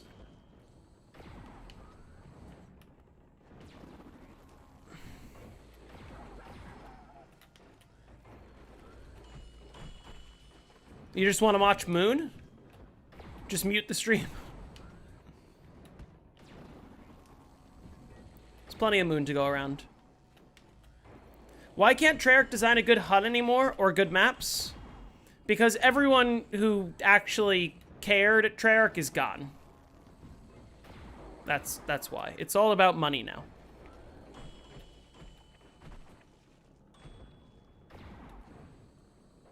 I'm playing a little too much Moon recently, but that's okay. I mean, I'm well on my way to a PB. I believe in my last game I had more downs to this point than I currently do, so that's good.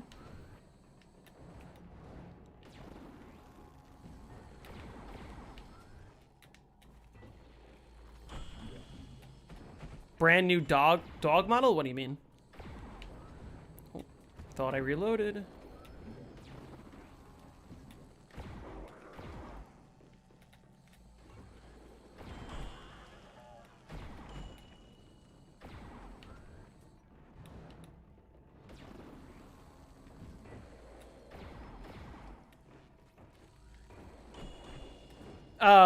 Oh, I get what you're referencing now. I forgot about that. Ghosts really cared about your dog companion.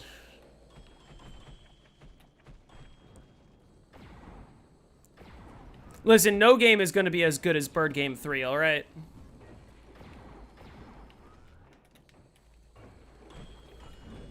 Miss the good old days of the great Zelensky-Blundell debate. Listen, say what you want about Zelensky being better or Blundell being better. Both of them designed some really banger maps. Both of them. And also, both of them designed some stinkers. Right?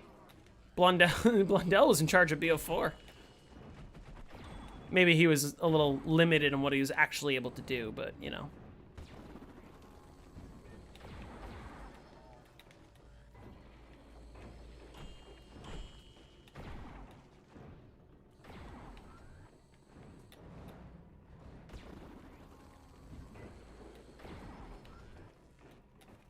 Yeah, that is also true.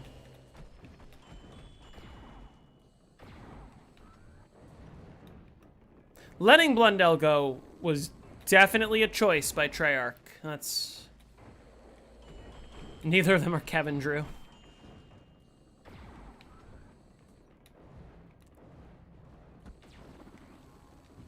Die Rise, I think, is severely underrated. As in, I think that a lot of people did like it back when Black Ops 2 was the current game.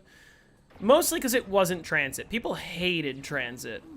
I hated Transit. I hate Transit.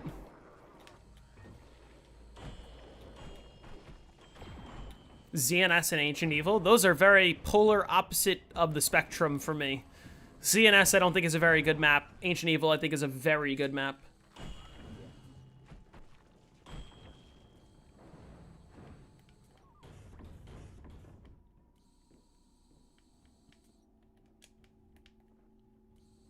Kevin Sherwood is the GOAT.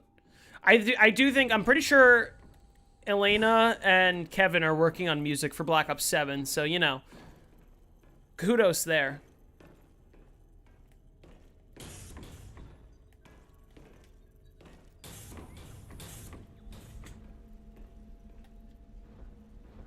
Transit is a stinker. Like, if you want to build the jet gun, it just takes you 30 minutes of running through the fog. That's it. It's not hard to get set up on Transit, it's just a pain. It's just annoying. That's all it is.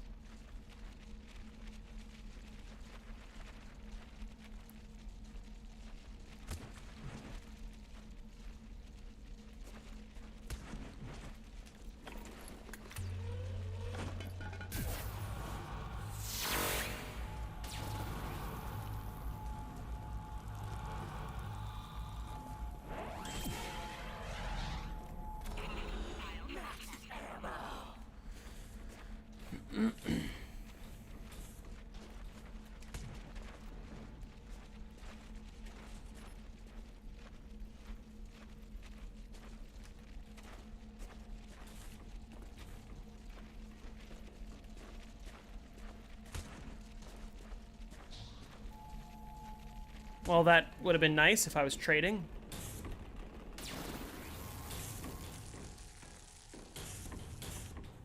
Please activate PES. PES active.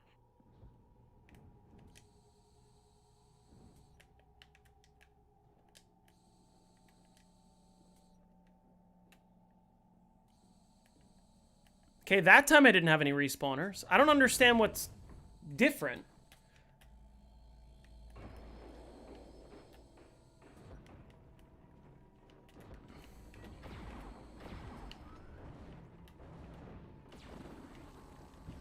That time it was fine. Guess this game just hates me. Sometimes.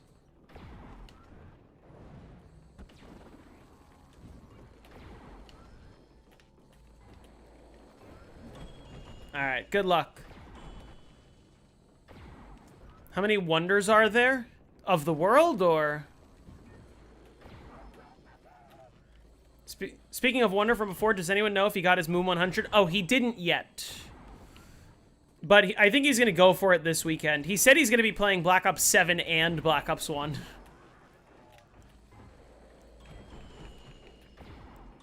So we'll see how much he ends up splitting his time.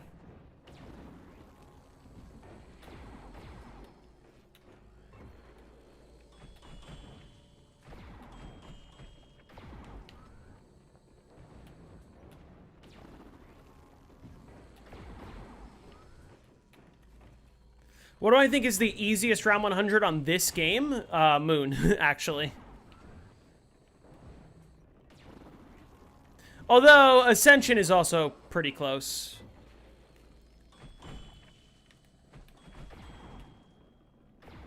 In one of my old videos, I said not that wonder, that wonder. Which video was it?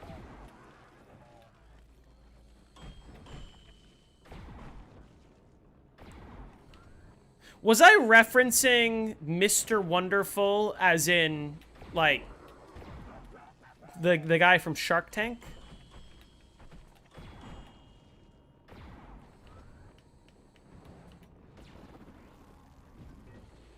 Figured Kino because you can just stand next to a trap. Kino's easy, but there are spots that can sort of trip you up, like between trap uses.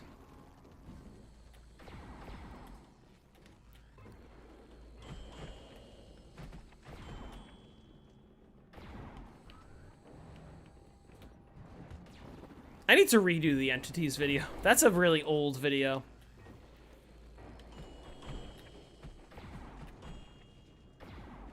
Moon is really simple because you don't even have to hoard up. You know? And also because, like, unlike Ascension, you don't need to trade before round 100 necessarily. You can go to 100 trade lists. It's not super likely, but... And also, like, even if you are trading, you're only hitting one box. You don't have to worry about the box moving. I mean, basically, yes, Wyatt. It's not difficult, but it's like, that's the spot that can trip you up.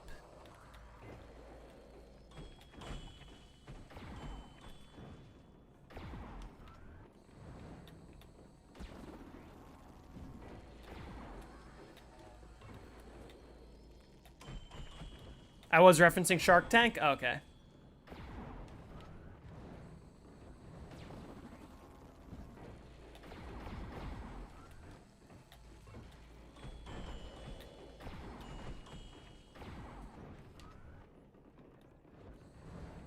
Doris is also relatively easy.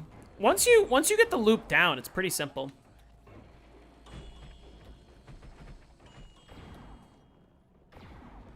King Jack offsuit. The guy that the KJ strat for Doris is named after.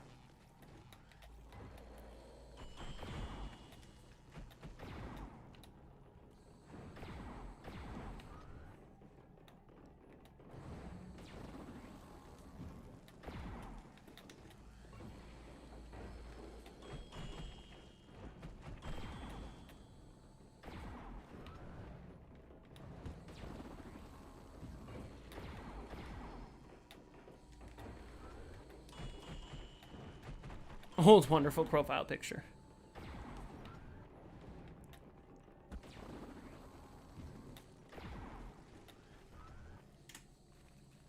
Wonderful, the next Krups. Wonderful is the current Krups. If we don't count Krups.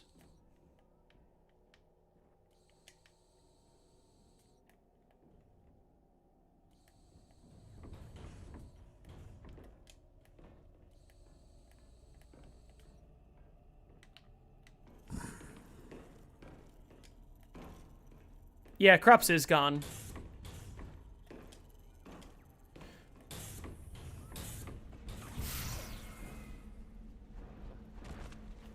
I think I just spawned some crawlers. Yeah. Oh well. Dude, my zap gun aim is kind of insane.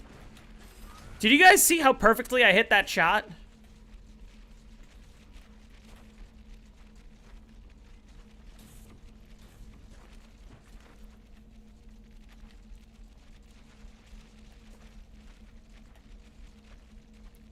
What do you think you should do if you hit round 100 on Die Rise?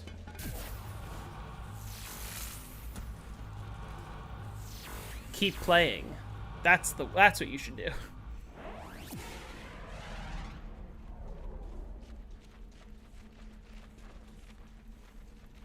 That's where the real fun starts.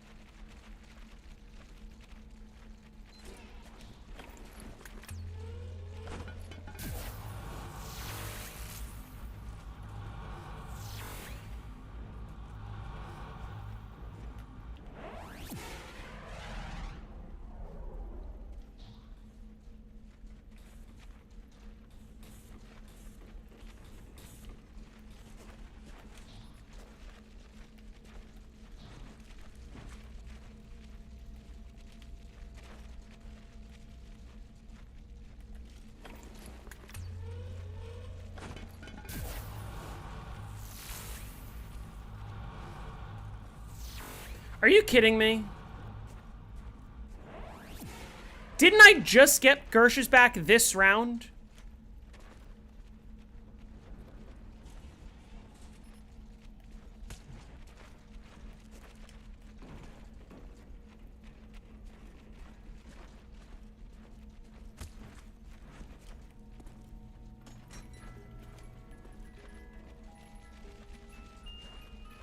The easiest round 100 in zombies is Dead of the Night. Yeah.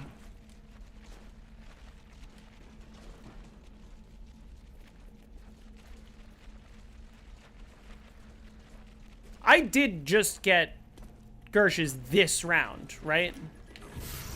Fuck.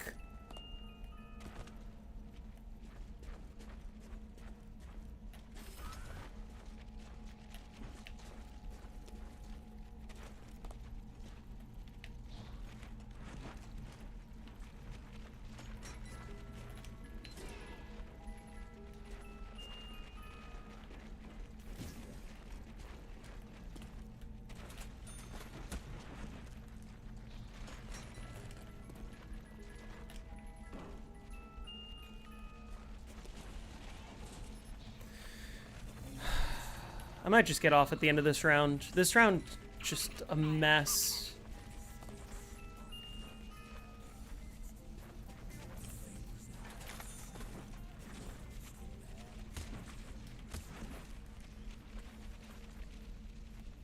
What's the faster strat? Mainframe or VMP room? The giant classics? VMP room is faster, but mainframe is safer.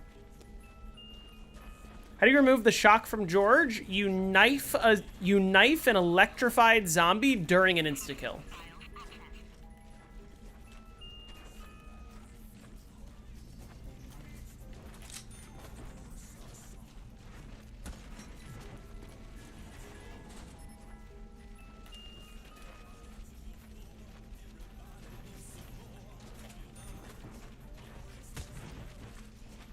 Damn it. Yeah, it needs to be during an insta-kill.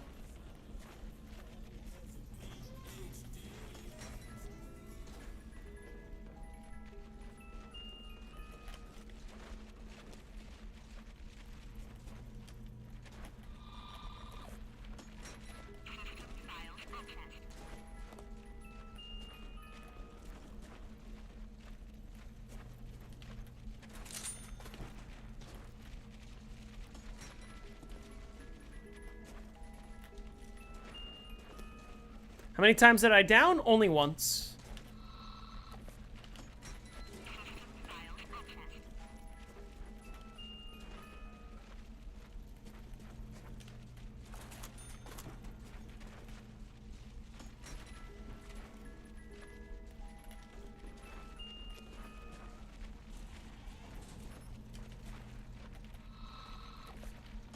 I think I want to get off at the end of this round, because this 2 trades in 1 round is just a pain in the ass. I'm not having a lot of fun right now. I guess 1.5 trades, because I had QEDs.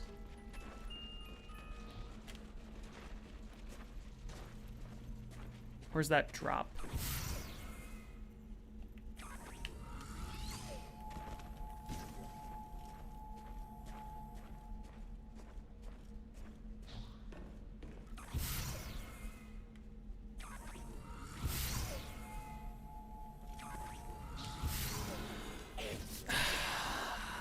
Not what I need. Doesn't work.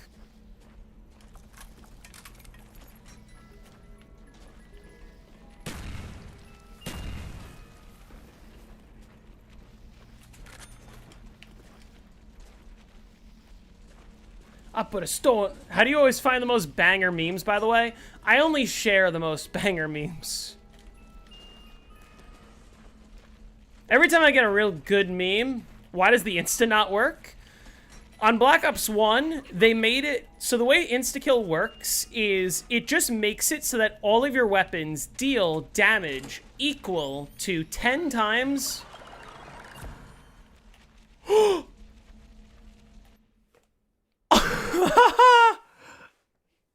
I did it!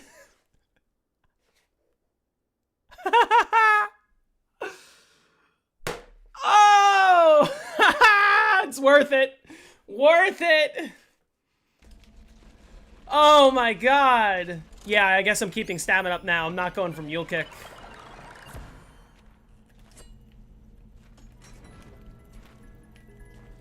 Sorry. What was I saying? What are the chances of that happening? Very low. Like, way lower than it should be, in all fairness.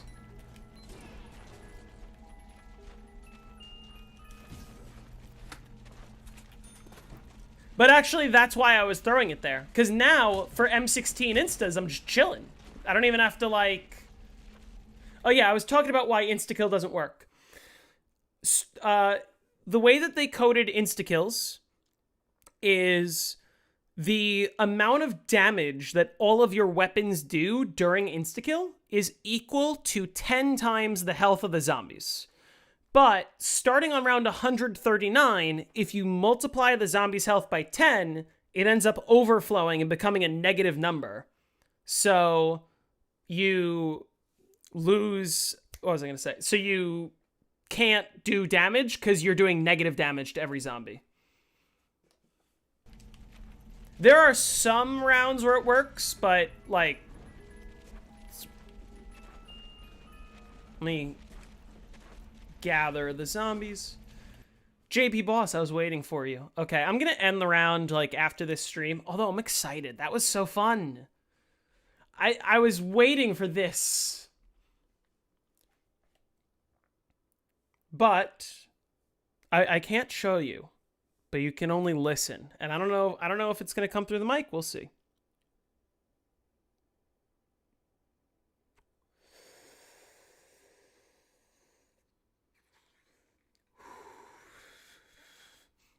That actually didn't come through the mic at all.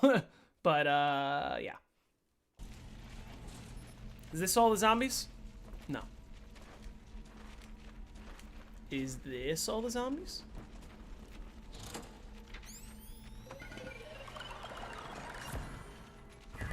Now I don't even have to worry about that. If it hits me, it doesn't matter.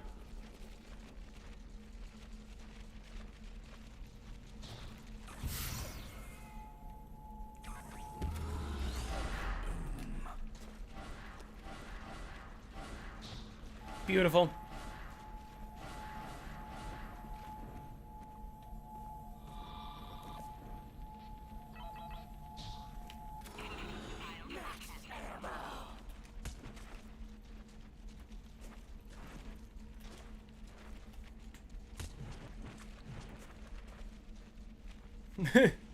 Not trading anymore. I mean, it's annoying to not have Gershes, but like QEDs obviously were working fine.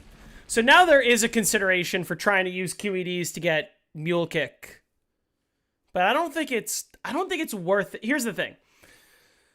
The reason why I was throwing the QEDs over there was for the small chance that I got Flopper, which obviously paid off. How long did that trade take? I don't even know, like 10 minutes.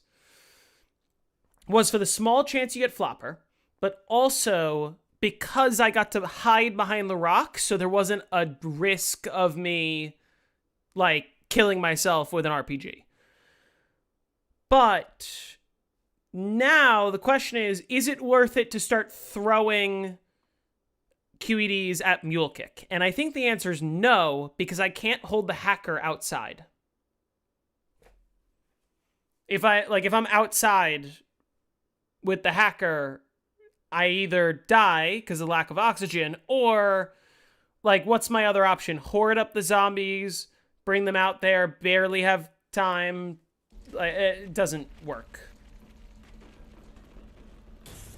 What's the most damage you can do in a single PhD flop? I forget.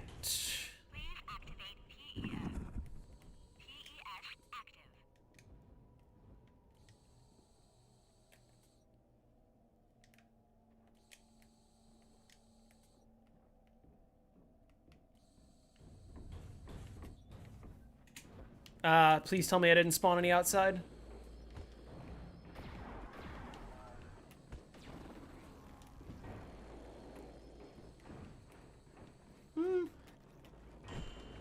Does the damage scale with height? It does not. It is a set amount of damage for every flop on BO1.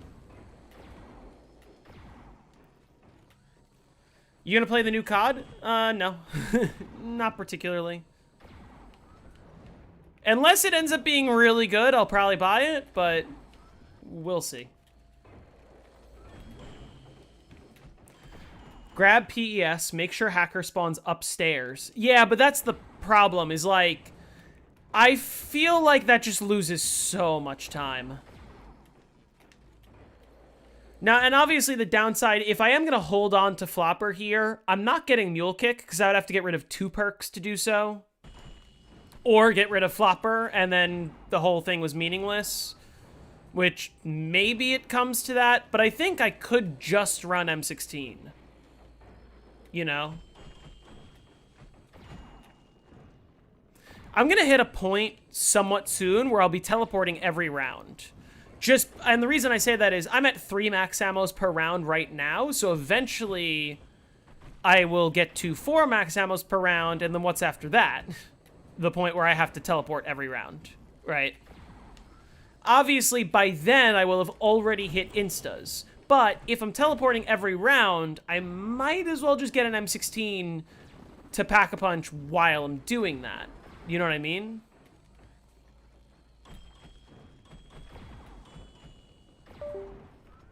What just disconnected? I don't know what that was.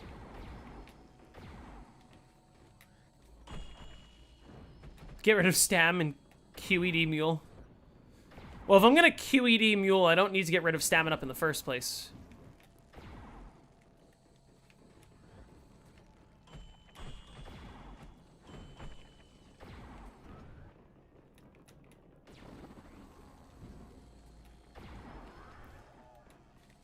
It's technically possible. If this were BO3, patching that would be allowed. I'd just get the perk 100% of the time.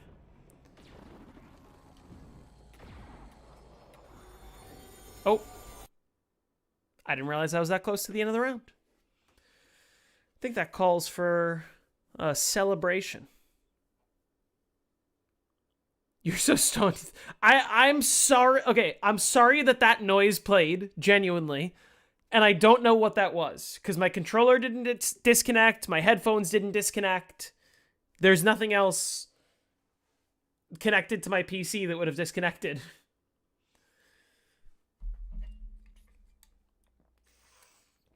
I'm sorry. Alright. If I am going to do this, I'm going to need to lock in. Did my power cable disconnect? What power cable?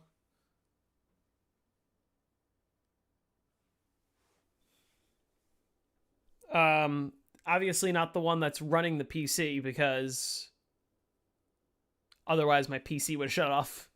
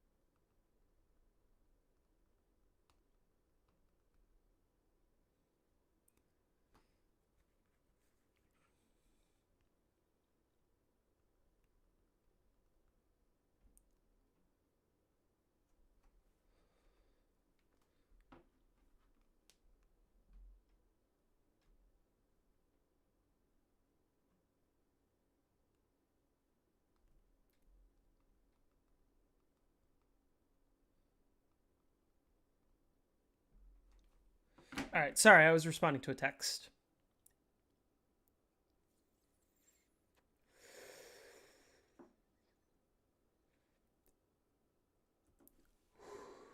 Let's play one more round. We need JZM 420 stream before 420. Listen, a couple more Ripskis, and you might end up getting that. All right? All right? But we're going to keep this quiet, okay?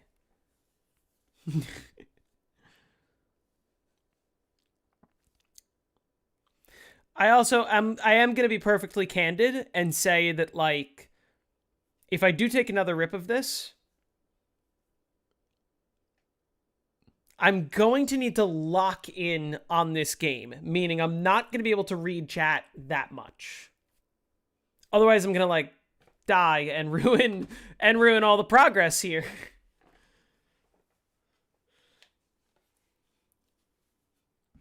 You guys got to be quiet, all right?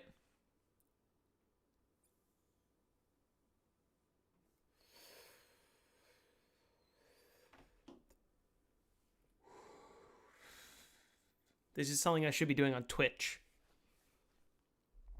I might have to look into setting up multi-streaming at some point. I feel like it's not really worth it. I feel like my whole audience is over here, and nobody's watching me exclusively on Twitch, and not also on YouTube. Yeah, I mean, I honestly... It can split your audience too. Yeah, that's true. Like, if I get half my viewers there and half my viewers here, I have less viewers on both. The only upside to Twitch is the whole, like, everyone who has Amazon Prime has a Prime sub, and that's, like, a thing that I can ask for without asking for money, because it's free. And you get rid of the ads if you do that. But, like, also some people don't have a Prime sub for me, or, like, the ads fucking suck on Twitch, and it's just a worse player. I find YouTube to just be more convenient. It's also convenient because if I was streaming on Twitch and I wanted to preserve this gameplay for any reason, let's say I was submitting it, what would I have to do? Export it to YouTube. I obviously could save the past broadcast, but that's more annoying. Anyway, one more round. And then I probably should get off.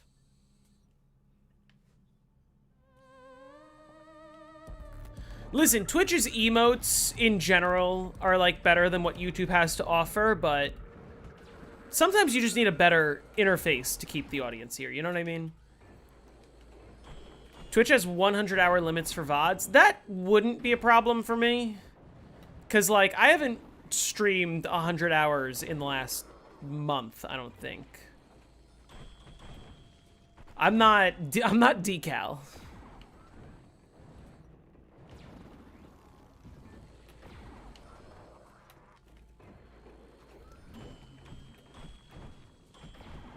It's 100 hours total?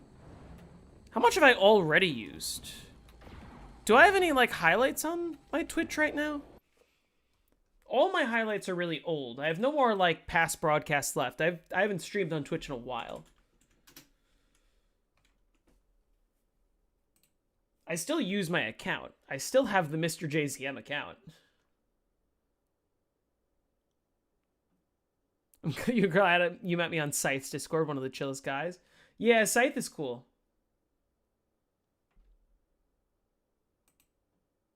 He is someone who I think deserves more subs and is slowly but certainly getting what he deserves. Granted, he also plays Black Ops 6 right now, and I'm like, man, come on, come join us. Come join us on the old games. These games are so much more fun. A whole lot of ZWR games probably lost gameplay because they were streamed on Twitch. Oh, tons of them. A lot of them got removed from ZWR, but some of them are just still on ZWR. Hold on, I gotta find. There's one record that's so funny. And the reason why I'm showing you guys specifically, I have to remember which one it is.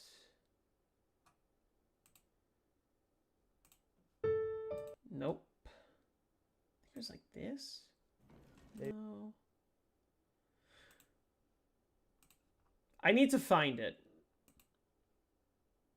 Oh, yes, here it is. Anyone remember I Rack 'em Up?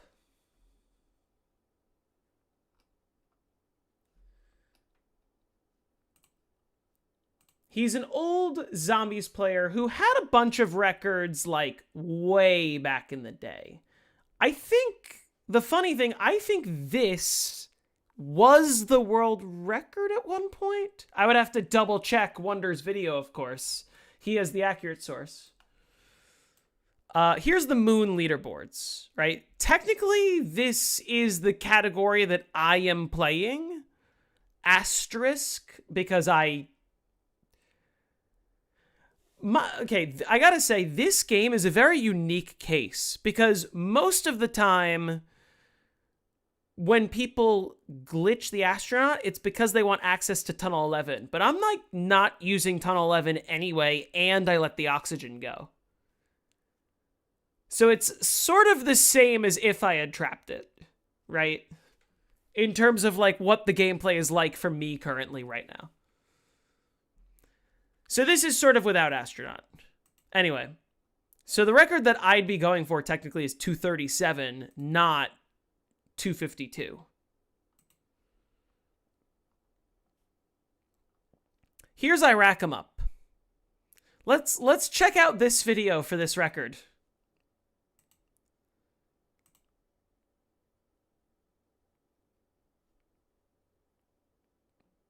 That's it. Fur played till 252 with Astro? Yeah. And listen, with Astro is, like, definitely harder. I could probably learn it if I practiced it, but I don't want to practice it. I want to just play how I currently am. Play the sound? Oh, my fault. There you go. There's the sound. That's it.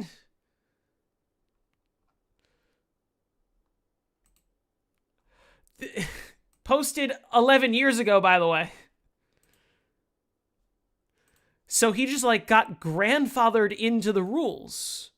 That he's got grandfathered into every single rule change that has happened in the last 11 years. You do 290 now? You want to hop on a call? Hey, Jake, guess what? I gotta show you something. You want to see what happened while you were gone? Whoop.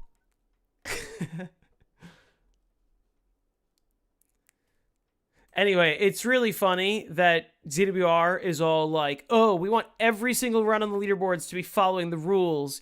And they constantly have to, like, announce that they're removing records for various leaderboards and people because they aren't actually checking a lot of the records.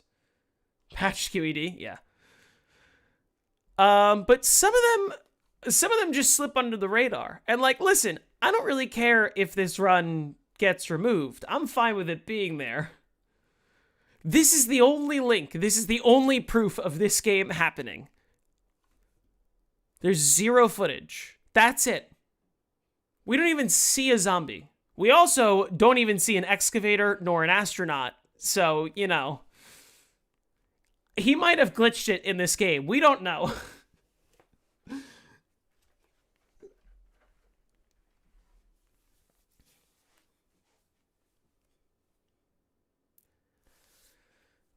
Anyway, this is just one of many. But it's funny. I love this video. Like.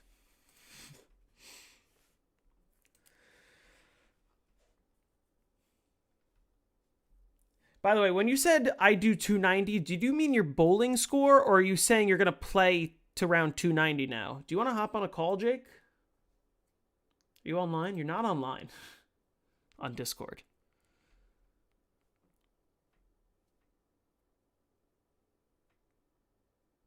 You're turning your PC on? Oh, okay. All right, so I have my Discord open. Call me when you're ready. I'm going to start playing. I'm going to play another round. I'm in the middle of a round. I'm not playing another round. I'm playing the current round I'm on. That's not good.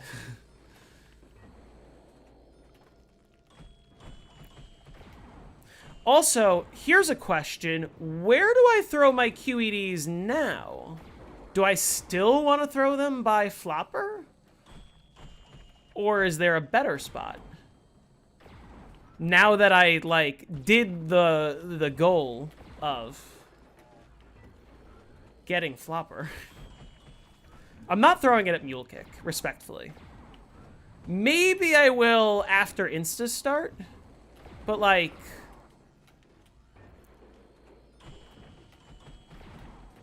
you're turning your piece in front of Mule. I'm not going to do that every time. I am going to force drops with these QEDs, and in order to do so, I need to, like, find a spot where I can hack a power-up. And the one reason that Biodome is still quite good for that is because the zombies take so long to respawn that you never have to worry before you, like, pick up whatever it is. Or rather, before you hack whatever it is. Let me lock in for a second.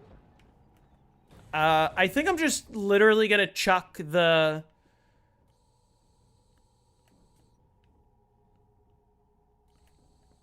QEDs, like, on the ground in the biodome. Just, like, right by the entrance to the labs. What do you guys think?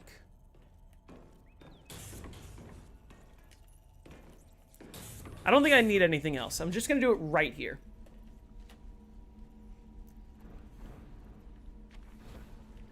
Law, yeah, the law cannot kill me. Okay, the caveat being, I need to make sure I'm out of range of the astronaut. I don't want the M72 law, like, sniping the astronaut. If it spins in a circle, I need to make sure that it's not in the line of sight. So it might have to be, like, sort of here. Or over here. This is fine, honestly.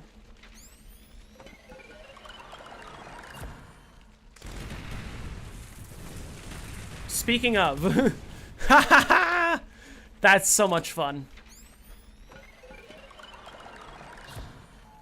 Okay, what is this?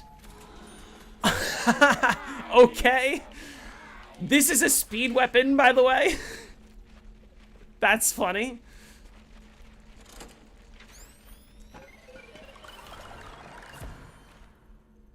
And we're hitting the box again. I do need to check the other boxes to make sure they're not hackable. I'm pretty sure, what was it? Spawn I hacked last round. I think power is hackable again. Right? Why do I have to trade right as I'm starting the round? Hold on, Jake's calling. What's up? Dude. Wait. Where's that? Okay, hold on. Let's stick around and see if this dome drop goes anywhere, maybe. I came back from bowling and my headset was making a crazy noise because of it being plugged into my PS4. I was like, what the fuck is that sound? Where is that coming from? Semi-right, nuke next. Oh, fuck! Skill issue. Chat, you guys saw that was as close as I was getting. There's nothing I can do. That was insanely close. Not good enough. That's tough. And that's a time loss because I went for it, you know? That's the worst part about that. Yeah. Can we, by the way, can we go back? That was really funny that the first QED I throw after getting Flopper, I get the fucking spinning M72 law that killed me last game. You died from that? In my 150, yeah. I don't think I've ever died from that, like in a real game. On a higher round, I don't think I've died from that. That doesn't seem like 23, right? Alright, I guess that's all of them. Let's go hack some boxes. I'm going on a little trip. That's what I thought. You're not gonna be joining me on this trip, are you? I'm afraid I'm already there. You already traveled? Yeah, I didn't mean to use the wave gun there. I probably should have remembered that that box wasn't hackable. But whatever, I killed a horde. I'll just re-damage these guys. Aren't they already damaged from the law? You bring up an excellent point, actually. No, because didn't you kill them? Didn't you get an astro explosion after that? Yeah, I did get an astro explosion after that. I didn't get a drop from it. No.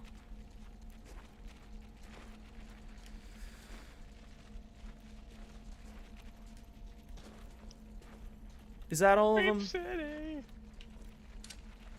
Oh my god, I have Flopper. I can cook the grenade now. Now I can't kill myself with a grenade either. That's insane. I genuinely think it's worth keeping the Flopper setup if it means forgoing Mule Kick. Because I have 5 perks. The Stamina Up helps me go between... on that fucking door? Yeah, I was. What was that? I've never seen that. I've never got stuck there. Dude, that's like... that didn't happen until I upped my FPS. I would like get stuck on... I used to be on 60. You're on 250, right? Yeah. I play on 250 on Moon. I don't think I've ever gotten stuck like that.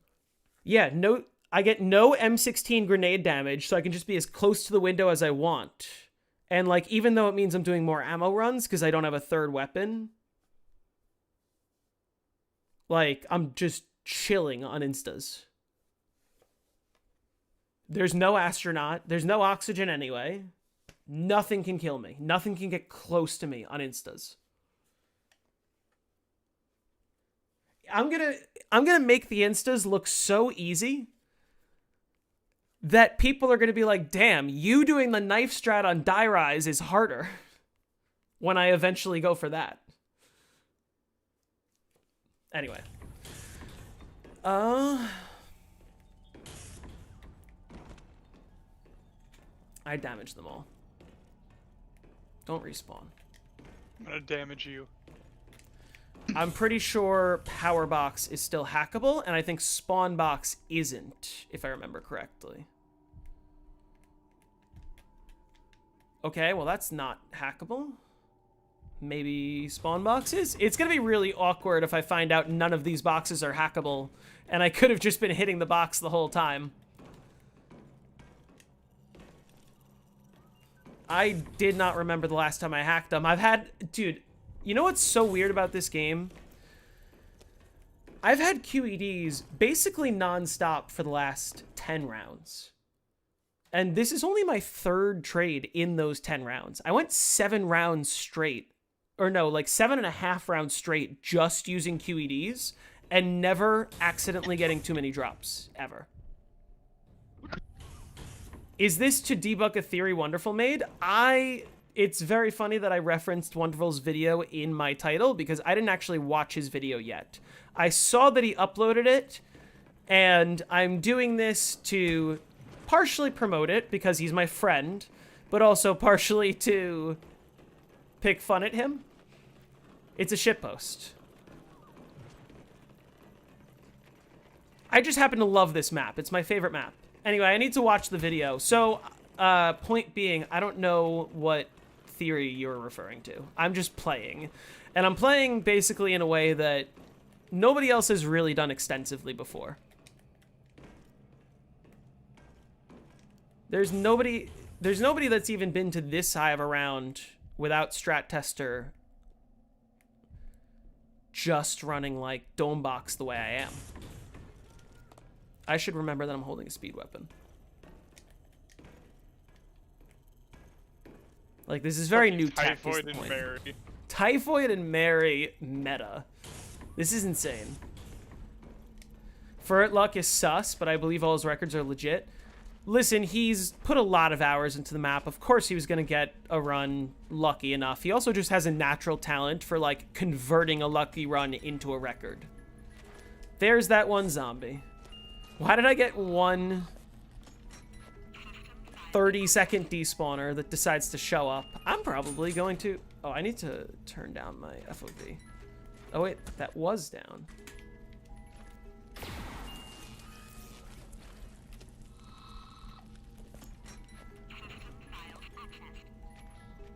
I'm doing the thing.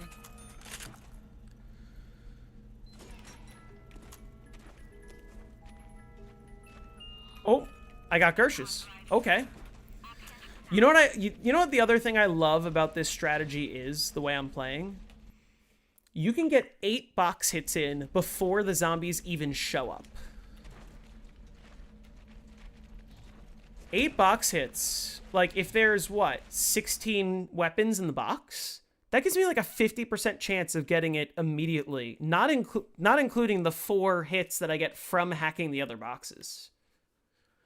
So, if I get like average luck, I should be trading extremely efficiently.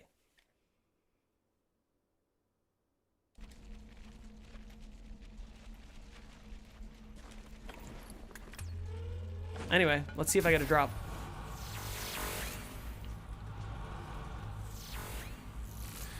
Okay. I hit the button. I'm also fine with just killing extra hordes and then getting a drop. No problem. I hit the button. You hit the button? The buttons. Are trades easy on this map? Trades are insanely easy on this map. The box doesn't move. Moon is like, the easiest map on BO1. It's everything that's easy about Ascension except easier. It's what makes it so much fun. It rewards you for feeling overpowered. It's like how, even though you're not supposed to run the God Mask because it actually makes everything invincible past 159, it does feel really good to run the God Mask. You just feel invincible and powerful, and it's fun. The Hacker is like the Black Ops 1 version of the God Mask, but it's actually interesting.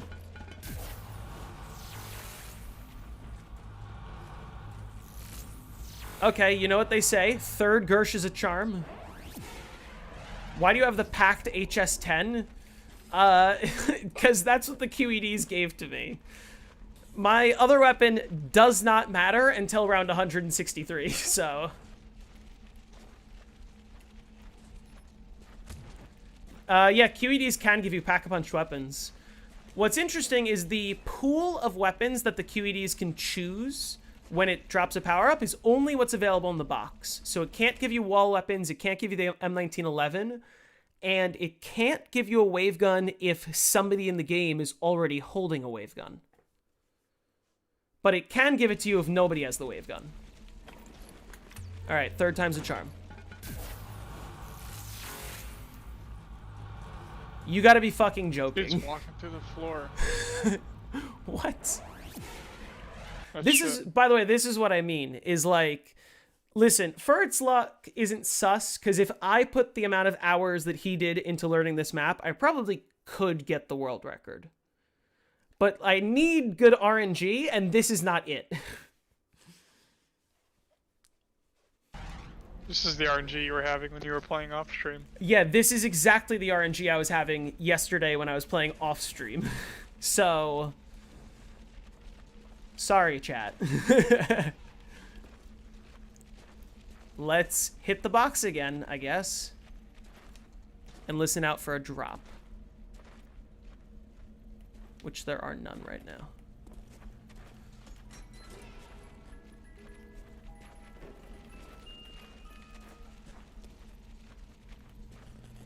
What do you think about round 32?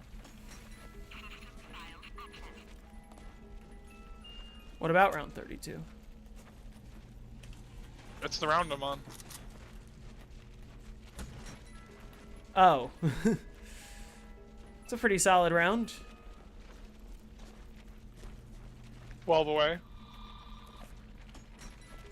Yeah, this game really wants me to be holding QEDs at all times. I don't know why. Did I just hear drop spawn? Chat, do we hear drop spawn?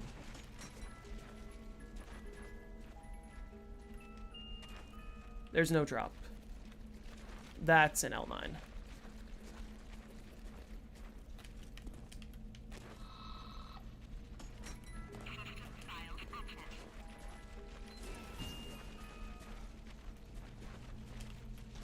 I need to lock in for this. Knowing my luck, I'm gonna end up getting a red perk bottle before round 163. What do you think I'll lose? Huh? Probably stamina up. You want to know what I think I'll Hopefully end up don't lose losing? jug like I did. I think I'm gonna end up losing QR, and if I go back down to 4 perks somehow, I'm gonna QR let would be the best one to lose. QR would be the best one to lose. And you could get it back if you ever really wanted it. What am I doing at the box right now? I'm Or did you hitting get rid for QEDs You and still have the also machine, right? listening 'Cause out. You only have one down. Yeah, I only have one down. Oh, also listening out for dome drops, and I missed that one. But that's okay. Why would it be the best? Why would what be the best? What did I say?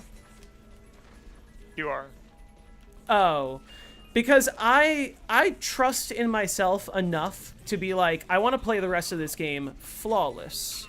Or if I don't do it flawless, I might intentionally down because of the prospect of being able to get Mule Kick instead of Stamina Up. And I'm fine with running Mule Kick and Flopper instead of Mule Kick and Stamina Up, you know? Or, you know...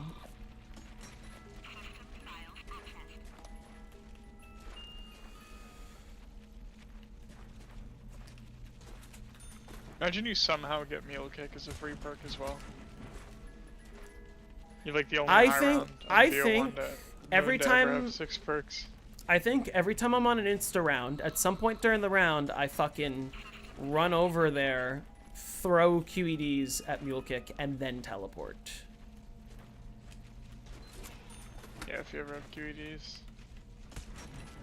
Why not all a three? good I mean, idea. listen, all 3 is best case scenario. If I can get a 6th perk in this game somehow, I will be kind of set. That'd be You know? insane. Yeah. Having 6 perks on BO1 Moon would be nasty. Okay. Well, you know what? I'm not going to grab the nuke. I don't want another drop to spawn. Let's... just keep the QEDs. We have 1 drop left in the round. We only need 1 more drop to finish the round. Although we're slowly approaching the point where it's going to take 4 max ammos per round. Slowly. Not quite there.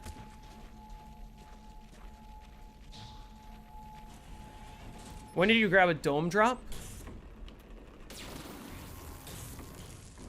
I don't remember. You can get 6 perks on Moon? You can. You can get 8 perks.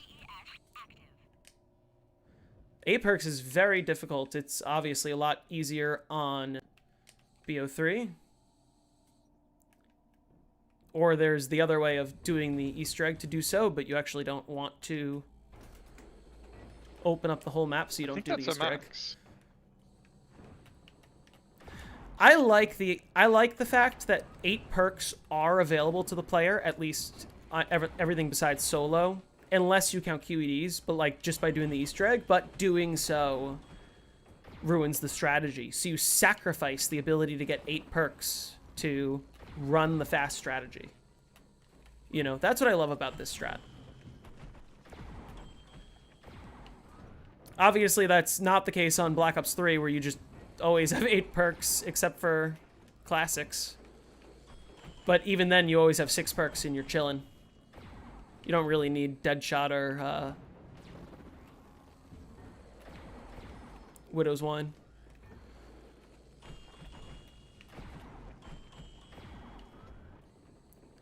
Yeah, it is possible for me to try to go for 6 in this game. I'm not ruling it out. I just don't think right now I want to be throwing QEDs at the mule kick machine for any reason. I want to be holding QEDs to just get max ammos. I think I'm going to end up saving a lot of time over what the current meta strategy is of, like, you know, using your wave gun and spawn while hitting for Gershes, just by running the strategy as normal.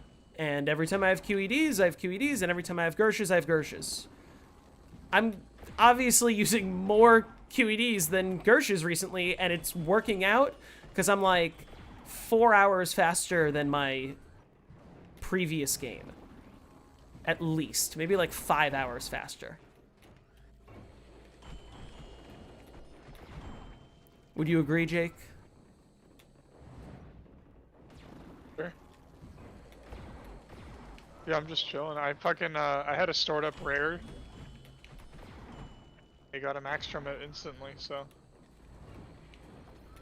And I just got a temporal max ammo. What do you think about that?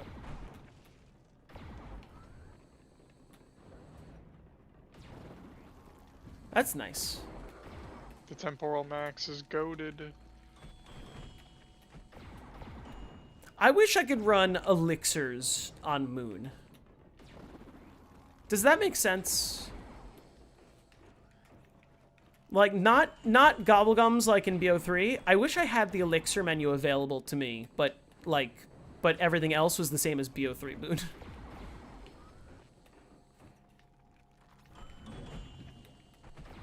And there was no round cap. I would fucking get to round 400 on this map in 45 hours.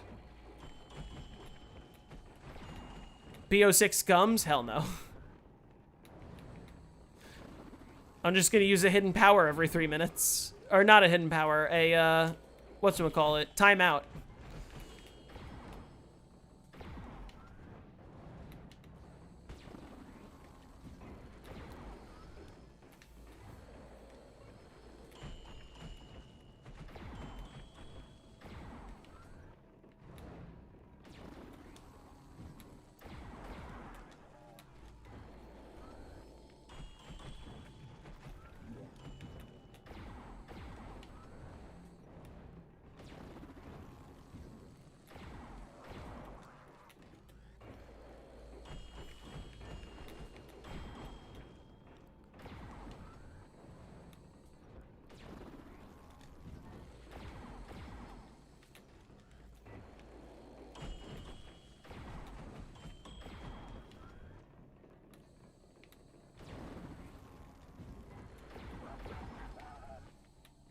Gotta use wonder bars for trades. Oh my god, you could use wonder bars for trades. Dude, I would just be trading the wave gun every time. I mean, also, if we're talking BO6 mechanics, if it were on BO6, I would just have ammo crates. But, like, let's say only BO6 gums, but everything else, like, BO1 or BO3.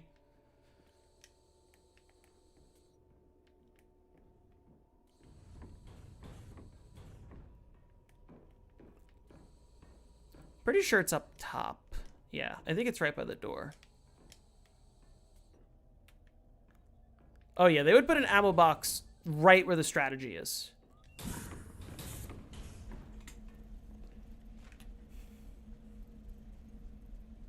Because what else is in that room? There's nothing in that room right now besides disc spawns.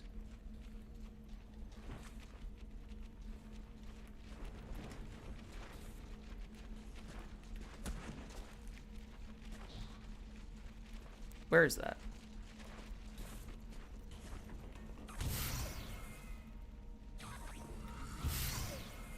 That's too far away. Okay. Let's bring the horde over this way.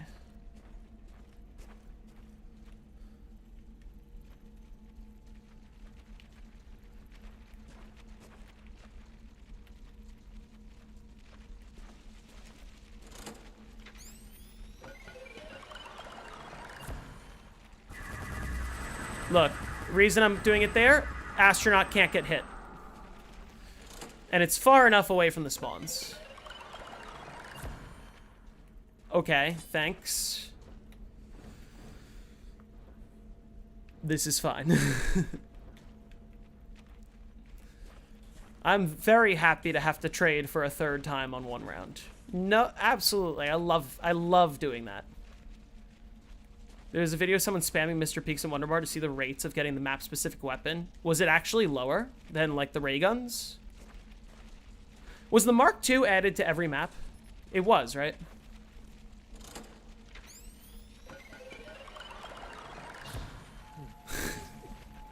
That's a really fucking long bot message. Nice. Thanks.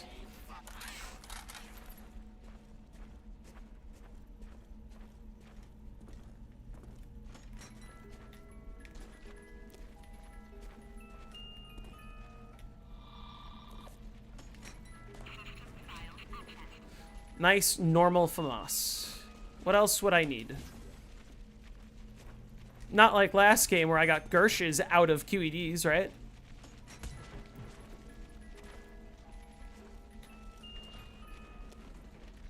I think that happened to me on one of my Moon games. Like one of the 172 or the 165. Ah, that's not gonna send me the right way. I can try to go for it one more time. Send me left. Oh, it's gone. Never mind. Okay, whatever. Let's just go back to the middle.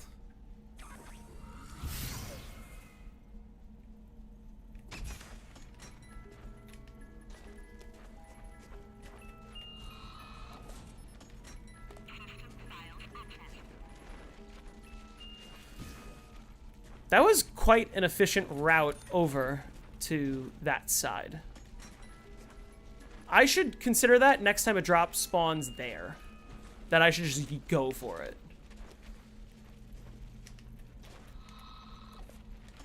Only if it's like a nuke first, to be fair.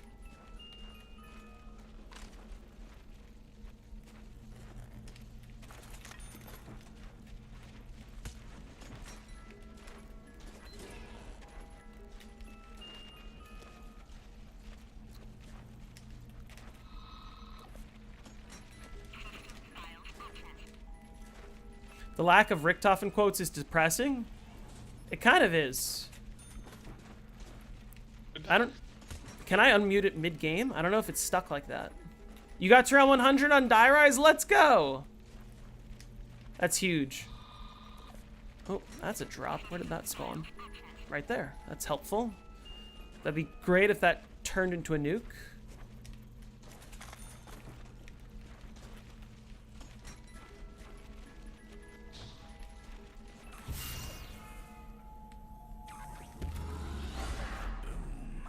do need to see what the box hit was. That's not Gersh's. That wasn't Gersh's. I don't know what that was, though.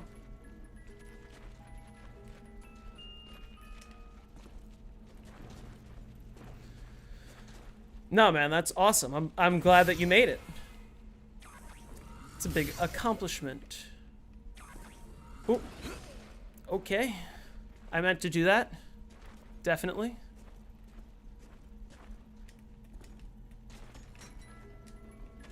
This round is gonna be so fast if I get, like...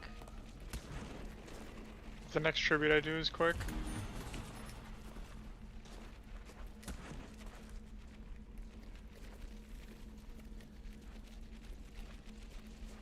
You forgot the calculator? That's brutal. Did the teacher have a spare calculator?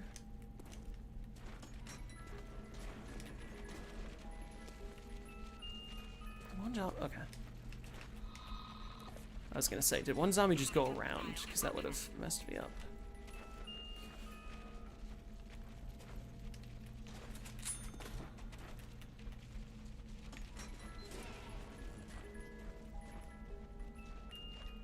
That's Gersh's.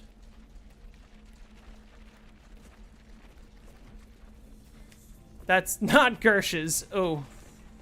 I should have gone for the drop. Oh my god, I couldn't see.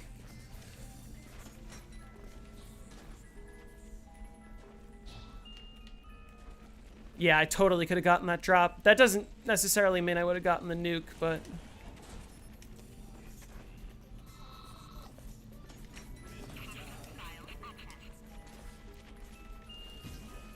Okay, well that's Gersh's, so it's fine. That wasn't terrible.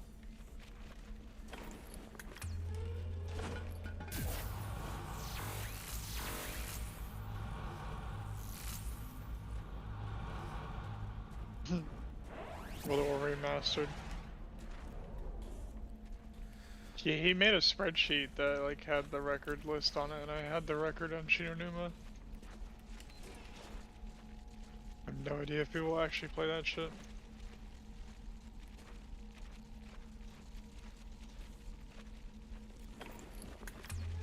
What's up, Jimenez? There we go.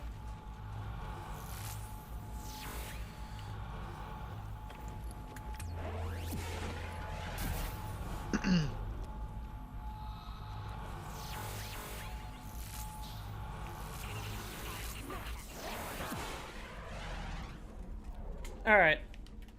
Let's get out of here. I need to end this round.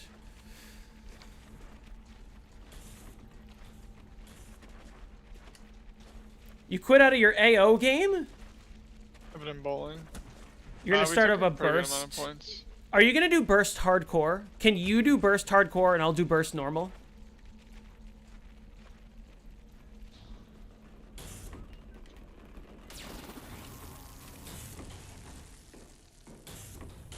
Why this guy got mod in your chat?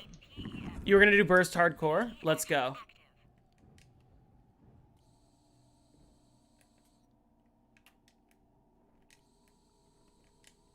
Yeah, I didn't bowl that great, but we took 18 points. And we're in first by like 19 points or something going into tonight. Uh-oh. Wait, did I just spawn a bunch of zombies in the power area?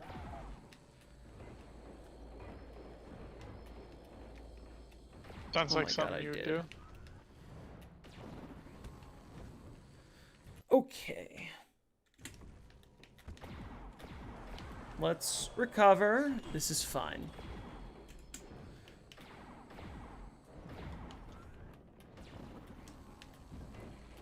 This guy.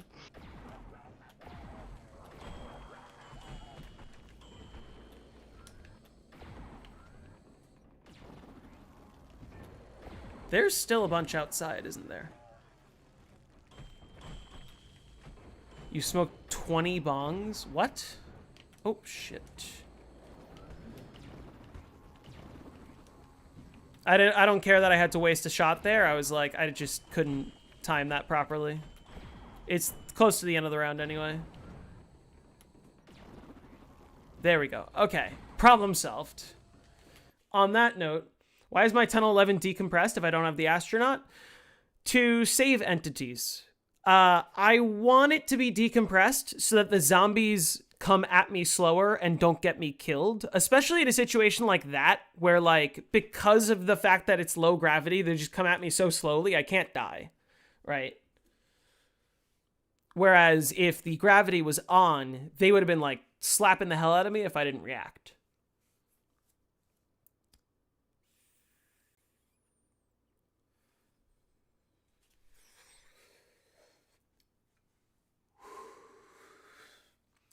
Also, wearing the PES, wearing the spacesuit, saves 11 entities, meaning you can play 2 hours longer before you reset, at least. So you end up gaining a ton of time later in the game.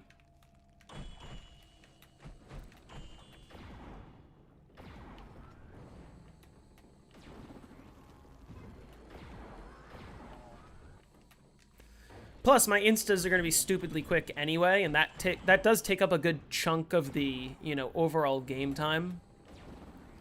Especially because you can't miss instas on this map.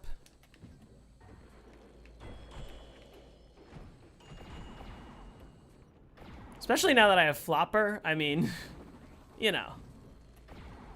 Instas are going to be a lot of fun.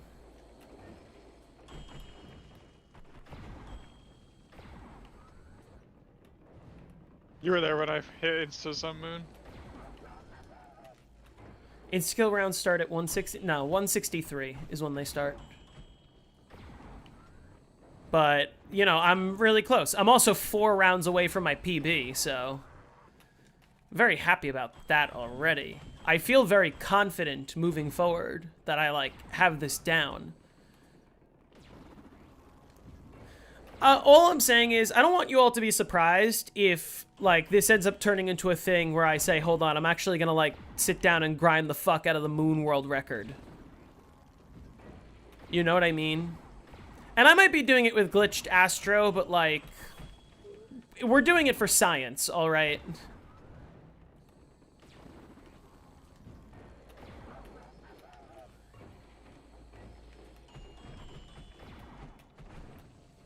Although this is probably not the world record game. My luck is shit this game. Unless it really turns around later.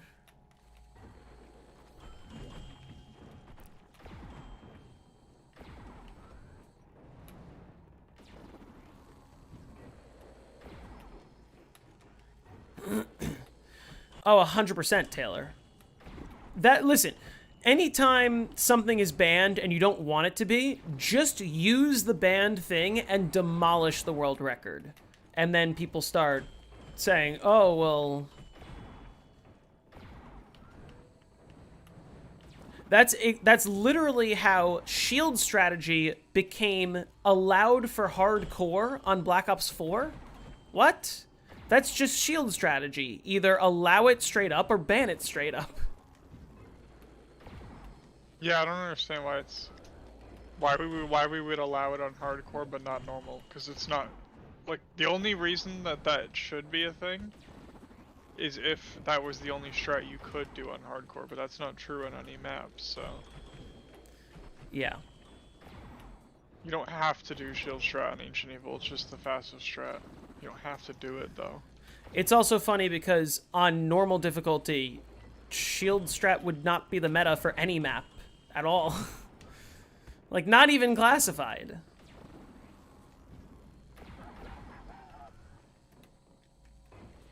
It's weird that it's banned when it just objectively doesn't help you.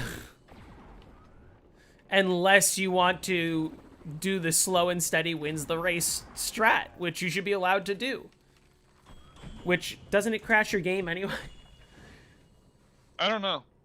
It used to. I don't know if it still does. I went on Dead of the Night, and I went into Billiards Room, and I used a shield for 500 hours, and it was no problem. PC might be more stable, though. That's the thing to consider. Yeah, I can't replicate the perk trade crash that's happened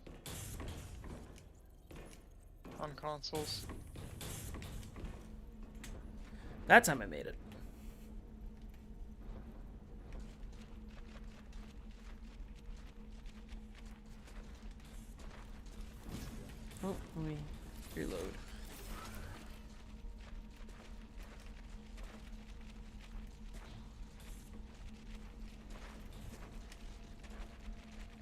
It's everyone's favorite tribute right here.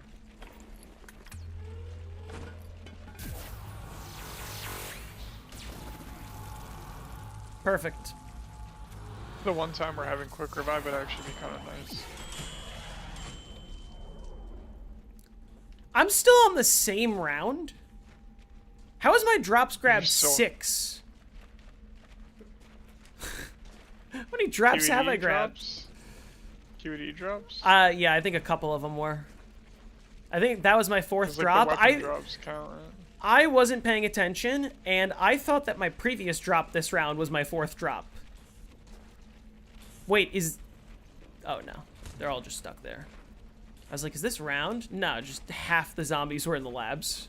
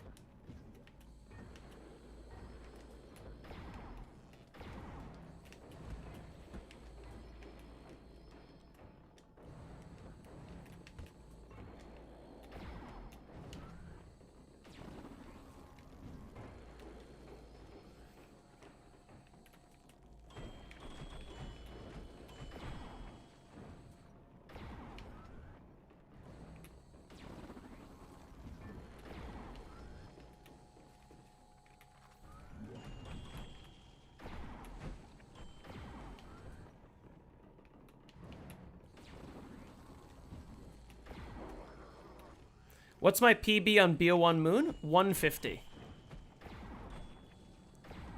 So, getting close.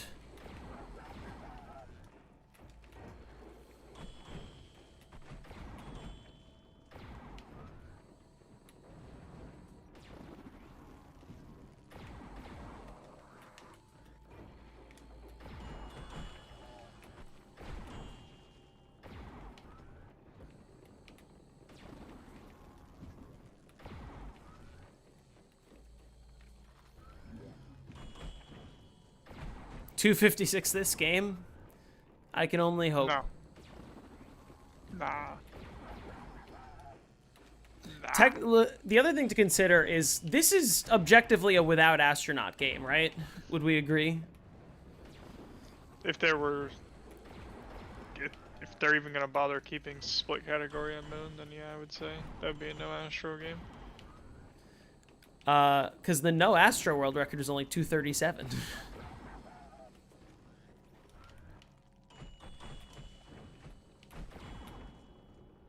I can totally beat that this game, even if I don't beat the 252. I could probably make a case as well, because like I said, what is the right now? What is the difference between what I'm doing right now versus Trapped Astro?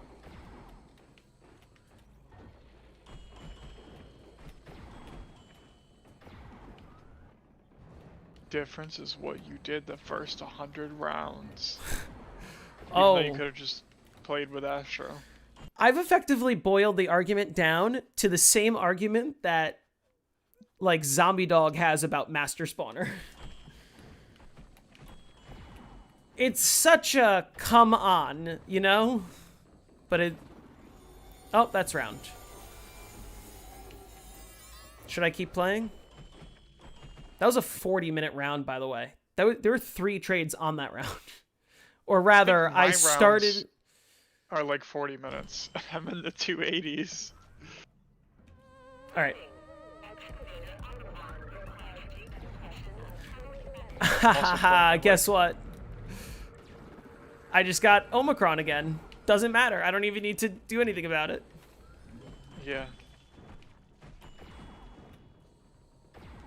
People You in your got to- chat be like, what the fuck? You got to Why isn't 116 he on BO3 Moon and quit out, realized how long a 255 would take. 255 on BO3 Moon, I could probably do in like 30 hours, which is really fast compared to most other 255s ever.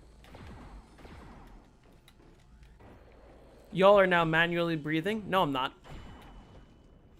But your Holding blinking my is breath when manual. you read that. Your blinking is now manual, and also, you feel the space between your toes. You feel your tongue in your mouth.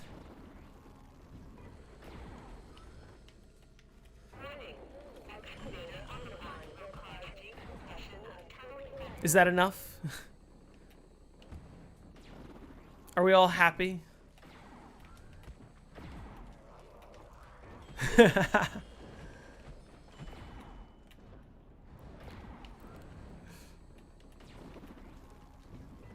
Someone make that into a YouTube short. I was considering expanding the channel by doing like more short form content.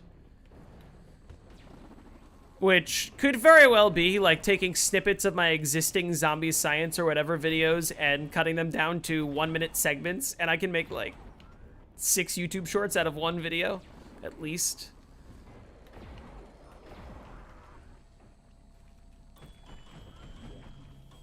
Are you having us mediate or trying to annoy us? I don't know.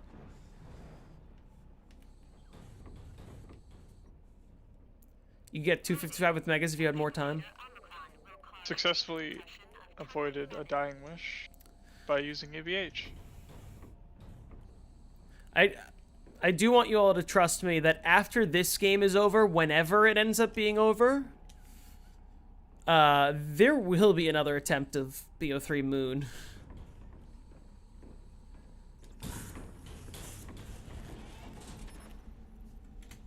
Hey, Ben.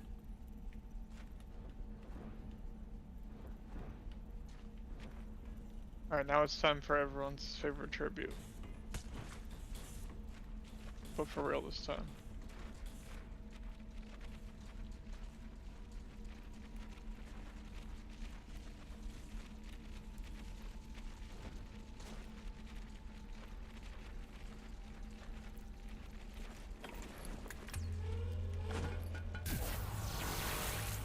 Warning.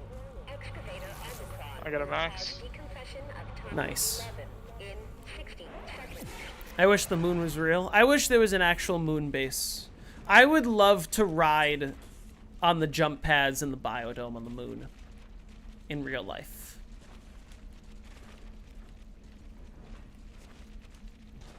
Also, imagine playing like laser tag in here with like 12 of your buddies. That'd be sick. Warning. Excavator Omicron will cause decompression of tunnel 11 in 30 seconds.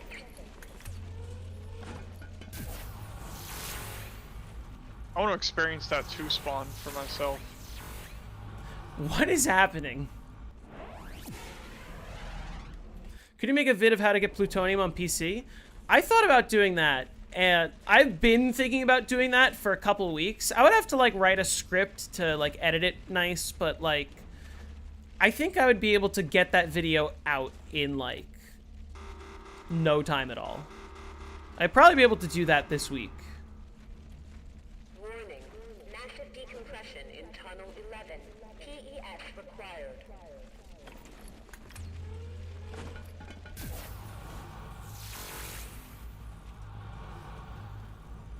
Bro. Now I have to check the boxes again. I don't remember the last time I hacked them. How many rounds has it been? Didn't I hack them on 144? Or like 140? I don't know. Where's a power up? Give me a nuke. I don't want to go hack the boxes if I don't have to.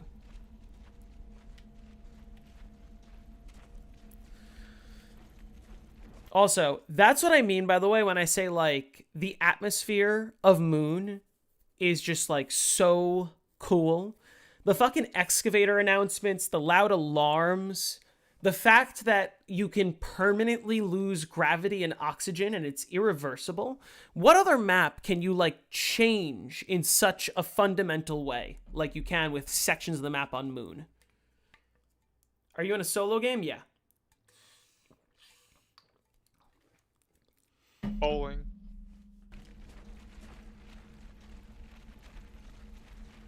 This does not feel like 23. That's because it's not. Okay, well, hopefully that turns into a nuke.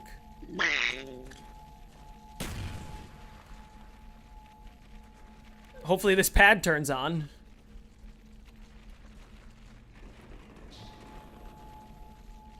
Come on, pad. Come on. Oh, fuck! I would have gotten the nuke too. Oh my god. Whatever. Let's just keep trading. I love my whole life is trading. Okay, well that box isn't hackable. Let's check the others. Please tell me one of them's hackable and I'm not wasting my time again. And I got like 4 rounders on all of them.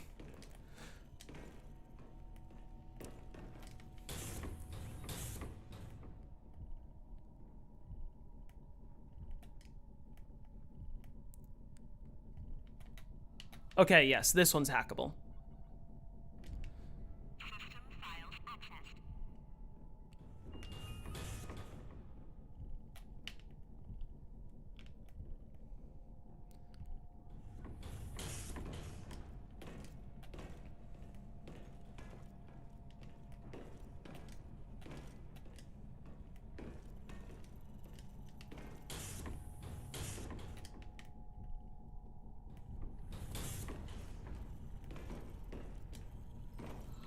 Okay, this one's hackable too.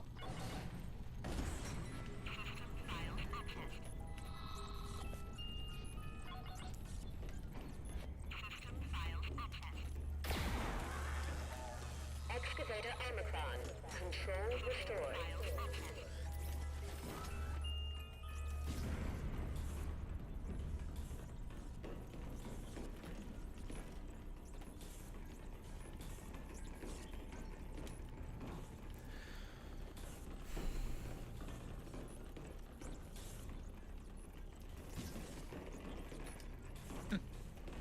Guess what? What? 289. Nice. Are you stopping when you hit 290? Yeah, probably. This round is probably my last round, especially considering I'm fucking trading again.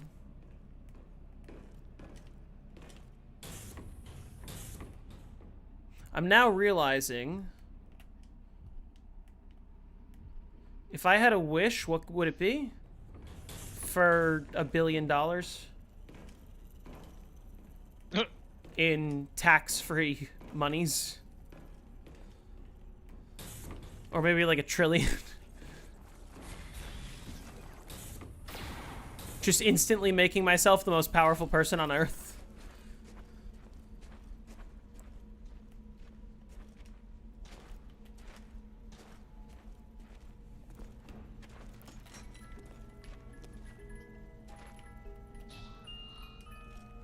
I got QED's first fucking hit. Okay, I guess I should just hit for Gershes again. Worst case, I use the QEDs when they get here.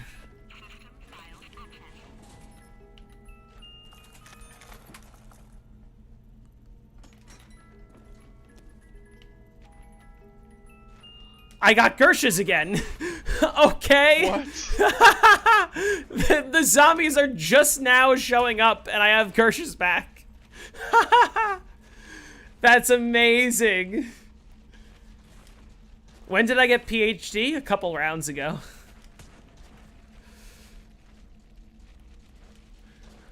Dude, I'm telling you, 8 hits before the zombies show up is a lot.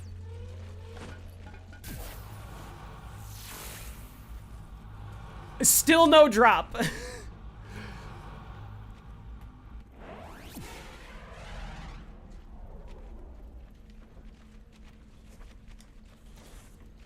Why not a card with infinite money?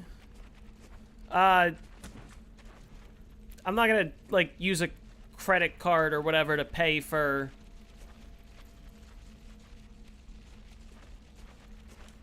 I don't know. Strippers? What? What if someone steals it? Yeah, that...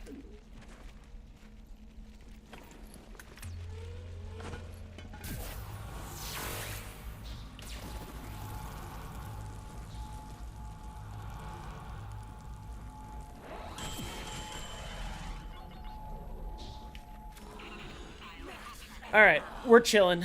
That was a great trade, all things considered. All I did was hack the boxes and fucking get my Gershes back as soon as I got back to the biodome. That's it.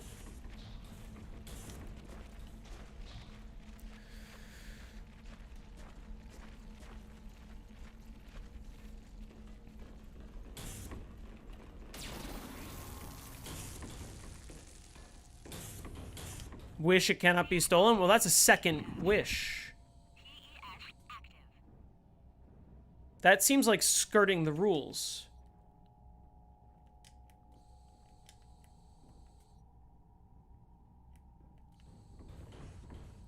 Credit card that only you are able to use. That still doesn't prevent you from losing it. Yeah. It just prevents anyone else from using it.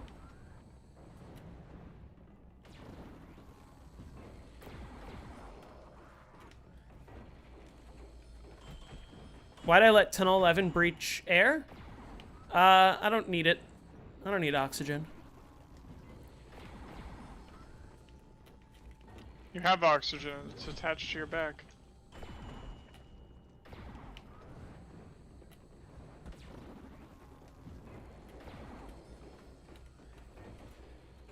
How much money would I need to have to retire from working?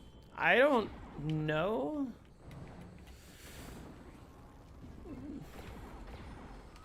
Why? That sort of depends.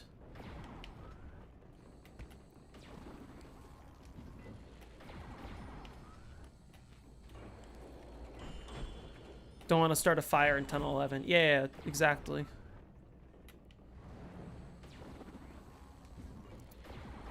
You know what would have been cool?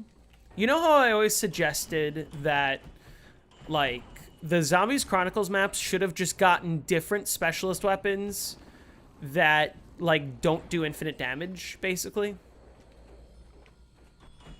Yeah. First of all, the World at War maps should have gotten the Purifier from multiplayer, which is the flamethrower. That would have been a nice tribute, even if you made it stop killing at round 30 so that it doesn't, like, alter how the map plays. You know what I mean? Go to 163 this stream? No, I'm getting off at the end of this round.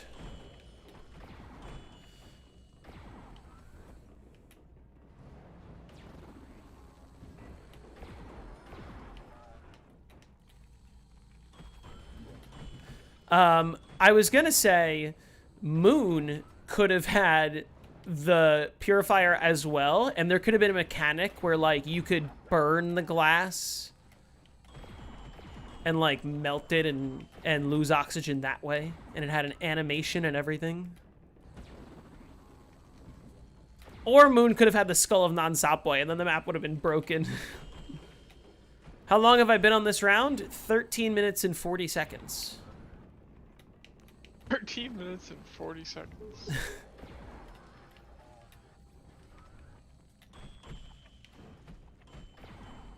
I'm gonna add a round timer when I get to 300 plus, I think. It's a wise idea, because you want to get a general idea of when the round is going to end. Also helps with planning. For me, it's sort of difficult because I never know when it's going to be a trade round, and as soon as it's a trade round, I'm like, shit, I don't know when the round's ending. You could track your kills. I could. Well, I'm tracking my max ammos mainly. Yeah. Like, I know I'm at the point tracking. where it's 3 max ammos around. When I get my 4th drop, and like how many tributes I've done. Did I temporal a max for that round? Shit like that.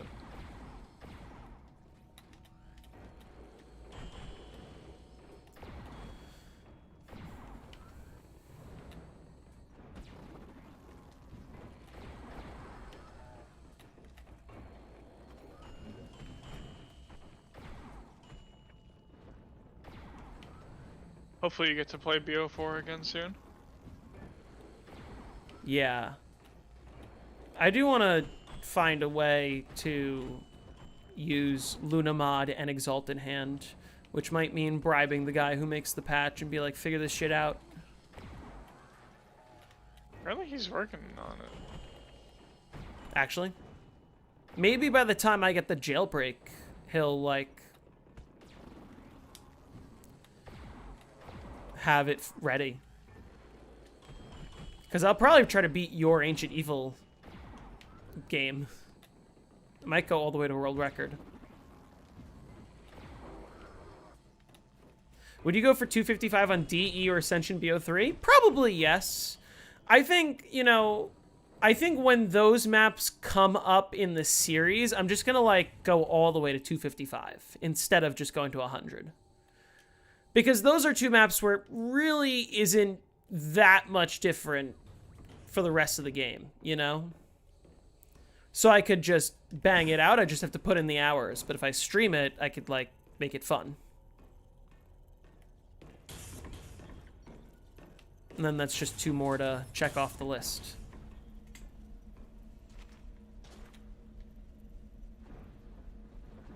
What about Kino? I would probably also 255 Kino on BO3. That would seem fun. Maybe give it like one good attempt.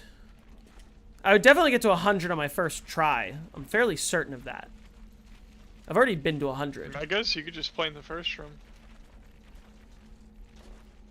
I don't think I'm going to run Megas. I think I'm going to run Classics, maybe? Or should I run Megas? What would people want to see? Normally you run... Probably Classics.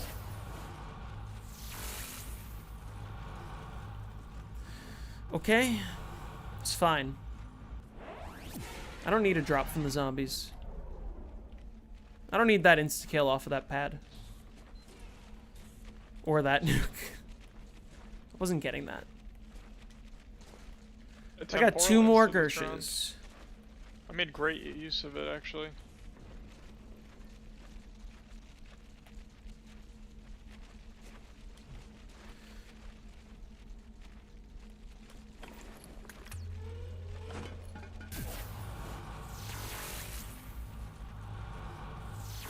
Okay.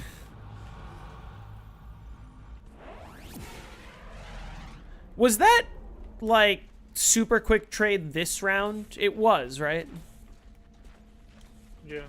Meaning I already hacked the boxes. I'm just confirming, just in case things go awry on this final Gersh, alright? That I don't need to hack any boxes. This what I just got?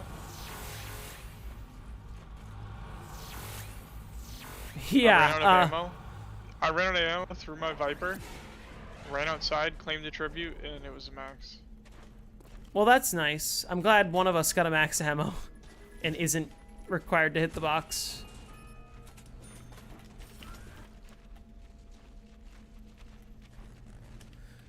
If I were to hack the Pack-a-Punch, would the astronaut get unglitched? Yes, he would.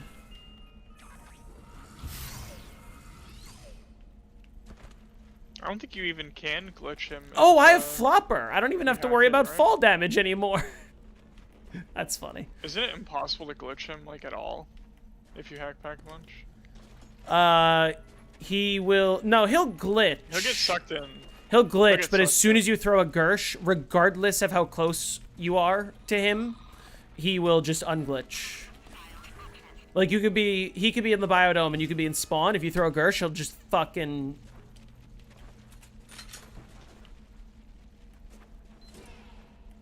book it over to you. Thought I heard a drop.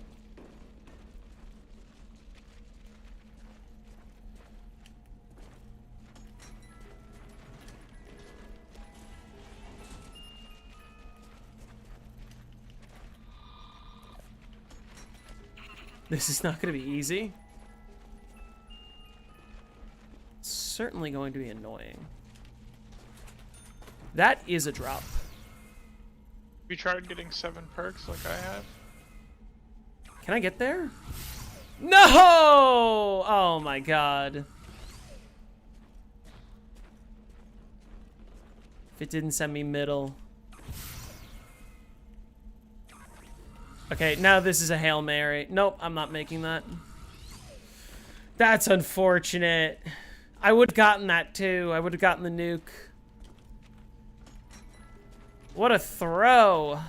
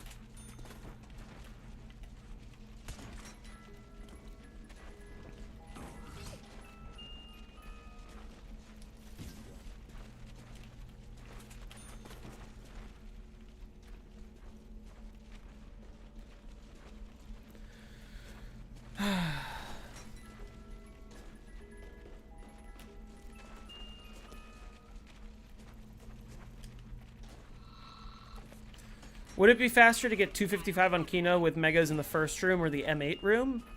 I think if you were to do it with Megas, you would spend a good chunk of the game in the first room, but eventually you'd switch to, like, alley and then traps. You're the just... Megas 255 speedrun in the first room. Is it entirely in the first room? Joel Simmons has the first room Megas 255.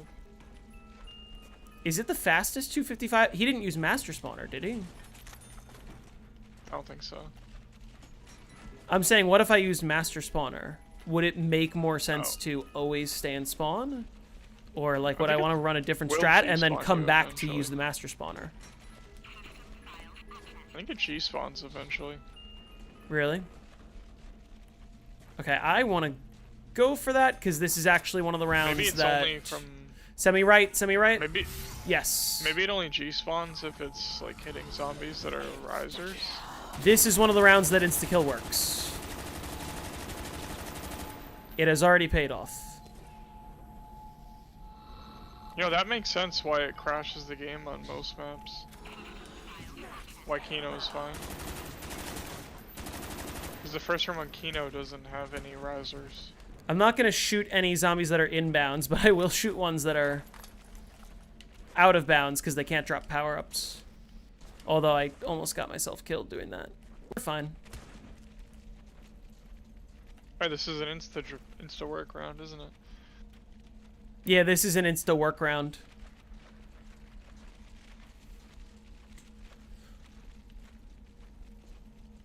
So, trade prevented. Always a good feeling. Dome drops win again.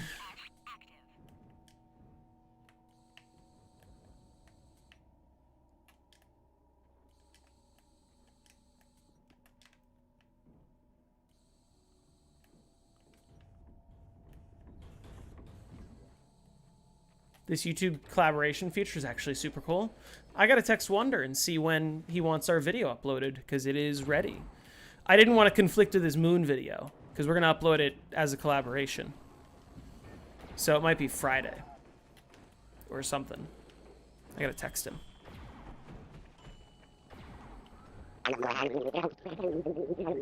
Or maybe tomorrow so it doesn't get drowned out by BO7. Although, wait, isn't BO7 really tomorrow if you're in New Zealand, which is everyone?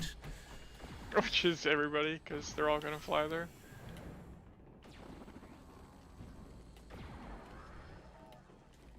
What if you use crate power and bullet boost? Would it still be better than M8 room? I'm saying the consideration is to open the map normally, run as many max ammo gobblegums, and also like death machines and insta-kills to just abuse the master spawner as often as possible, and then every time I'm not doing that, just run a normal strategy. What do you think? First room would be faster, just doing the same thing. Use the master spawner with the first room. Would I forego crate power, or would I have crate power? Because, like, is the consideration that an extra gum would be more helpful? You need to use AATs. You need crate power. I know, but, like, what if I just open the map and use 2 extra gums that let me abuse the master spawner. Oh, it's eventually G-spawn, right? I don't know. I'm wondering. I don't think it does on happens Kino. because, well, yeah, it probably only happens because of killing risers. Although, actually, if you have Novas First one on enabled, Kino doesn't have those. if you have Novas enabled, Yeah, how does that yeah. affect the master spawner? Novas, yeah, they spawn. They have a separate master spawner next to it. So you wouldn't want to enable Novas. So, yeah, I guess crate power would be the move. Alright, good night, JP boss. Let me take one more Rippington for the road. One more Rippington for the road. For his road, of course. Cheers. Just one road?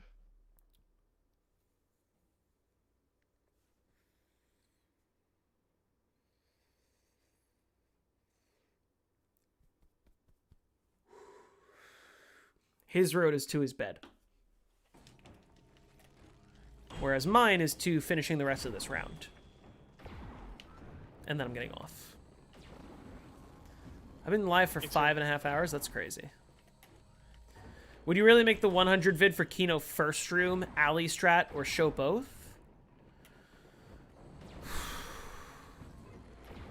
I'd probably want to show both. That's why you'd almost want to do classics and just like show the normal strat. But You know what I would genuinely could be do? more interesting to show like megas, but I don't know. You know what I would genuinely do? Go to 100 with classics on Kino. Just running like alley and then M8. And then quit and go to 255 running first room megas.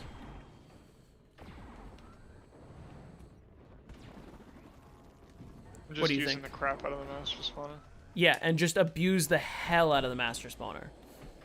And like every time I can't do that, just full horde with the T-gun, but like I would just be spamming raindrops. I'd be spamming fucking fatal contraptions. I'd be spamming, like I'd probably get an upgraded dingo even.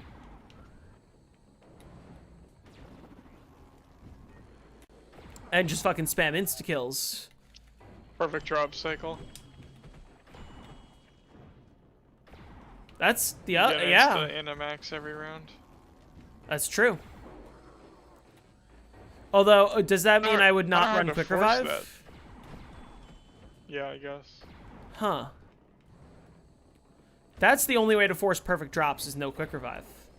It would be a lot faster because you'd get an insta every round if you could get perfect drops. Can you use the death machine alone on the master spawner? You can with double tap, right? But like not consistently. I don't know. It works better if it's on both. A high round. It works best if it's an insta-kill and a death machine, is the thing. Definitely, yeah.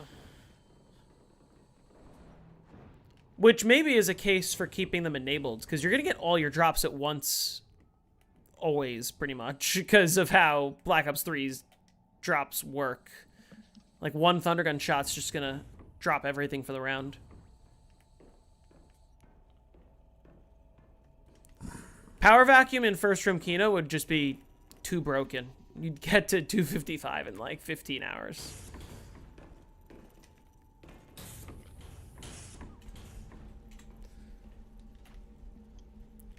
I still have 2 drops left on this round. One of those drops was the Dome insta-kill.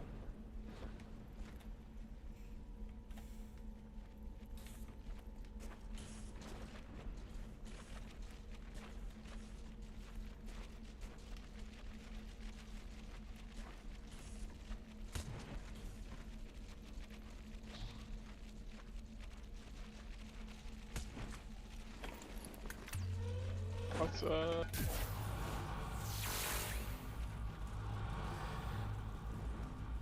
Is insta-kill drop-off like insta-kill rounds where it's every other round? Not exactly. So it starts on 139, and then so it starts on 139, and every round doesn't work, and then it works again on 147, 148, 149, 155.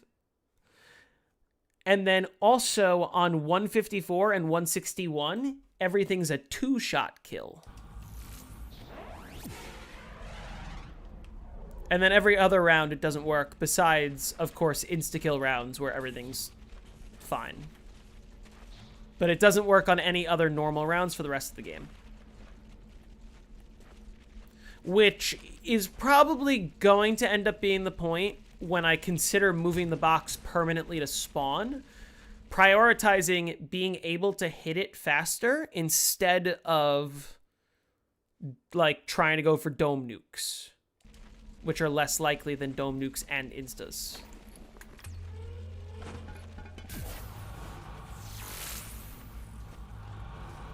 Okay, can I get a drop, please?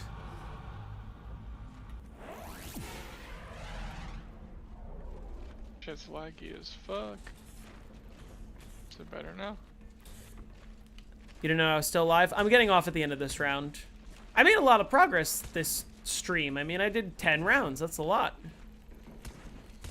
Considering how many of them had trades.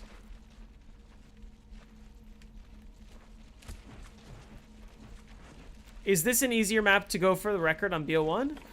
Possibly. It's not the easiest. You gotta be fucking joking.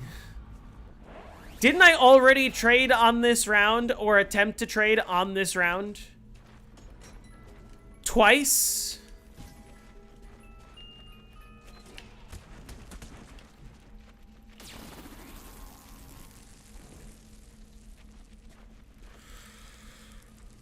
That was a little close for comfort. Okay. God damn it.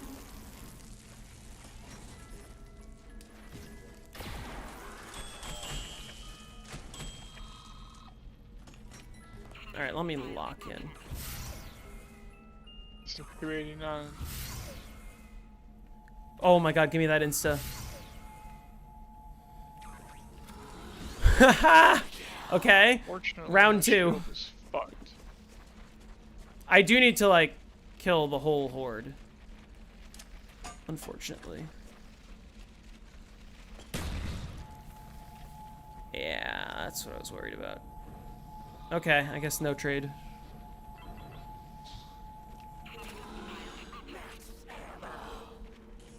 This is honestly fine.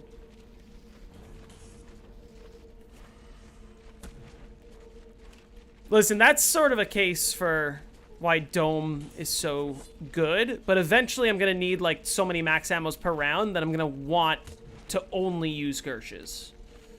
And like really force 8 power-ups around. So I will end up moving the box back to spawn. But not yet.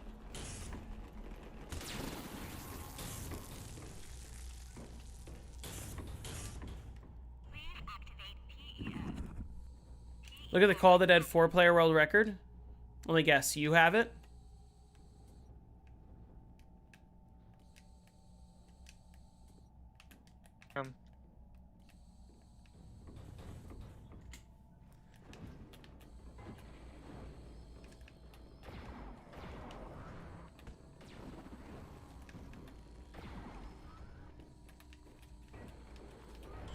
No.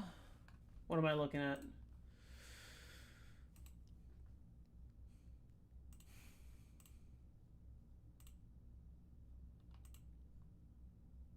What about it? I know about this.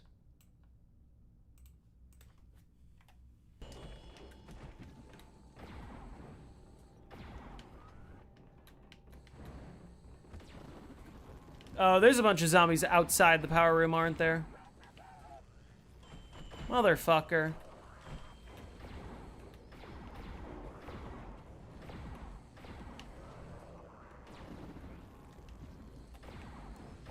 It's almost all of them.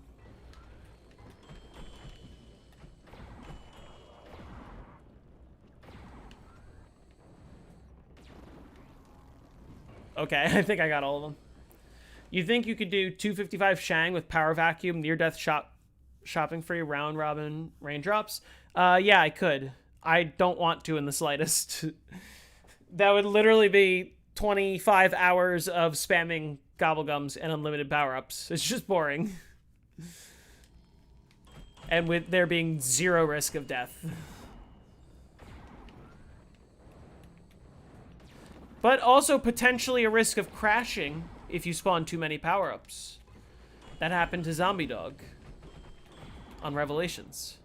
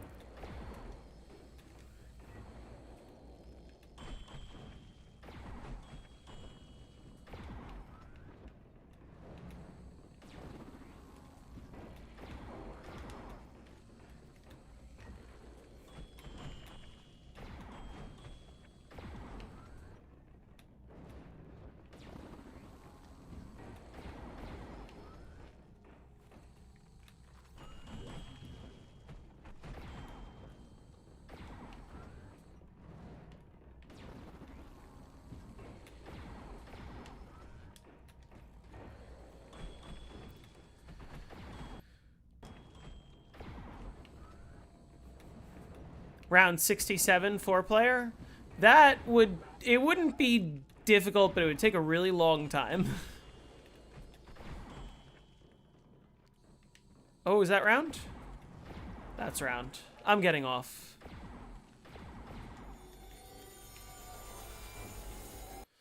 Thank you all for watching. Good night.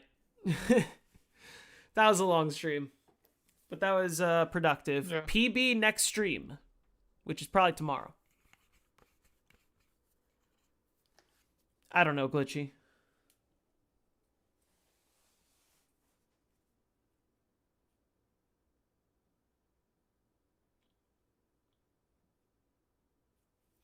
Very happy that I got Flopper.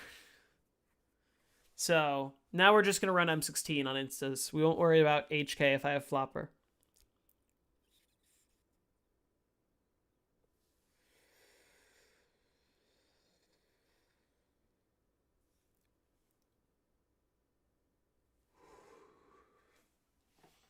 No more going for world record or PB. Going for PB. And we'll see how close to the world record I can get. My luck is probably, like, just not good enough that I probably can't beat it. And you can tell this early in a game. But I want to just keep going and see how far it goes. I'm 2 rounds away from PB.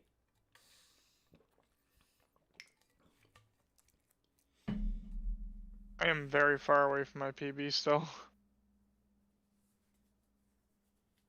On Ancient Bro. Evil? Oh, yeah. Alright. Good night, everyone. You think you could beat Ferret's record in the future? I want to see how far this run goes, because I am strongly considering dropping everything I'm doing and, like, grinding until I have this record. But I want to see how this run goes first, and, like, I also want to play BO3 Moon, so... And I also got to work on the series. I'm sort of debating. It's like the whole, do I focus on YouTube or do I focus on, like, getting better at whatever it is that you're doing? Like how Gotham Chess says, do I want to focus on becoming a GM or do I want to focus on YouTube? Get a second PC so you can do both? Well, I have consoles. Like, if I'm in a pinch to make Black Ops 3 content and I can't use my PC, I'll just use my PlayStation. Not for Moon. I'm going to use my PC for Moon, but, like, if I need to make a Zetsubo video even, or, like, a Kino video, I'll just do classics. Getting a PB could make a video too. I mean, it could. Maybe I'll have Wizard do some stream highlights.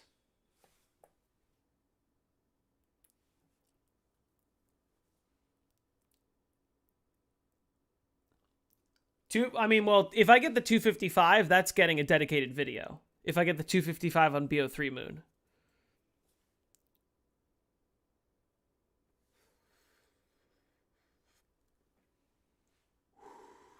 You don't get custom camos and you can't patch box? I don't need it. I'm going to do it the old-fashioned way. I'm going to do it the same... You can just lock the box. You on can just Moon? freeze it and remove the sales. On BO3? Oh. Yeah. I could do that. It's New harder tech. to do on controller, though. Yeah. It's not impossible, but I had a much easier time doing it when I used my keyboard and just mashed the button as opposed to the controller. And it's because of the delay. Not from the controller, but that same delay that you told me to use the command to get rid of when I was hitting the box. It's that on BO3. But for picking up the weapon...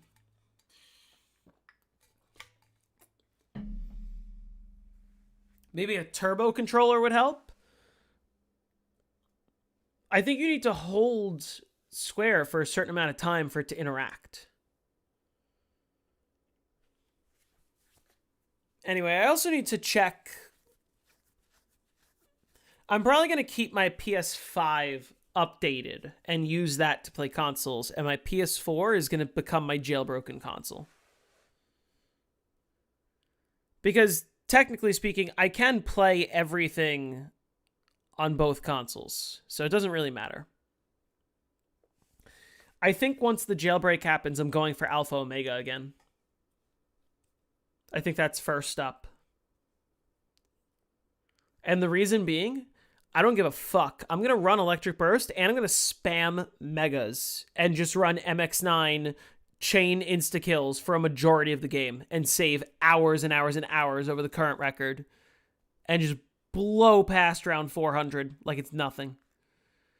Can you post a link in chat? What link? Nightbot's gonna not let you do that, and I'm not signed into my YouTube account right now, so I can't tell Nightbot to let you do that. A mod can.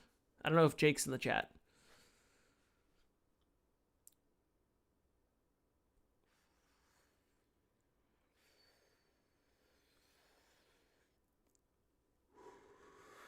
Why no power?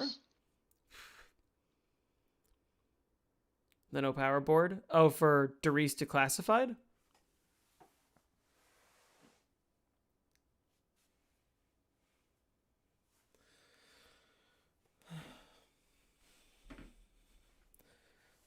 Yeah, by the way, when I said this, when I hit 255 on BO3 Moon, it will have a video where the thumbnail is the exact same thumbnail that is on this live stream right now, except I'll mean it. And the title of the video is going to be Moon Round 255 Joint World Record. And it's going to be the exact same format as my Shadows video and my Mauer video and my Revelations video and my Shinonuma video. And technically that one Liberty Falls video, but that was sort of different. It's the same. Ag. You ready? You ready to hear the video format? It's going to be me explaining how long the game was and like what I did to make it happen. And then by the way, the full gameplay is in the description, so feel free to enjoy. Here's a full tutorial of everything I did and how you can beat me. That's how I do all my world record videos. Revelations I lazied out on, because that's a lazy record.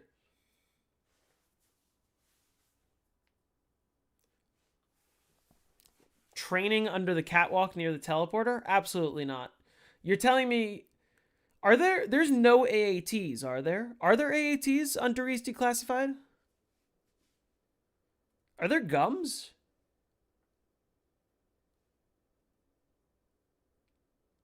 No AATs and no power?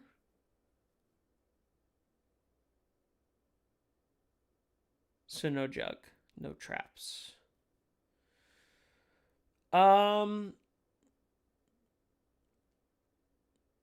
right. So wait, what would you be doing then?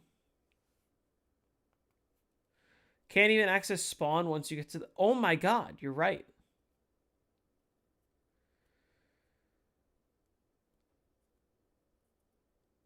Huh.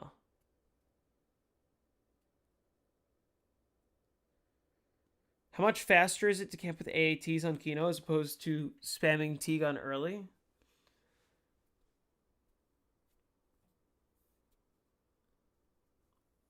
Uh, where would you camp with AATs? Yeah, what does camp with AATs mean?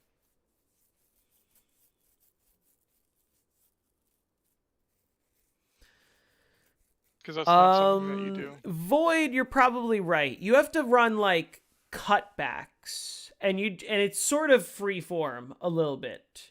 Like you got to use the space properly to sort of make sure the zombies stay in front of you.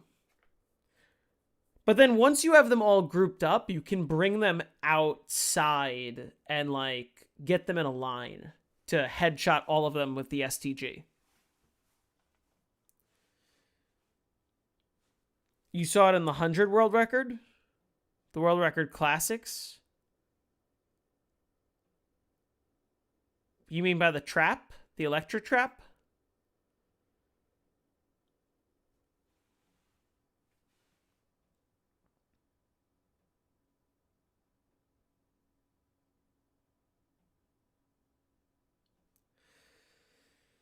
Anyway, I should really be getting off.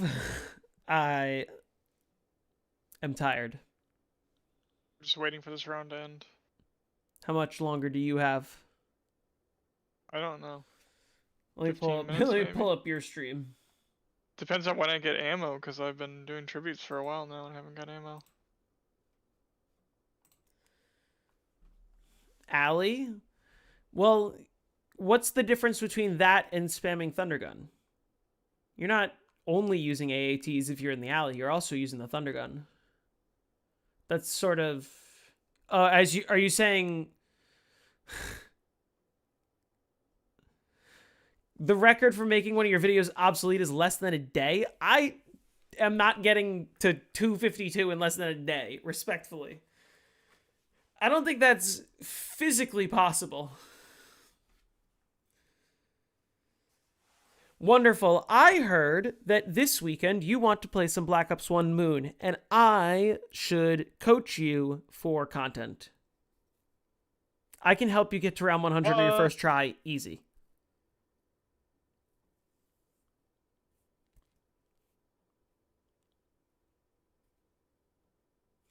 Also, by the way, the video for the custom map we played is done. And so I'm waiting to upload it because I want to upload it as a collaboration with you if you want to do that. So it like notifies all of our subscribers, and you know, that's actually a good way for both of our channels to grow. But I can't post it right now because you just posted your video. So when do you want to post that? Because you got to give your video however long.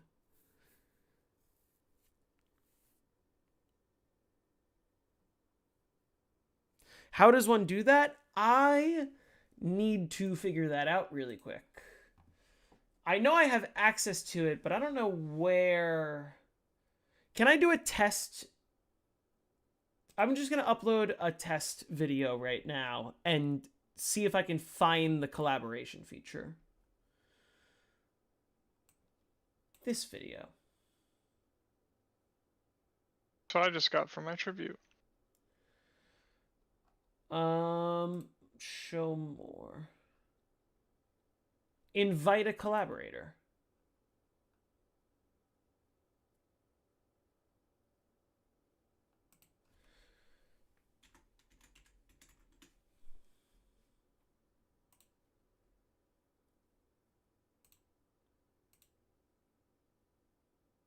Oh, okay. I figured out how to do it.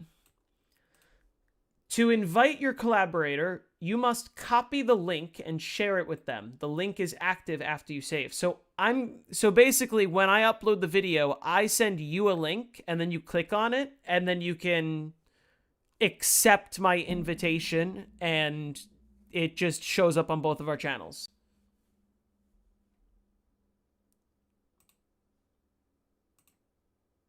I'm not showing the link on stream right now. This is a test video.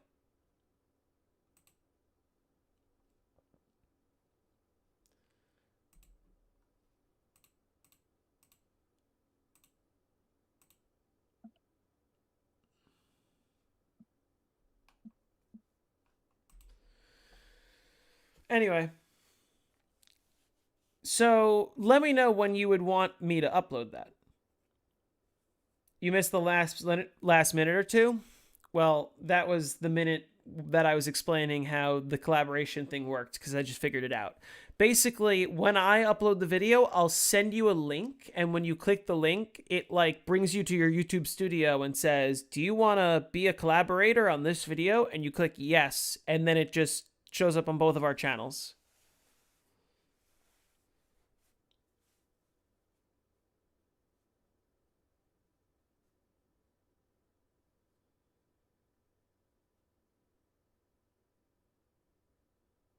Can't believe bro's still awake. I can't believe you're still awake and you're not even streaming, bro. I meant to get off stream how many minutes ago? 10 minutes ago? Still 20 viewers. Yeah, I'm not playing another round. I hope you all guess realize. What? I just hit 290. That was my controller disconnecting, by the way. Let's check my SPH. What do you think? 290. Okay, well now that Jake's getting off, I'm definitely getting off. This was a very productive stream. I completed... Wow. Dude, my SPH is 7.3. I completed 10 rounds. That's fucking good. Hold on. Let's do 7.5. 290 to 353. I got another 51 hours until world record. And 400 is another 100 hours. 103 hours. Alright, have fun on your journey there. I am going to play the map that I only can play for another 58 hours maximum if I get there.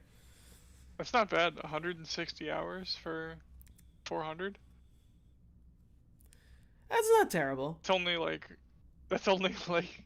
Listen, I'm spoiled. 90 hours longer than Tag. I'm spoiled, alright? When somebody makes the Tag Der Toten world record history video, they're going to be like, Jordan played a really quick game. 95 hours to 410 is dummy fast. Although it's way more beatable now.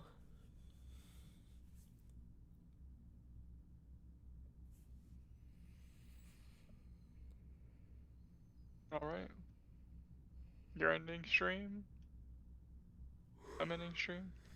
Alright, good night, everyone. I'll see you all tomorrow.